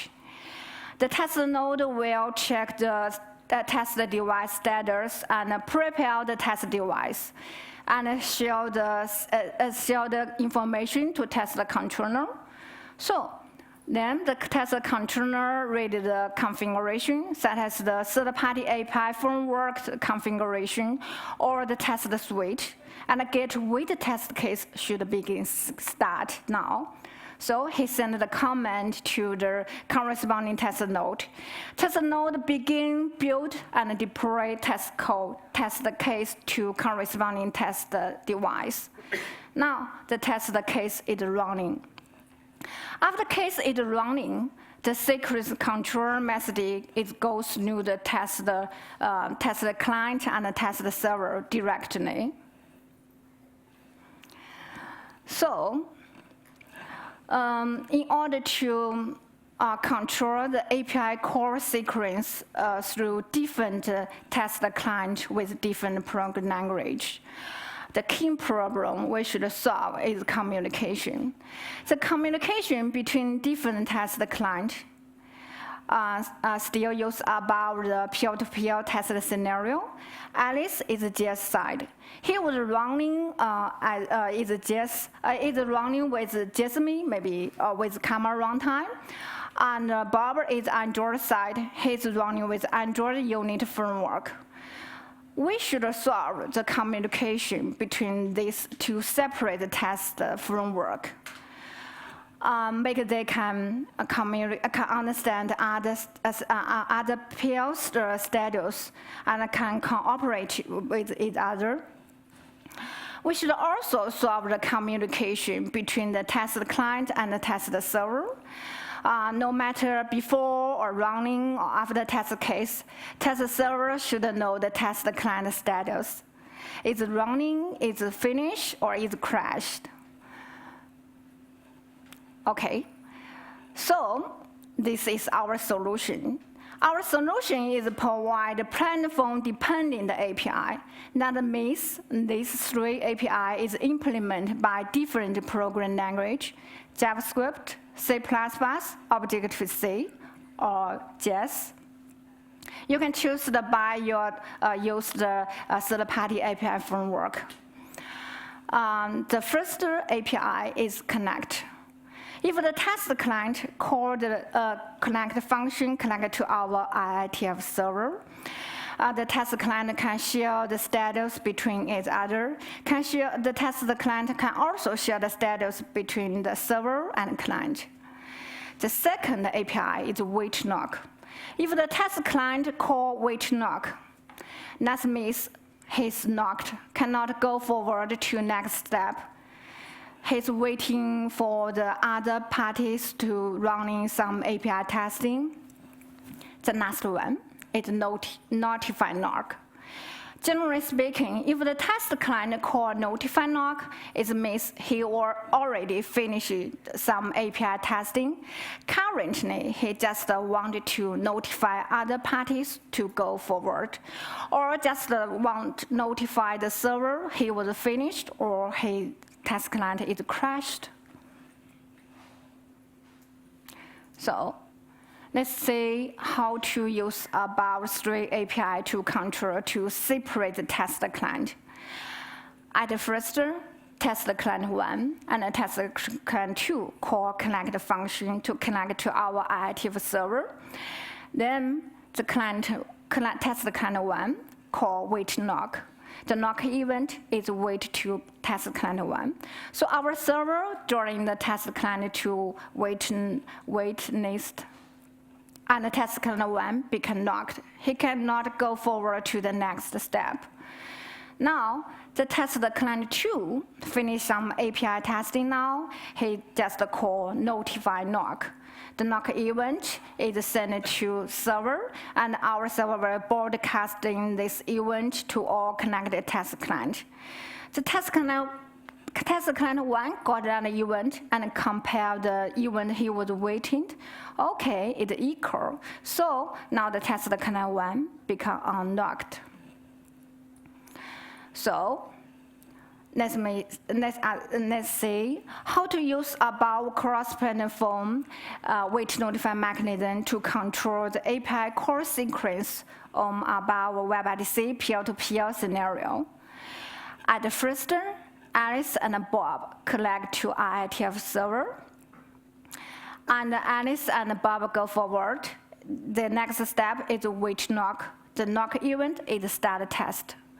So the test server now check the check the test client status. Found okay, all test client are connected. So he notify knock. Okay, you guys can start testing now. Send the start test. The Alice and Bob go forward. At the Bob's side, his next step is still call wait knock. And Alice's side, he's begin testing API. He called the invite, that is our test API. Send the invitation through the peer server to Bob. At the same time, Alice called notify knock, send a notify event to Bob through our active server. And at Bob's side, got that knock event. It compared to the event he was waited, so he can go forward. He maybe check some corresponding event triggering is correct or not. And now Bob is active. And Alice's next step is called wait knock. So Alice is knocked and Bob is active. That is how to control the two separate API framework. So there's another demo. It shows how to use IITF to test the peer-to-peer scenario. This scenario is through 2 separate Android devices. Okay. Anyone play? Okay. Okay, begin testing now. The first device begin connect to.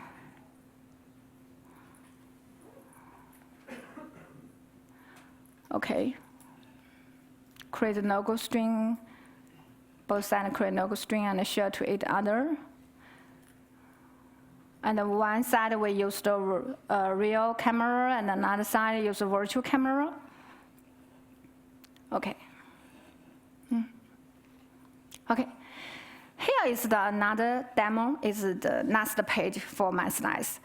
Is if you want to test the concrete scenario, such as our MCU scenarios, different platform, different browser, your Firefox, and or the Chrome connect to our MCU server, and subscribe the mixed string from the server.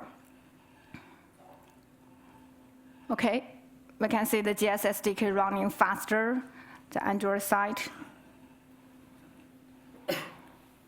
Okay, we just wait for Android side to finish the test. Okay. Okay. Okay. Okay, finish. So now, question? Thank you. Very good, Yanbin. That was very impressive. Okay, thank Can't you. imagine how long it took to set all that up.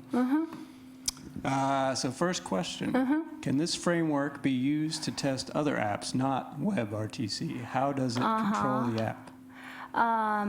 Yes. Yes, if you you test a scenario, need such as covers different program and different platform, maybe need coordinate between each other, or can use our framework. Because our framework is not developed the API framework, we just make you can use your own third-party API test framework to integrate to our framework. Make them can. We just how to say the runtime. Maybe something like that. Maybe they can call communication to each other, can coordinate to each other to finish your above scenario. How do you test for security and vulnerabilities? Security? Currently, no. We do not care about the security because that is this framework care, I think. Maybe another, but our product maybe is need security testing, but not this framework. You can let someone else worry about security. What happens if a client that is active crashes? Can the lock time out? Yeah, that's a great question. In fact, during the testing, sometimes such as Android phone is connected, but in fact he's crashed.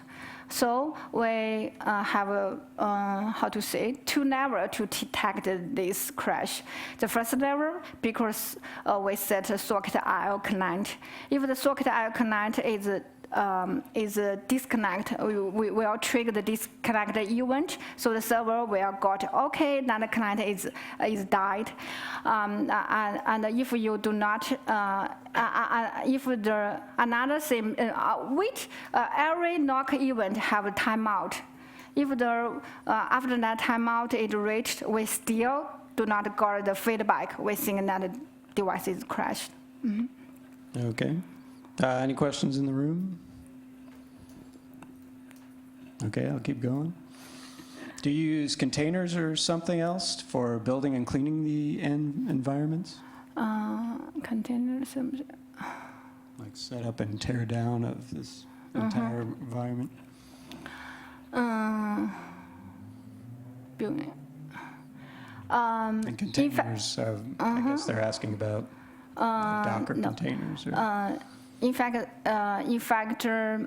for the clean the environment, our testing environment includes such as the shut down the Android device, or shut down the iOS emulator, or shut down the running test the browser. We always use the check the corresponding the process and kill that process to make sure the next test case is have a clean environment. We do not use the containers. Okay. What about performance testing? In fact, our performance testing is not use this framework. We have another framework. If you guys have interesting, maybe we have another. Yeah, next year. You can invite you back next Okay. Okay. And just raise your hand in the room if you have a question. I think we have like time for 2 more questions. What benefit does this orchestrated concurrent framework have over other cross-language type frameworks?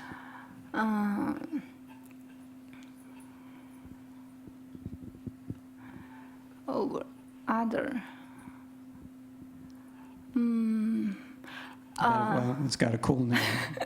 Yes. That's a benefit. In fact, I don't know. I didn't compare it to other concrete framework. But for us, we just want, we design philosophy is different. We just want the existing API test framework and communication to each other. And we do not rely on the UI application. In fact, certain other concurrent framework maybe need you have a binary application, you have a UI, you want to check the button. We do not need that. Okay. Well, great. I think that's our time, and thank you again. Naomi. Thank you. Excellent. Thank you. All right, so now we are heading into a break. I've heard over the internet that it's drizzling outside because I couldn't go out to verify for myself. Why check for myself? But so you may find it drizzling outside. Be prepared for that. One reminder, but during the breaks on the online question tool, we have a section called General Comments. So any feedback you have about how the conference is going or any feedback you want to get back to the organizers, you can put it in that section. We'll read it all. And we'll be back at 4 o'clock for the next session. See you then.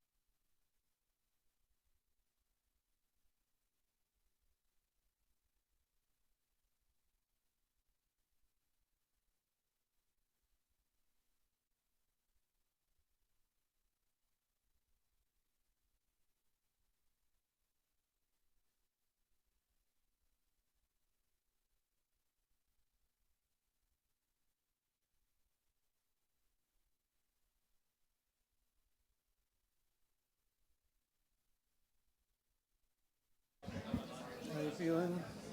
Fine, thanks. It goes by very quickly, so Yeah. you don't have to worry too long. Have to pack all the words in 15 minutes. That's the challenge, yes. Yeah. Especially the challenge to pack the theoretical things with the practical things all together. This double affiliation makes problems.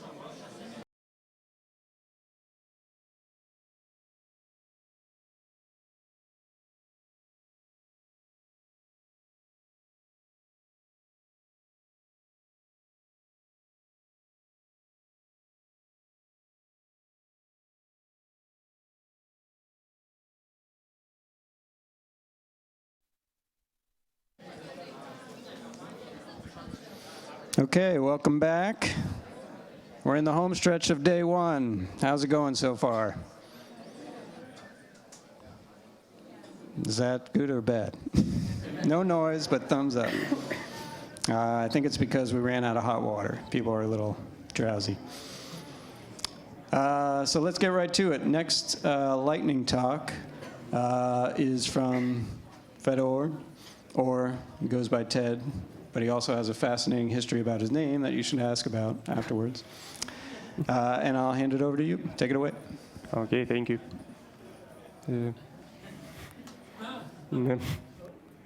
Oh, okay, here it is. So my talk will be about using formal concept analysis, whatever it is. I guess that nobody here have ever heard about formal concept analysis, am I right?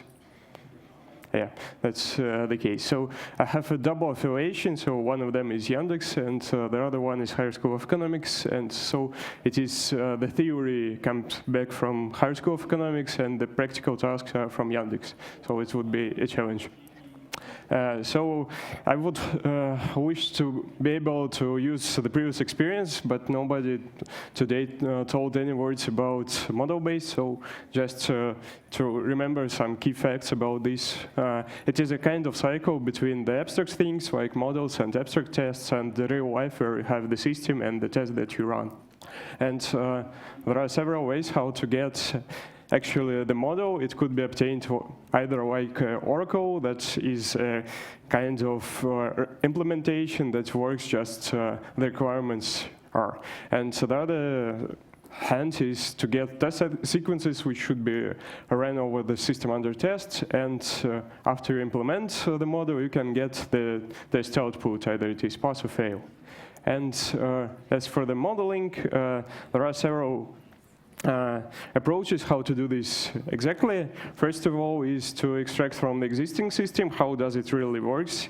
It is of a special interest in the projects with long history and a lot of product features. The other hand is to model before implementation. That will be quite applicable to crucial things. And so the third approach is just what we see in real life, and just to build both the system and the model. So the alternative is just to do it online or offline, whether we use the system under test or not. And in offline case, we could just generate test cases and somehow postpone them to the system under test.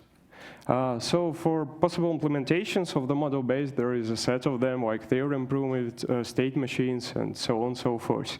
And now I would like to say some words about the theory that is completely from the other hand in terms of test case derivation.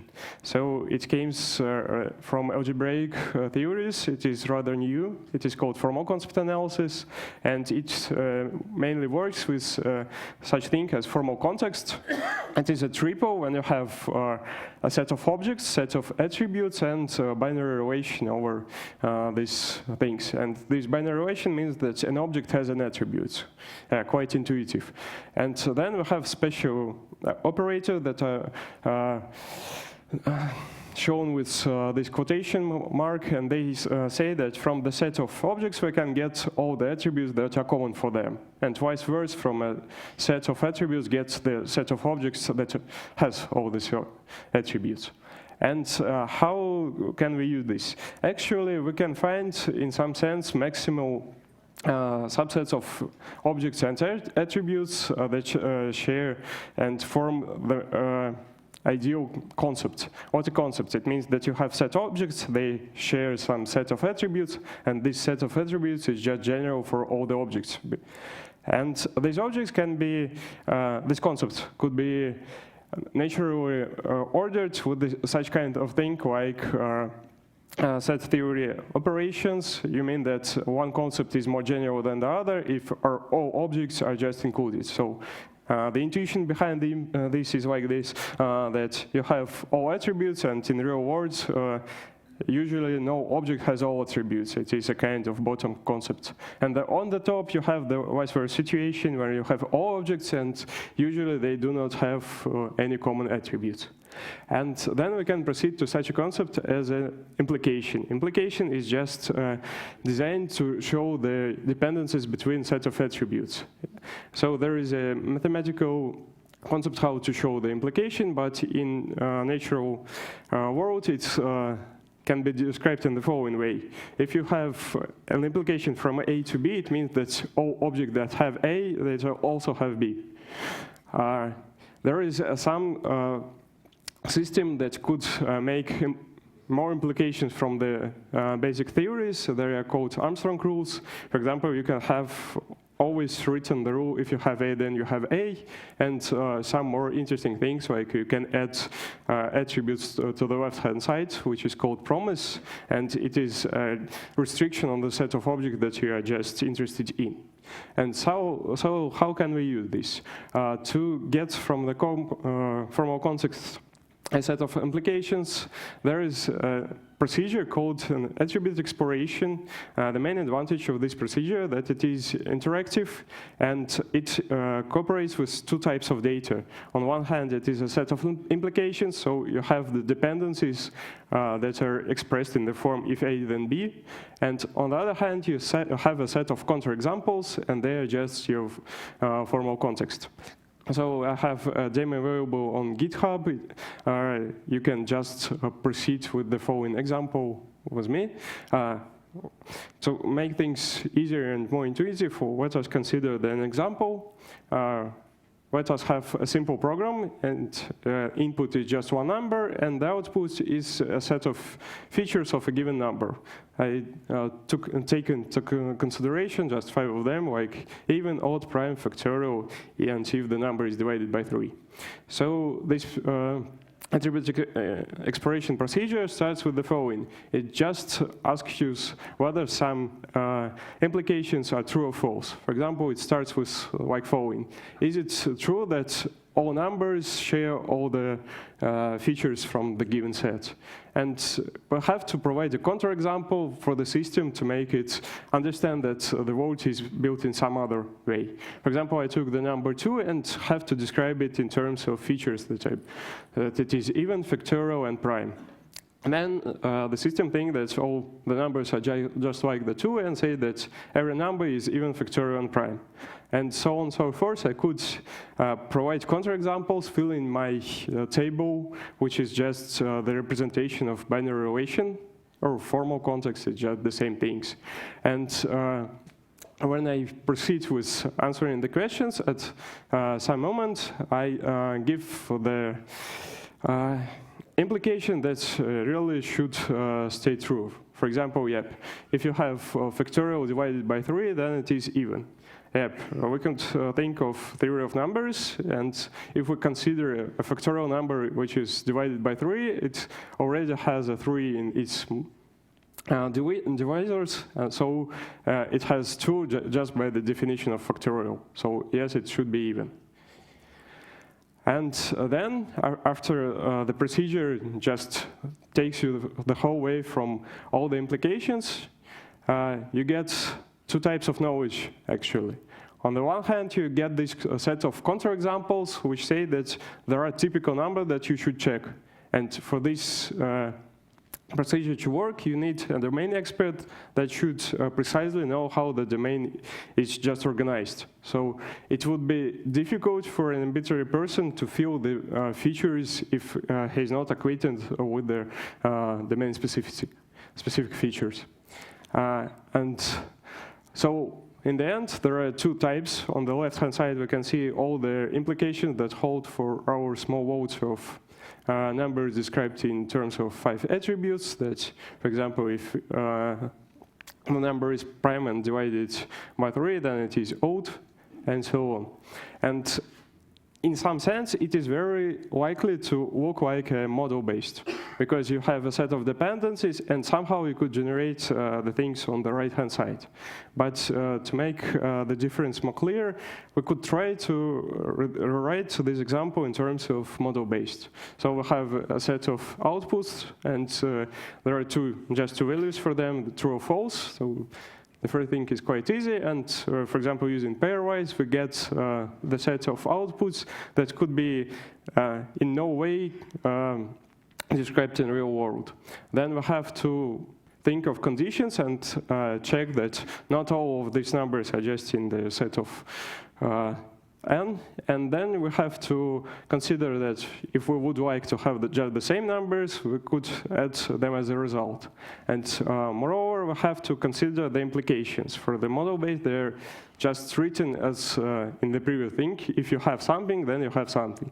And this implication for the case of model-based would be of two types. First of them is just to say what are the implications that we get through attribute exploration, and on the other hand, there should be some data-driven just to match the result with the output. So in the end, we finally set up with the same representation, so the binary table is just like we get from the formal concept analysis, and so what are the main pros of the approach of using attribute exploration? You have two parts of the result. On one hand, it is test cases just written in the form of objects. And then on the other hand, you have dependencies between attributes, and you do not have to keep track in your head of all the possibilities that are just able to be. So this procedure just stores information. Also, the set of attributes can be extended at any moment, and you can start from any part. You can provide some counterexamples and ask what are implications for these examples, and then to proceed.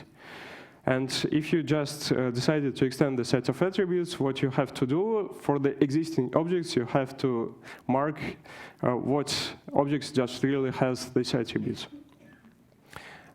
So the other very nice approach how to use the formal concept analysis towards software testing, we can consider the following: obtaining a formal context just using white box technique. For example, usually the program has a set of ifs, and then it proceeds to the output, to the return statement. And how to get all the cases done? We just can get labels to each switch statement, and then we can see all our ways from the beginning just till to the end. And in this way, it's still a formal context, so you have a set of objects that correspond to the paths across your program, and on the other hand, you have labels which ifs you have covered. Then you just do this intuitive procedure of covering all the paths in your graph, and you end with such a nice picture that all the tests that you should do is just shown on the right-hand side. One thing that is not very intuitive, that the implications in this form, they are just about the presence of attributes. So on the left-hand side, there is a small formal context, and according to the theory behind it, we have to write that there is a dependency, that even you have just one attribute, just one object, and it has just one attribute B, then you have the implication then from A, B, and C. It is so because there is a nice rule that if you have something wrong on the left-hand side, then any statement would be right. It's just from the definition of implication. And how to avoid it? You could just consider all attributes as a pair of attributes. It's actually was in the case with the numbers. When you have even and odd numbers, there is no number which is simultaneously even and odd. So another quite good thing about formal concept analysis that you can use this natural order on concepts, for example, to get a nice test reports. So this partial order by subsumption on extents or intents, so about on the sets of objects, on the sets of attributes, and all these concepts formalities. Just to be brief, for example, we have such a kind of test report. So some tests are just failed and some of them are not. We're interested in the failed part. We start from drawing the whole diagram of the lattice. So they're ordered from the bottom there is no objects, and on the top there are all tests in some sense. So then we focus on the failed part, and we get that the most common feature that they share is just login feature, and downside you have some more details about why there are several cases that have failed. So this latest usage is just a good thing, because iceberg analysis is equivalent to finding the most common descriptions of failed tests. So this is of extremely use in big systems with tons of tests, and there is a graphical representation how to get ideas of it.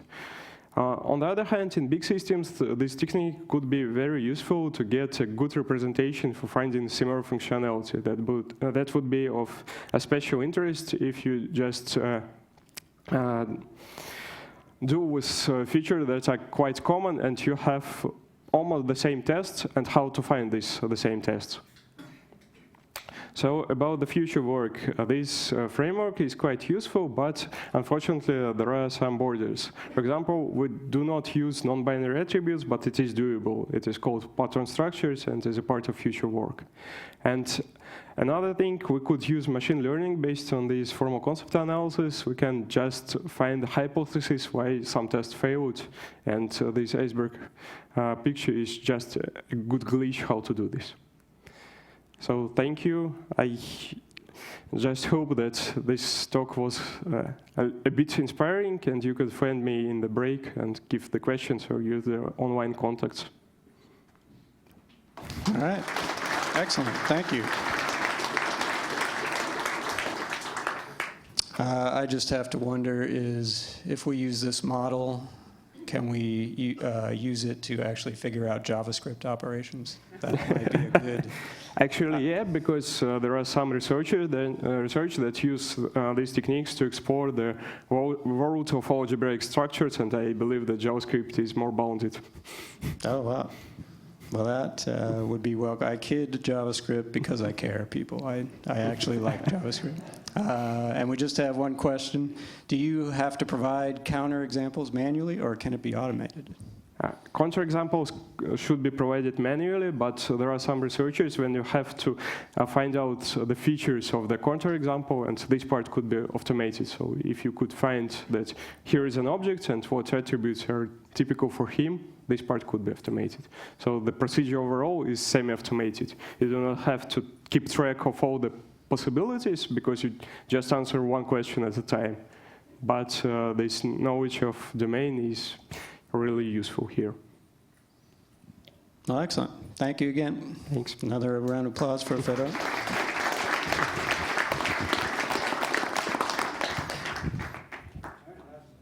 Last talk of the day, we have a presentation by John Miko and Atif Memon, going to talk about some research they've done at Google on flaky tests.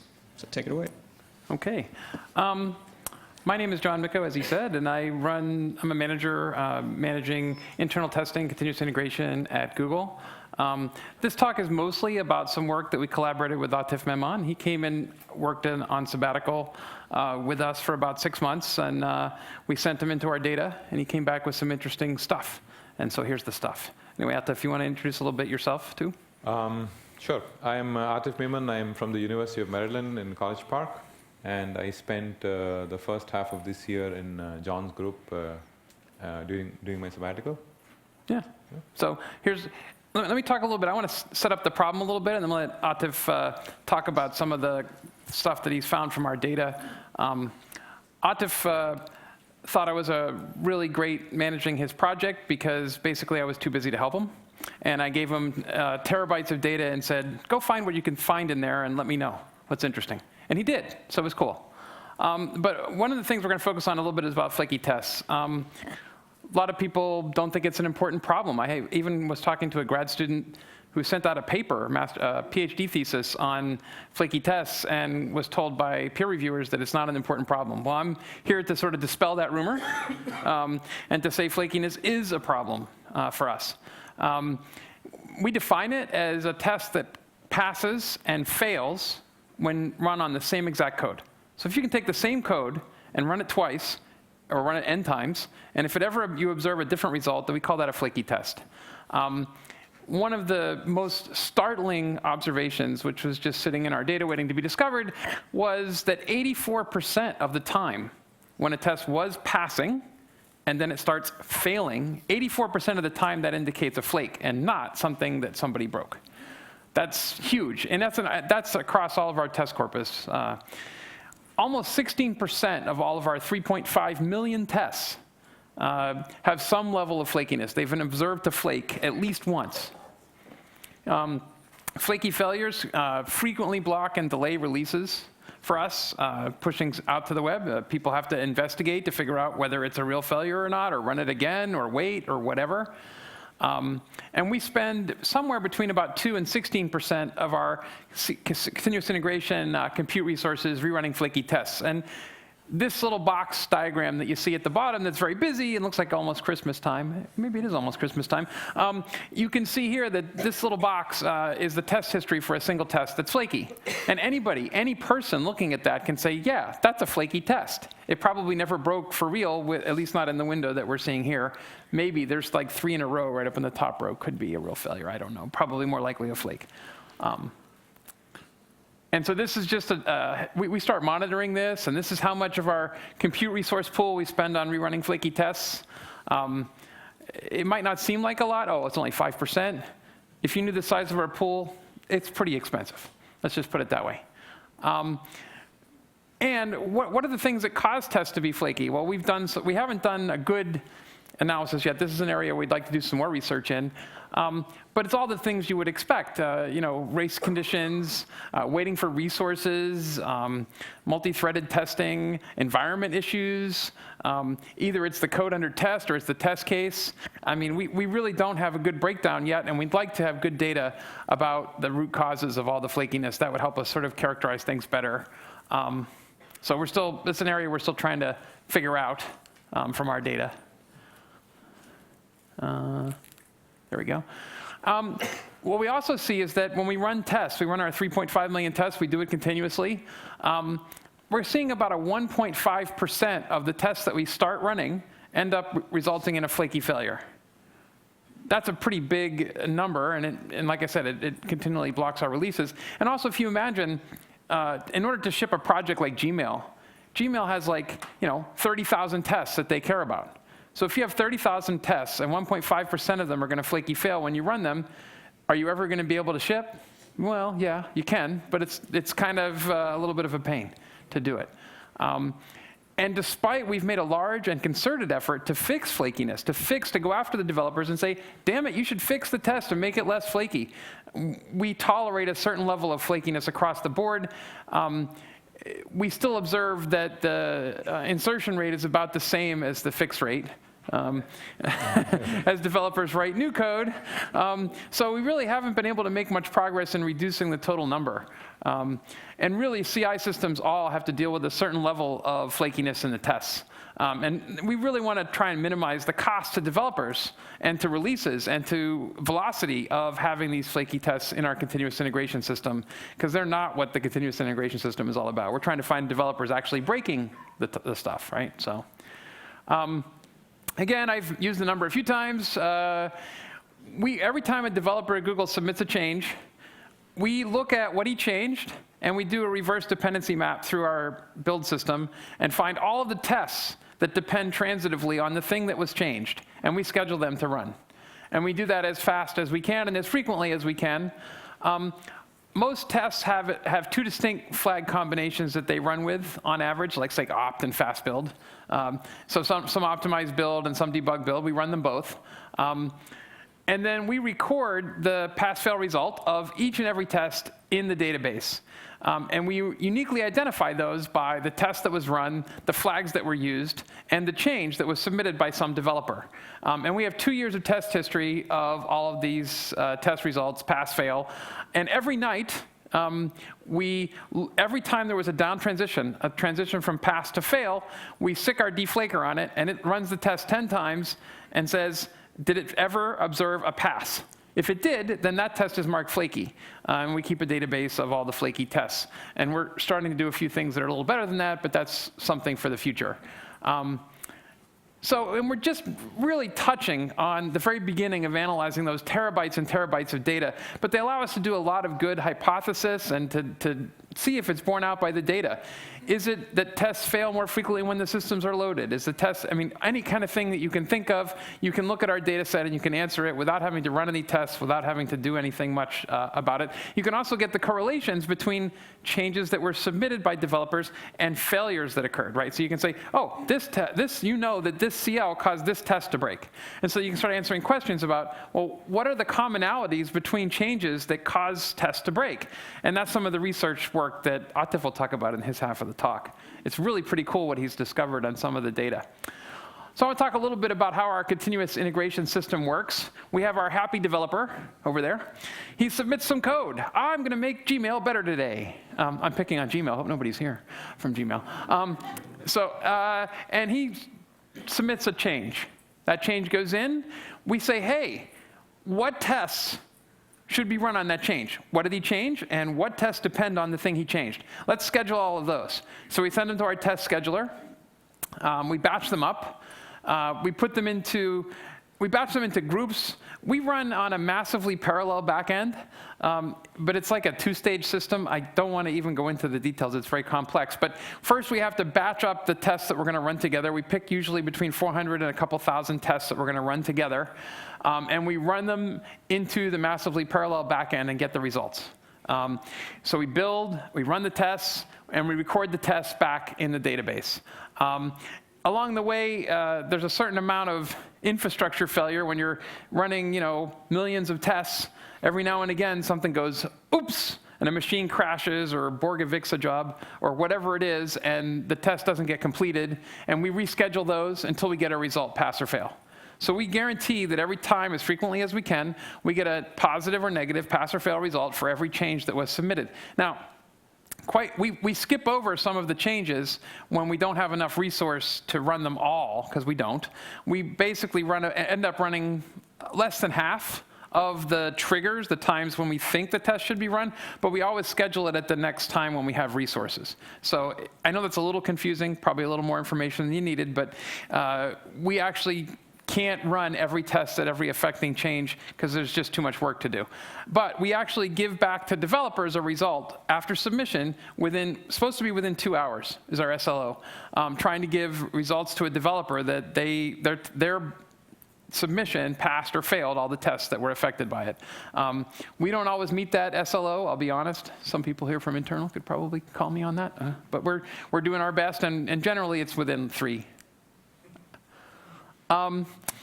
We also have a tool that tracks, as I said, all of the flaky tests. The names of the tests have been blacked out to protect the innocent or the guilty, as the case may be here, but this particular display aggregates all of the times, and we keep track of the stack trace and all the information about the tests that flaky failed, and we try and later on determine if a new thing that we're seeing matches an old flaky test, it's the same test, it's the same stack trace, then we assume it's a flake. But if it doesn't match the same test and the same stack trace, it could be a new failure of a flaky test, which is a little bit different, harder to discover. But we keep this database so that we know we can get developers looking at the tests that are the most flaky. We can tell, we use it as a indication in our UI. Hey, this test failed, but we're pretty sure it's a flake. You don't have to worry about it. So you don't have to investigate as carefully those things. And we're trying to get a lot better. Murat, is Murat here? He must have left. But he, one of the guys who was here earlier in the day, Murat in London, he's running the group that runs this infrastructure that records all the flaky tests. And they have some great plans for the future of how they're going to make this better. and using some of the techniques that we're going to talk about, or that Atif will talk about in his half of the test. So without further ado, let Atif show you some of the interesting things that he found in our data. All right. I need to know how to...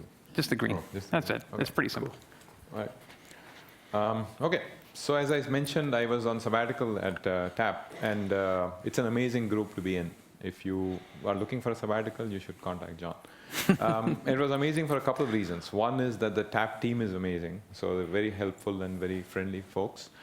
Second reason is I have access to all this data, right? I have terabytes of data, all the test results for the last 2 years, all the code that corresponded with all the results, test case code, all right? So I'm looking at all this, I'm staring at this data for 6 months and analyzing it. So that was good. The analysis and the results, I think, in my opinion, I think they have led us to almost a breakthrough in how Google can handle flakes in the future, right? We are at a point where we could be looking at test results of a single test case and look at it and say, oh, that's a flake. We don't even need to rerun it 10 times, right? Like how we do right now. And I think that's, if we start incorporating much of the things that we have found, we should be able to do much better than we are doing now. As my 6-year-old daughter, she's the one who's the artist on these pictures. That's her interpretation of what we are trying to do. The scientist on the left, who looks a lot like a princess, she is saying that I am 97% confident that this result is flaky. And this other person is saying, how can you tell without rerunning it? Because real tests don't behave like that. And John kind of said this. If you look at this test result, and those Fs are the failures, and the green ones obviously are the passes, and the other ones, the ones with the dashes and other things, are results that we could not obtain for various reasons. One of them that we didn't have resources to run at every change. So if you look at this result, a test went from pass to fail, fail to pass so many times, and real tests just don't behave like that. All right? It's not that developers break tests and then they fix them after an hour, after 2 hours they break them again. Right? They remain pretty consistent. So you will find that there are lots of failures, and then most of the remaining ones are passes. So by looking at it, you can tell. All right. So I want to thank my daughter for drawing that. So thanks, Privi. All right. So what we want to do with this result is we want to take our flaky test infrastructure. It's not that the infrastructure is flaky, the tests are flaky. We want to improve it, right? And how are we going to improve it? We want to identify flaky tests without rerunning them in 3 ways. One is we're going to follow our intuition. And one of the intuitions that John and I had was you can look at simple signals of pass and fail patterns, right? Like how we just looked at those reds and greens to indicate flakiness, right? Let's try to formalize that. The other one is let's try to find features of flakes. What makes a test flaky, right? Are there signals that we can derive from all this data that tell us that, oh yeah, flaky tests behave in a certain way, all right? They have certain characteristics, not the pass and fail only, but other things, all right? And whatever our first models have shown that we are right a lot of times. So we've been able to classify 90% of the flakes correctly. Then we have the opposite problem. If we can identify flakes, we should also be able to identify real failures. So if you give me a failure or a transition from pass to fail, I should be able to look at it and say, this is a real failure or this is a flake. So how about we identify features of real failures, all right? And then use that to filter out flakes. Because if something is highly correlated with real failures, any deviations are highly likely to be flakes. For example, if one of the results that we saw was a file that has been modified by more than 15 developers in a week's period, all right, is 97% likely to cause a failure, all right? So that's a feature that we can find which is highly correlated with the real failure, right? We can use those kinds of things. What do we do with that? First, we want to model flakes and their behavior. So I'm going to show a couple of slides where I'll show you how I formally modeled a flake and its results, and then I'll show you some of the results. I will only give you like a preview of most of the results. We have a couple of papers in the pipeline that will describe more. And you can talk offline about whatever questions you might have. All right, so this is how I'm modeling a test target and a failure. A test target is really a test case for all practical purposes. So there, that's a test target. That's the name of the target there, top project, some service test. And here is its test history. Now, CLs in Google are code commits, all right? So you're committing code. You're going from the left-hand side. You keep committing code, and you keep running this test case, and you get passes and fails, all right? And I'm going to start modeling this history in terms of negative edges and positive edges. So simply put, you went from a pass to a fail, that's a negative edge, fail to a pass, that's a positive edge, all right? So here we have 3 edges in the history of this test target. And I'm going to model them as the start CL, which is the commit at which the edge starts, the end CL, where that ended, the length of that, which is like how many commits were in between, and whether it was a positive or negative, right? So each history, I'm going to model it like this. I have one way of describing my test history. All right, so I took more than 1 million of these edges, all right, and I looked at how TAP, which currently reruns test targets 10 times at night to deflake. I wanted to see which of these edges were real and which ones were not. And it turned out that 84.5% or 85%, close to 85%, were due to flakes. With confidence, we can say that. Okay? The remaining 15% most likely did not include flakes, right? But they may have. Now, if you imagine what this means, whenever you see a pass to fail, right, you send this to, you recognize this as a failure, you send it to somebody to look at this manually, all right? So you have a build cop or you have a developer who's looking at this, and 85% of the time this developer says, oh, that was a flake, throw it away. There are enormous resources that are being wasted because of this, right? And only 15% of the time, this is due to real bugs.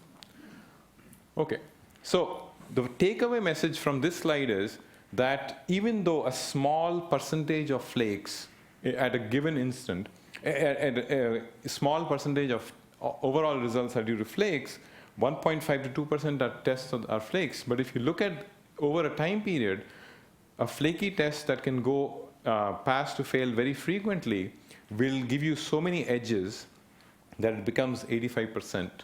And that's a much better indicator of the impact of flakes than just saying that there are only 1.5% of our tests that are flaky, right? Okay, so here's our scientists again. All right, so let's start looking at some of the features of flakes. How can we start to automatically identify flakes, right? So there's a hypothesis that flakes have a larger number of edges per time period, right? So I have 2 tests, test 1 and test 2. Test 1 seems to go from plus to minus many times, like fail to pass and pass to fail. Test 2 does not seem to do that. And over a 5-year period, 5-hour period, all right? So let me start modeling some of this. So I'm going to take all my test cases, all right, and I'm going to partition them based on number of edges that I've seen in their entire history, okay? So for example, test targets that have 21 edges, okay, they are in this vertical bar here, 101 and 816, okay? And then I'm going to see of those test targets, what percentage were flaky and what percentage were not flaky, right? So the test targets that have 21 edges, 60% of those were not flaky, right? But 40% were, okay? As you move in this direction, more and more become flaky. If a test target has 816 edges, it's definitely flaky. Let's fill in the gaps here, and you can start seeing, even though it might not be very clear because of the color, you'll see a lot more blue here, all right? And then the red starts taking over here, all right? So as you increase the number of edges, you are getting more and more flaky, right? So the takeaway message from this is that test targets with more edges in their history are more likely to be flaky. That's a great signal to look at if you're looking at, if you're trying to filter targets based on flakiness, right? Because measuring edges is easy, right? And counting the number of edges over a time period is straightforward. Now, if you notice, there are some blues in here with large number of edges.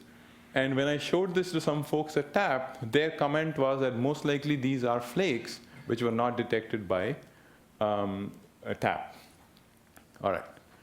Now let's start to quantify flakes. How can we say that something is more flaky than less flaky, all right? So what I do is, this is a result which is most likely not flaky, all right? And that's a flaky target, right? Test. How do we start to quantify this? Let's start to compute a flakiness score, okay? What we're going to do is we're going to extract these vectors, and I'm representing that simply by using a regular expression there. But what we're saying is, start looking for patterns which are failure, at least one, right, or more, followed by anything which is not a pass, and then a number of passes, and then followed by anything, and then followed by a number of Fs, okay? If I can extract vectors out of this history which fit those patterns, right, and then I fit them into this formula, which I'm not going to disclose, but it takes two parameters. One is the number of vectors that I found in the history of the test target, and what the length of those vectors were, right? If I can do that, I can compute a function for each and every test case. Once I compute this function, I can then correspond that with what TAB believes are real failures or not, flakes or not, because of their 10 times they run their test cases, right? So the top 404, according to my score, were 100% agreed by TAP, that yes, they are definitely all flakes, okay? 991 of my top 1,000 were flakes according to TAP. And then the percentage drops as I go down to say 25,000. So of my top 25,000, 23,930 are flakes. So percentage is still pretty good, okay? So I can actually start to quantify flakiness, and I can start to rank all the test targets by their flakiness score. Another thing I can do is, if I can see if a test target's flakiness is increasing or decreasing, right? Let's say somebody changed the code of the test case. I can now start to say that, oh yeah, over this period, the flakiness score went down. Now somebody made a change, flakiness score went up. So we can start figuring out why test targets became flaky, okay? Okay, let's look at something else. Flakes are unlikely to share their histories with others. Imagine this. I have 4 test cases here, right? Test 1 and test 3 have exactly the same pass and fail pattern. And test 2 and test 4 have the same pattern over this 5-hour period. What does this mean? It means that all these test cases are highly unlikely to be flaky, right? Tests don't become flaky in a pattern, right? One bug in the code might cause a bunch of test targets to go from pass to fail, and if they are all sharing that history over a long period, they're highly unlikely to be flaky. Let's explore that hypothesis, and let's see what that means formally. Now I'm going to extract my edges vectors as I did before, all right? And I see that I'm marking those 2 with the blue, and they have identical histories. These 4 have identical histories. They are highly unlikely to be flaky, whereas these 2 that don't share their history are highly likely to be flaky, right? Let's start plotting this, okay? So this is a somewhat complicated plot, but I'm going to try to explain it a little bit. Both of these are log scales, right? Because as I found out in my sabbatical, everything in TAP follows some kind of a logarithmic or an exponential scale. So log scales are very easy, hard to visualize, but then they kind of expand the data in the right way. So here, I'm showing you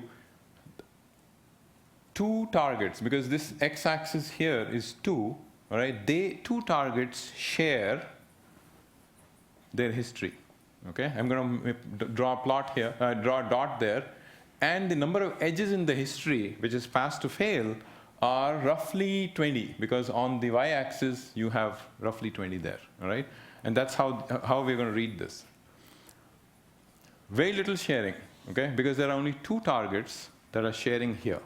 Whereas, if you look at something like this here, 5,000 plus targets, which are, when I say targets, I mean test cases, they share their history, and the edges in this history are 2. Okay? There's a lot of sharing, because what? More than 5,000 test cases are sharing their history. Okay, and this is the only history they have. Over the entire period that I looked at, this is the only history they have. On the y-axis, which is x is equal to 0, there's no sharing. Okay? Now, if I fill in all this data and I start coloring them by flakiness as we know it to be from tab, you see a clean separation. Here, I'm increasing my sharing of history, and most of these targets that I find are green, which means they're not flaky, right? And if I go closer to sharing of 0 or 1, right, there are more flakiness. And if I go in number of edges above 100, then it's almost all red, which means test targets that don't share history with anybody and have large number of edges are almost always flaky. Okay? So if I could compute this history and I could correlate all the histories of all the test targets, I could use it as an amazing signal for whether this target is flaky or not. Right? I keep saying target when it should be really test case. You guys messed me up. They use the term test target for test cases. All right, so that's our result here. Now, the takeaway message is degree of sharing is a signal for flake detection. Okay? If you have questions about this plot, we can talk offline, but I want to get to the next step. All right. So now, let's look at the opposite problem. Okay? Now the scientist is saying, I'm 90% confident that this is a real failure, not flaky. Okay? Now we're not talking about flakes anymore, we're talking about real failures. Okay? How can you tell? Well, because the code and the test artifacts are consistent with a real failure. Okay? Let's look at an example. We used multiple sources of multiple signals. One is a relationship between the code that was changed and the test case that was run as a result of the change. We were going to look at the code modification frequency. We're going to look at the source file type. All right? If you always suspected that C++ was worse than Java, that's true. Changeless authors. Who authored the commit? All right? If you suspected that Joe always broke the build, yes, that happens. And files modified by multiple authors in a short amount of time are more likely to cause breakages. Right? Let's see some of the results. So one is a relationship between the code and the test. Okay? So as we all imagine our code repositories, we can imagine them to be a tree or a DAG, right? Because they depend on each other. So I have a source file that is sitting at the bottom here, and all these other files or packages, they depend on this file for building. So imagine this is like a build tree or build graph, right? So somebody modified this file, and because of this modification, most of the packages that are above it need to be rebuilt, okay? Because they depend on it, directly or indirectly.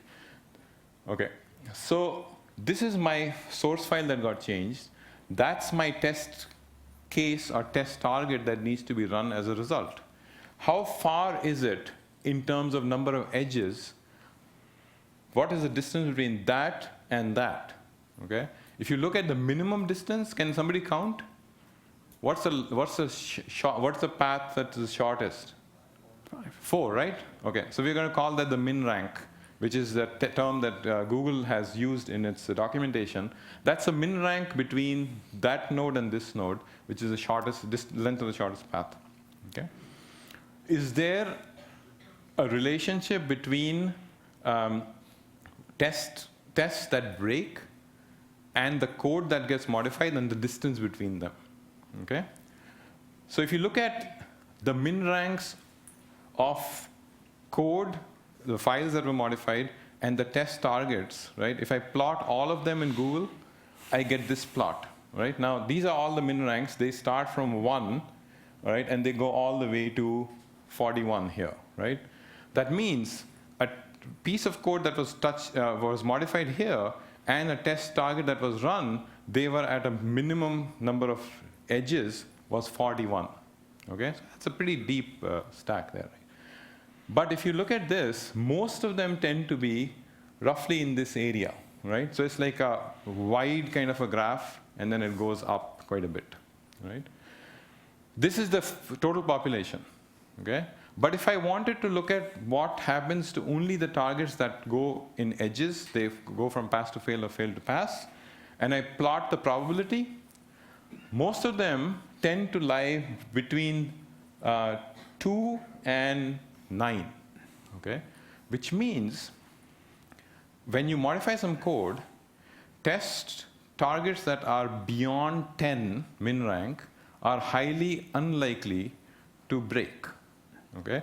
Most of the closer ones, which are like less than or equal to 10, are more likely to break. Okay? Now, how can we use this result? We can use this result as test target edges farther than min rank equal to 10 are highly likely to be flaky. Right? If some test target broke somewhere like distance 40 from your code change, that's highly likely to be flake. Right? Because now we have a signal for real failures. Okay, let's look at number of times a file was in commit. So when I modify a file, right, I can modify multiple times. Okay, if I modify a file multiple times, I can start counting over a period how many times it got modified. Okay, and then when it got modified, it might have caused a breakage. All right, or it went from pass to fail or fail to pass. I'm going to measure the probability of that happening as the number of times the files get modified increases. All right. So, for example, files that got modified 11 times, all right, they were 0.25 likely to cause a breakage. Okay. But as this number increases, files that were modified 41 times are 0.75 likely to cause breakages. So file modification frequency is actually a good signal for predicting which test targets might break or not. Okay? So this is failures associated with frequently modified code are highly unlikely to be flaky. Okay? All right, source file type. We took all the file types that Google had, censored some of the ones that we don't want you to know about, all right? And then we saw which ones contributed more to failures. Now, this plot is a bit funny because the black bars are actually all passes, and the light gray ones are all failures, right? So HPP files, they were involved in lots of breakages. Right? Only 20% of the time when an HPP file was modified was it not involved in a breakage. Okay? And if you go all the way here, config files were never in a breakage. Okay? Where does Java sit? Right here. Okay? And where does C++ sit? Right here. Okay. So I'm not saying anything else. But what about how the code is distributed? So we superimposed the curve on top of this, which tells you that how many files did we see in the Google code base, all right? So this is a little known secret, but Java code seems to be the most prevalent in Google, all right? I hope I didn't say this, that I wasn't supposed to say. All right. We still use a lot of Python, C++, all right? And if you look at the frequencies, you can tell that there are some files like HPP, there are very few of them. So they're not going to make a huge difference on our testing cost, even though they might be involved in lots of breakages. But we should be paying careful attention to Java and C++ and those commonly occurring files. Right? So failures associated with some kind of files, for example, config files, are highly likely to be flaky because they almost never fail. Right? Okay. So that's one. Okay, authors. This is the interesting one. Okay. Now, it may surprise you that there's no user called ABC at Google, all right? But when this user committed code 182 times over the history that I looked at, 59 times that this user broke the build, all right? 31.4%, that's pretty high, all right? Whereas user XYZ was much better, okay? Now this may be for all kinds of reasons. Maybe user ABZ is looking at very complex code, right? We don't know. So we're not going to do anything about performance or bonus or stock options. Right? And there are lots of tools that that modify the code also. For example, product 1 release is a tool that generates a bunch of things and then it commits code, right? And it committed code 42 times, but it broke the build 39 times, right? I don't know what kind of tool these are, but 92.9%, okay? So if I look at this user, I can say that failures associated with author product 1 release are highly unlikely to be flaky, right? If I see a breakage by this author, by a code that was modified by this author, I can say that's highly unlikely to be flaky. File modification by multiple authors. This was an astounding result for us. We feel that multiple people should work on code at the same time, okay? But this result shows that, I'm going to tell you how to read this plot, but I'm going to show you what the big result is. The big result is when one person is modifying code, they are highly unlikely to break it. When 2 people modify code at the same time, roughly, the fraction of breakage goes down, okay, in many cases. It's possible because they talk to each other or they send emails and they maybe review each other's code and that ends up being better written code. But as soon as the number of developers grows beyond 2, it goes up significantly, all right? And then it kind of stays roughly there, but once you get into like 15 developers, when I say users, I mean developers here, then you are most likely to actually cause a breakage, right? So if you have in your company 3 or 4 people modifying code at the same time, just ask them to stop. Okay. Okay. All right. So these are all the signals that we have. There were some signals that were not really related to real failures. For example, number of times a test target was affected was not a strong signal. So we have really good results there. But where do we want to be? We want to be at a point where we say that stop running that test, it's a flake, okay? But you did not even run it even once, right? Without running the test case, all right? But this test has all the elements of a flake, right? What elements does it have? It has these characteristics that we know of that are associated with flakes, right? We want to be there. And we want to be able to predict whether a test is going to be flaky. Now, if I told you that I am going to run an Android test that uses a user interface test harness, right? Uses a bunch of sleeps and wait commands, right? And it's multi-threaded, you'll most likely say, oh, it's most likely going to be a flake, right? Whereas if I say I'm going to run a unit test, which is going to supply a bunch of parameters, it waits for nothing, it's not multi-threaded, it's highly unlikely to be a flake. How about we get all these characteristics, we go through the test cases, we'll go through its code, we analyze the code artifacts, we look at what kind of code is being tested, the execution environment, and come up with a holistic model to be able to predict whether a test is a flake or not, right? Or is it going to be a flake or not? And then maybe we don't have to run it or waste resources on it.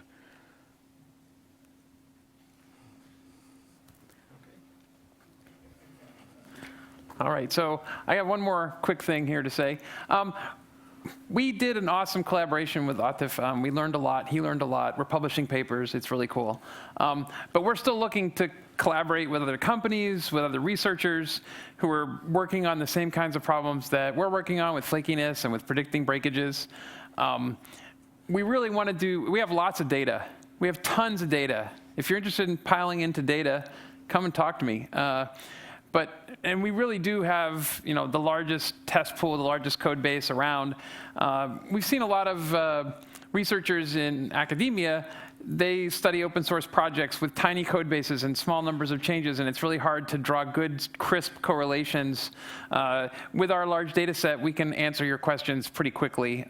And we've been working on trying to be better at publishing, and we're publishing a paper with Atif. We're publishing our data set. There's going to be several papers coming out of the work that you just saw.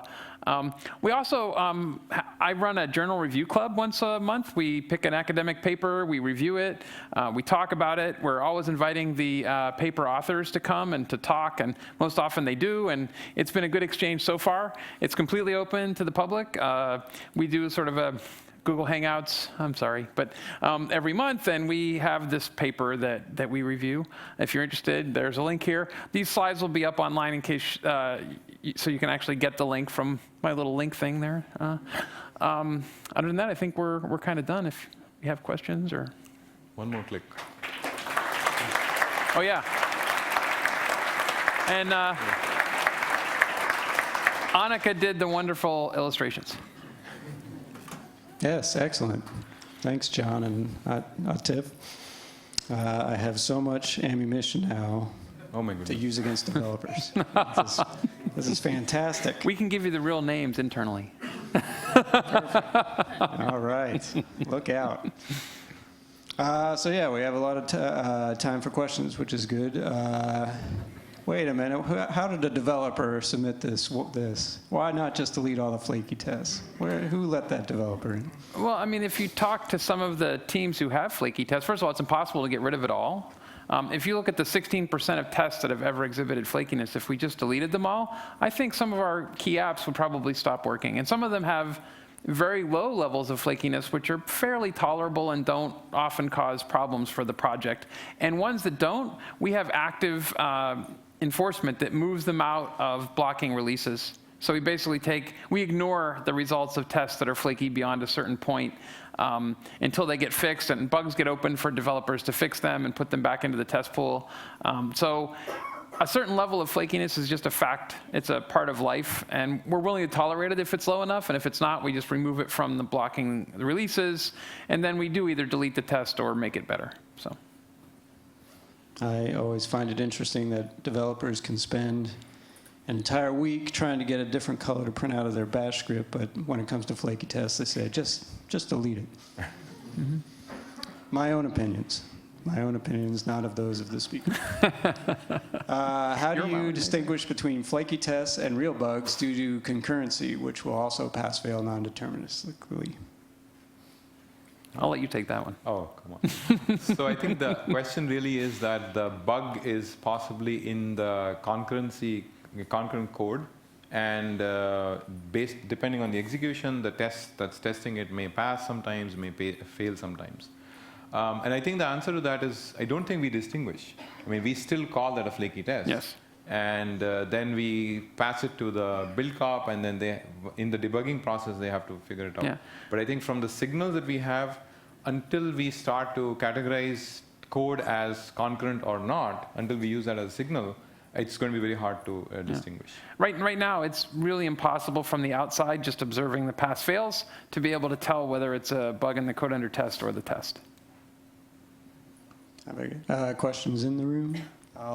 So let me read this one, and then I'll come over with the mic as you're answering. How much history on a test needed to be able to predict flakes? What if test has changed? Does it mean we need to gather more history first? Yeah, so I think in the data that I showed you, there were several plots where I used a week worth of history. And of course, that most test targets tend to get affected during a week multiple times. So you have a reasonable set of data. And if the test case changes or the code changes, then you will see a change in flakiness. And we've started to measure that. In fact, Murat's project, I think, is doing that a lot. Mm-hmm. So that's probably true. And at Google, I mean, we run all of our 3.5 million tests about every 20 minutes. So we get history pretty fast on new tests. So. Hi, I'm Usman from BlaBlaCar. I just wanted to know about false negatives. How do you know that tests that are passing all the time are not flaky or broken because they always pass? And can you use the data that you've been collecting to correlate the code that's changing a lot with flaky or bad tests that are passing all the time. Right. So I like that question. Basically what you're saying is, and I've been saying this all the time, when we define flakiness, the way we've defined flakiness is it goes from pass to fail, right? But a test might just pass all the time, but inside the code, when it's executing, it might be executing different paths, right? And if it's executing different paths, is that not flakiness, right? Unless it's designed to execute different paths. So that's been my definition of a flake. And in fact, one of the interesting papers, journal papers we reviewed, they actually went and basically recorded all the program state as it was executing. And even without observing a change in the pass-fail, they observed changes in the code paths that were being taken, like the amount of code coverage and so forth, varied from run to run. And yes, you're right, that's in some definition of flaky tests. We're looking where the light is because we can see the pass-fail, but there's more under the covers that we haven't really looked at yet. It's harder to get at that because it's not reporting anything. Right. And going to your second part of your question, once we start to correlate features of the code in the test code, then we might be able to go back to all the tests that were also passing all the time and see if they exhibit some of those features. And if they do, then we could flag them. Very good. Any other in-room questions? Yep, hang on.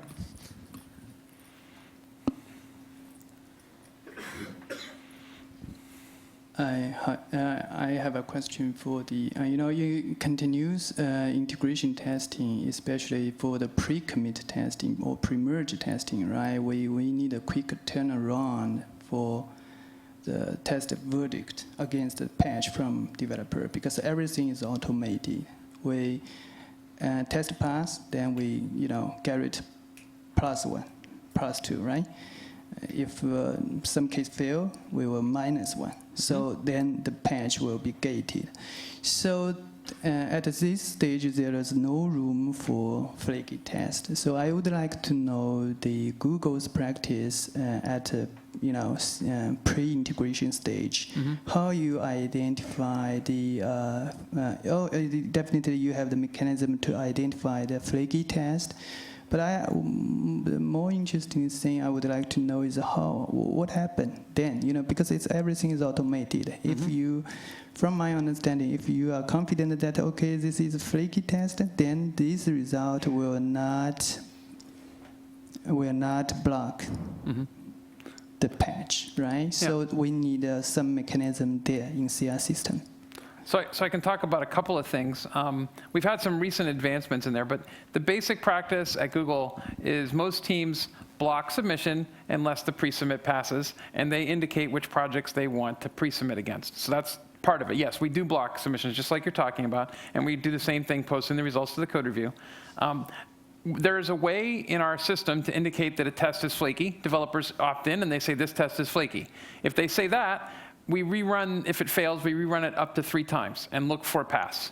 So then it will deflake itself sort of as part of the pre-submit. That's bad in the sense that if we allow tests to run up to 15 minutes. So if you have this test that has to get run 3 times, each time it takes 15 minutes to run before it reports a failure, you're delaying the developer by 45 minutes to get that result. So we've just started an effort. It's just launched a few weeks ago to actually exclude anything that's in our flaky test database from running during pre-submits. We just exclude it. We don't run it during pre-submit at all. If a developer were to break that, we would catch it post-submit, but it doesn't block their submission, doesn't cause them a problem.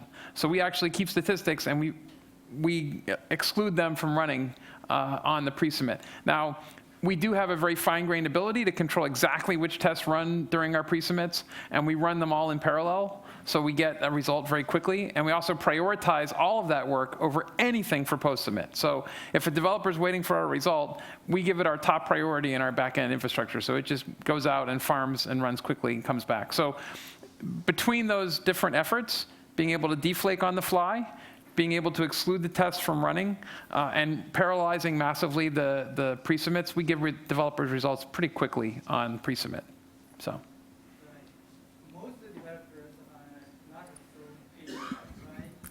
He said most developers are not so patient. No, they are not. That is true. And in fact, our 90th percentile latency for pre-submits is under 45 minutes generally.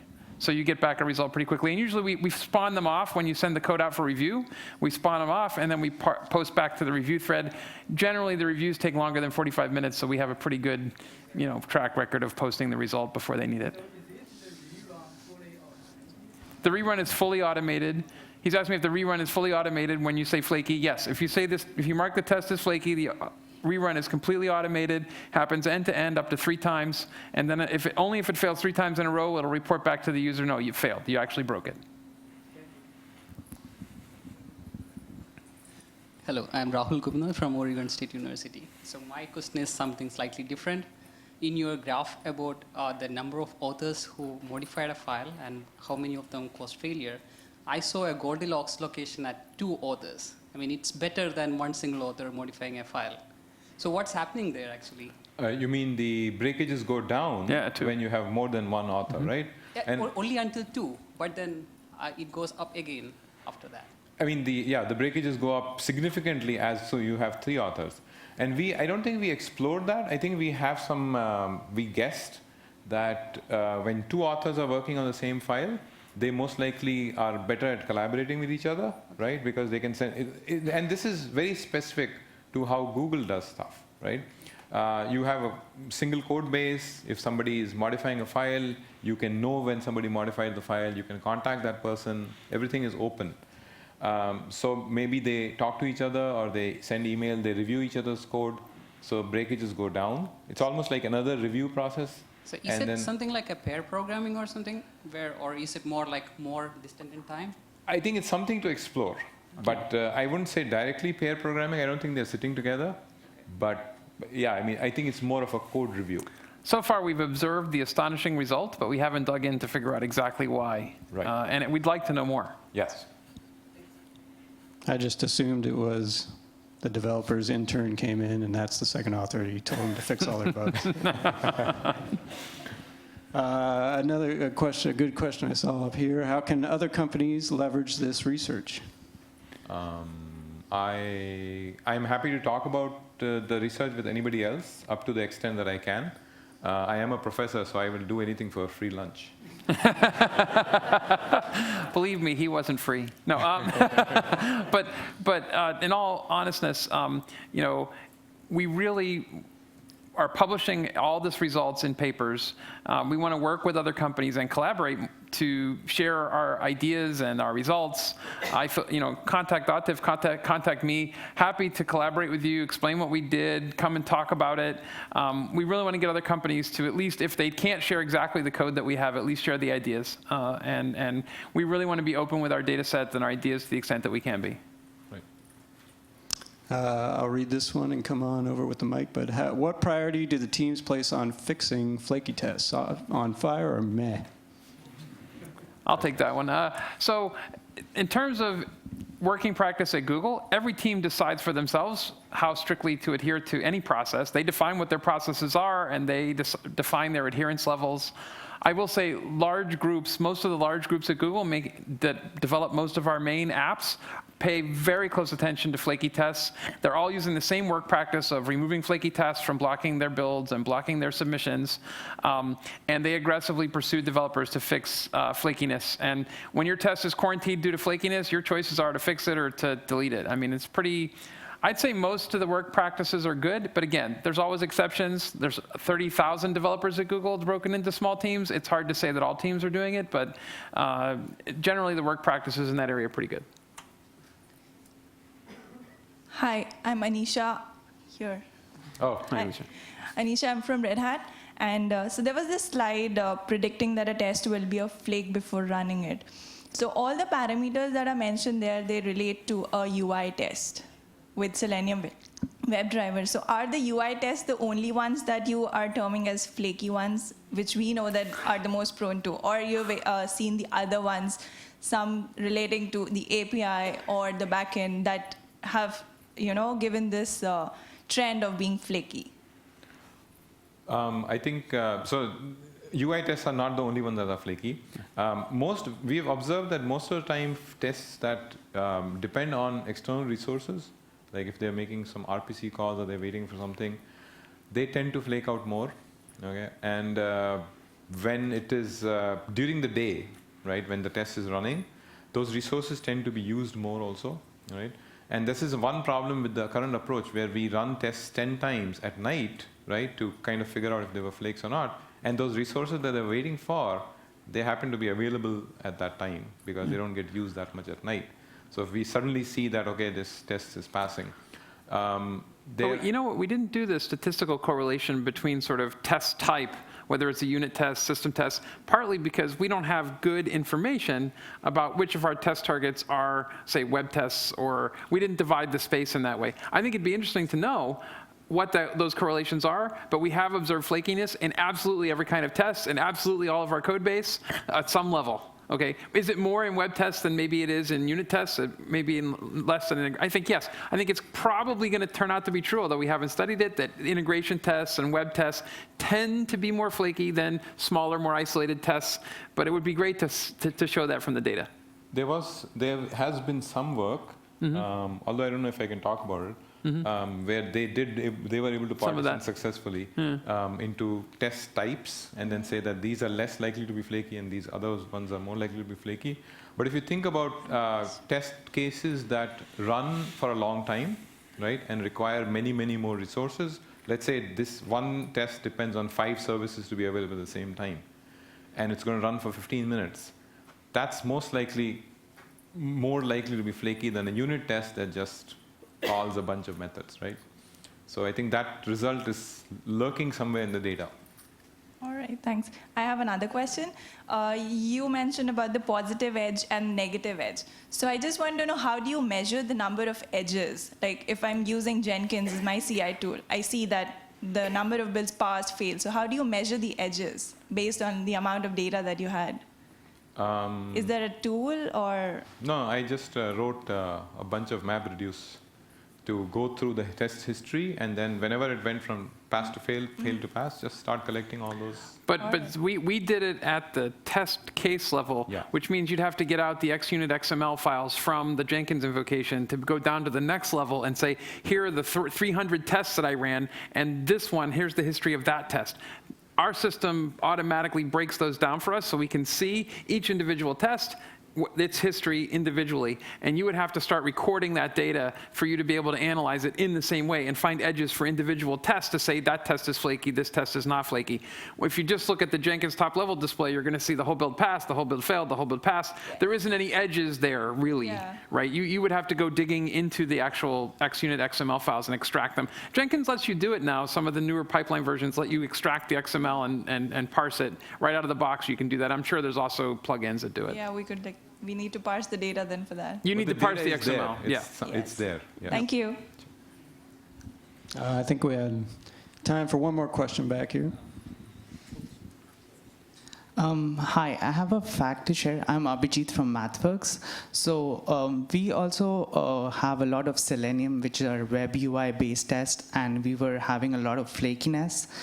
Out of our 100%, around 17 to 18% were flaky tests. So we decided to run a pilot where Selenium tends to be very flaky if it runs one particular test target or test file for a long time. So we kind of divided it such that none of the test targets take more than 5 or 6 minutes to run. And we found that our flakiness reduced to 5% out of 17%, which was one very good outcome of that pilot. I had a question for John. So with your new system that went live a few weeks ago, you said that flaky test, you do not run it for pre-submit, you run it with post-submit. So flaky tests do have importance. They tend to find regressions. So if it's after post-submit and there is an actual regression in that source code, you are kind of delaying that regression to be identified at a later process then. Yes, we are, but we found in practice that developers would ignore the failure signal from a test that they knew to be flaky or that was marked as flaky. And in fact, our UI even will tell them it's flaky. So our UI for the test result says, your pre-submit failed because of test XYZ and it was flaky. And users, even if they broke that flaky test, they universally would ignore that signal and check in anyway. So I mean, it was just an acknowledgement of that behavior and saying, look, it's better to let them submit. And we actually now are also starting to explore on the other side auto rollback for test failures. So if a test failure happens, we roll back someone's CL automatically. We're starting to explore that in one of our groups. So that's our remedy to, oh, they checked it in and it was no good, we'll roll it back automatically for them. And I used to work at MathWorks, by the way. All right, great. That was an excellent talk to end on and gives us a lot to think about at the dinner tonight. Thanks, Atif and John. Another round of applause.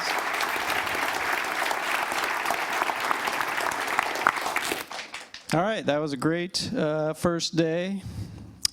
So closing remarks on the first day. If you watched GTAC last year, you'll know that our excellent host, Yvette Namath, was constantly getting texts from her mom all day, and that made for entertaining reading during the conference. I sent my mom the live link of the live stream link so she could watch me today. All I got back was, "You're doing a great job and you're very cute." So that's it. But yes, thanks, Mom. So a couple reminders. Please remember to don't lose your badge and remember to bring it tomorrow. If you don't have it, security will have no way to know that you're supposed to be here and will run you off campus in a polite way. Another thing is to just be careful not to tailgate into other buildings or wander off from the main conference room here. There's actually other Googlers among you in the audience wearing the same type of lanyards.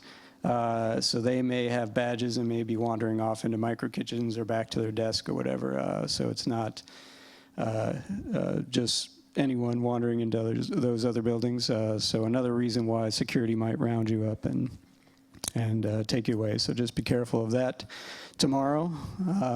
What else do we have? Oh, yes. Since participation seems to wane on the end of the second day, I wanted to take this opportunity for everyone to give a big round of applause to our wonderful AV team, who's doing a fantastic job.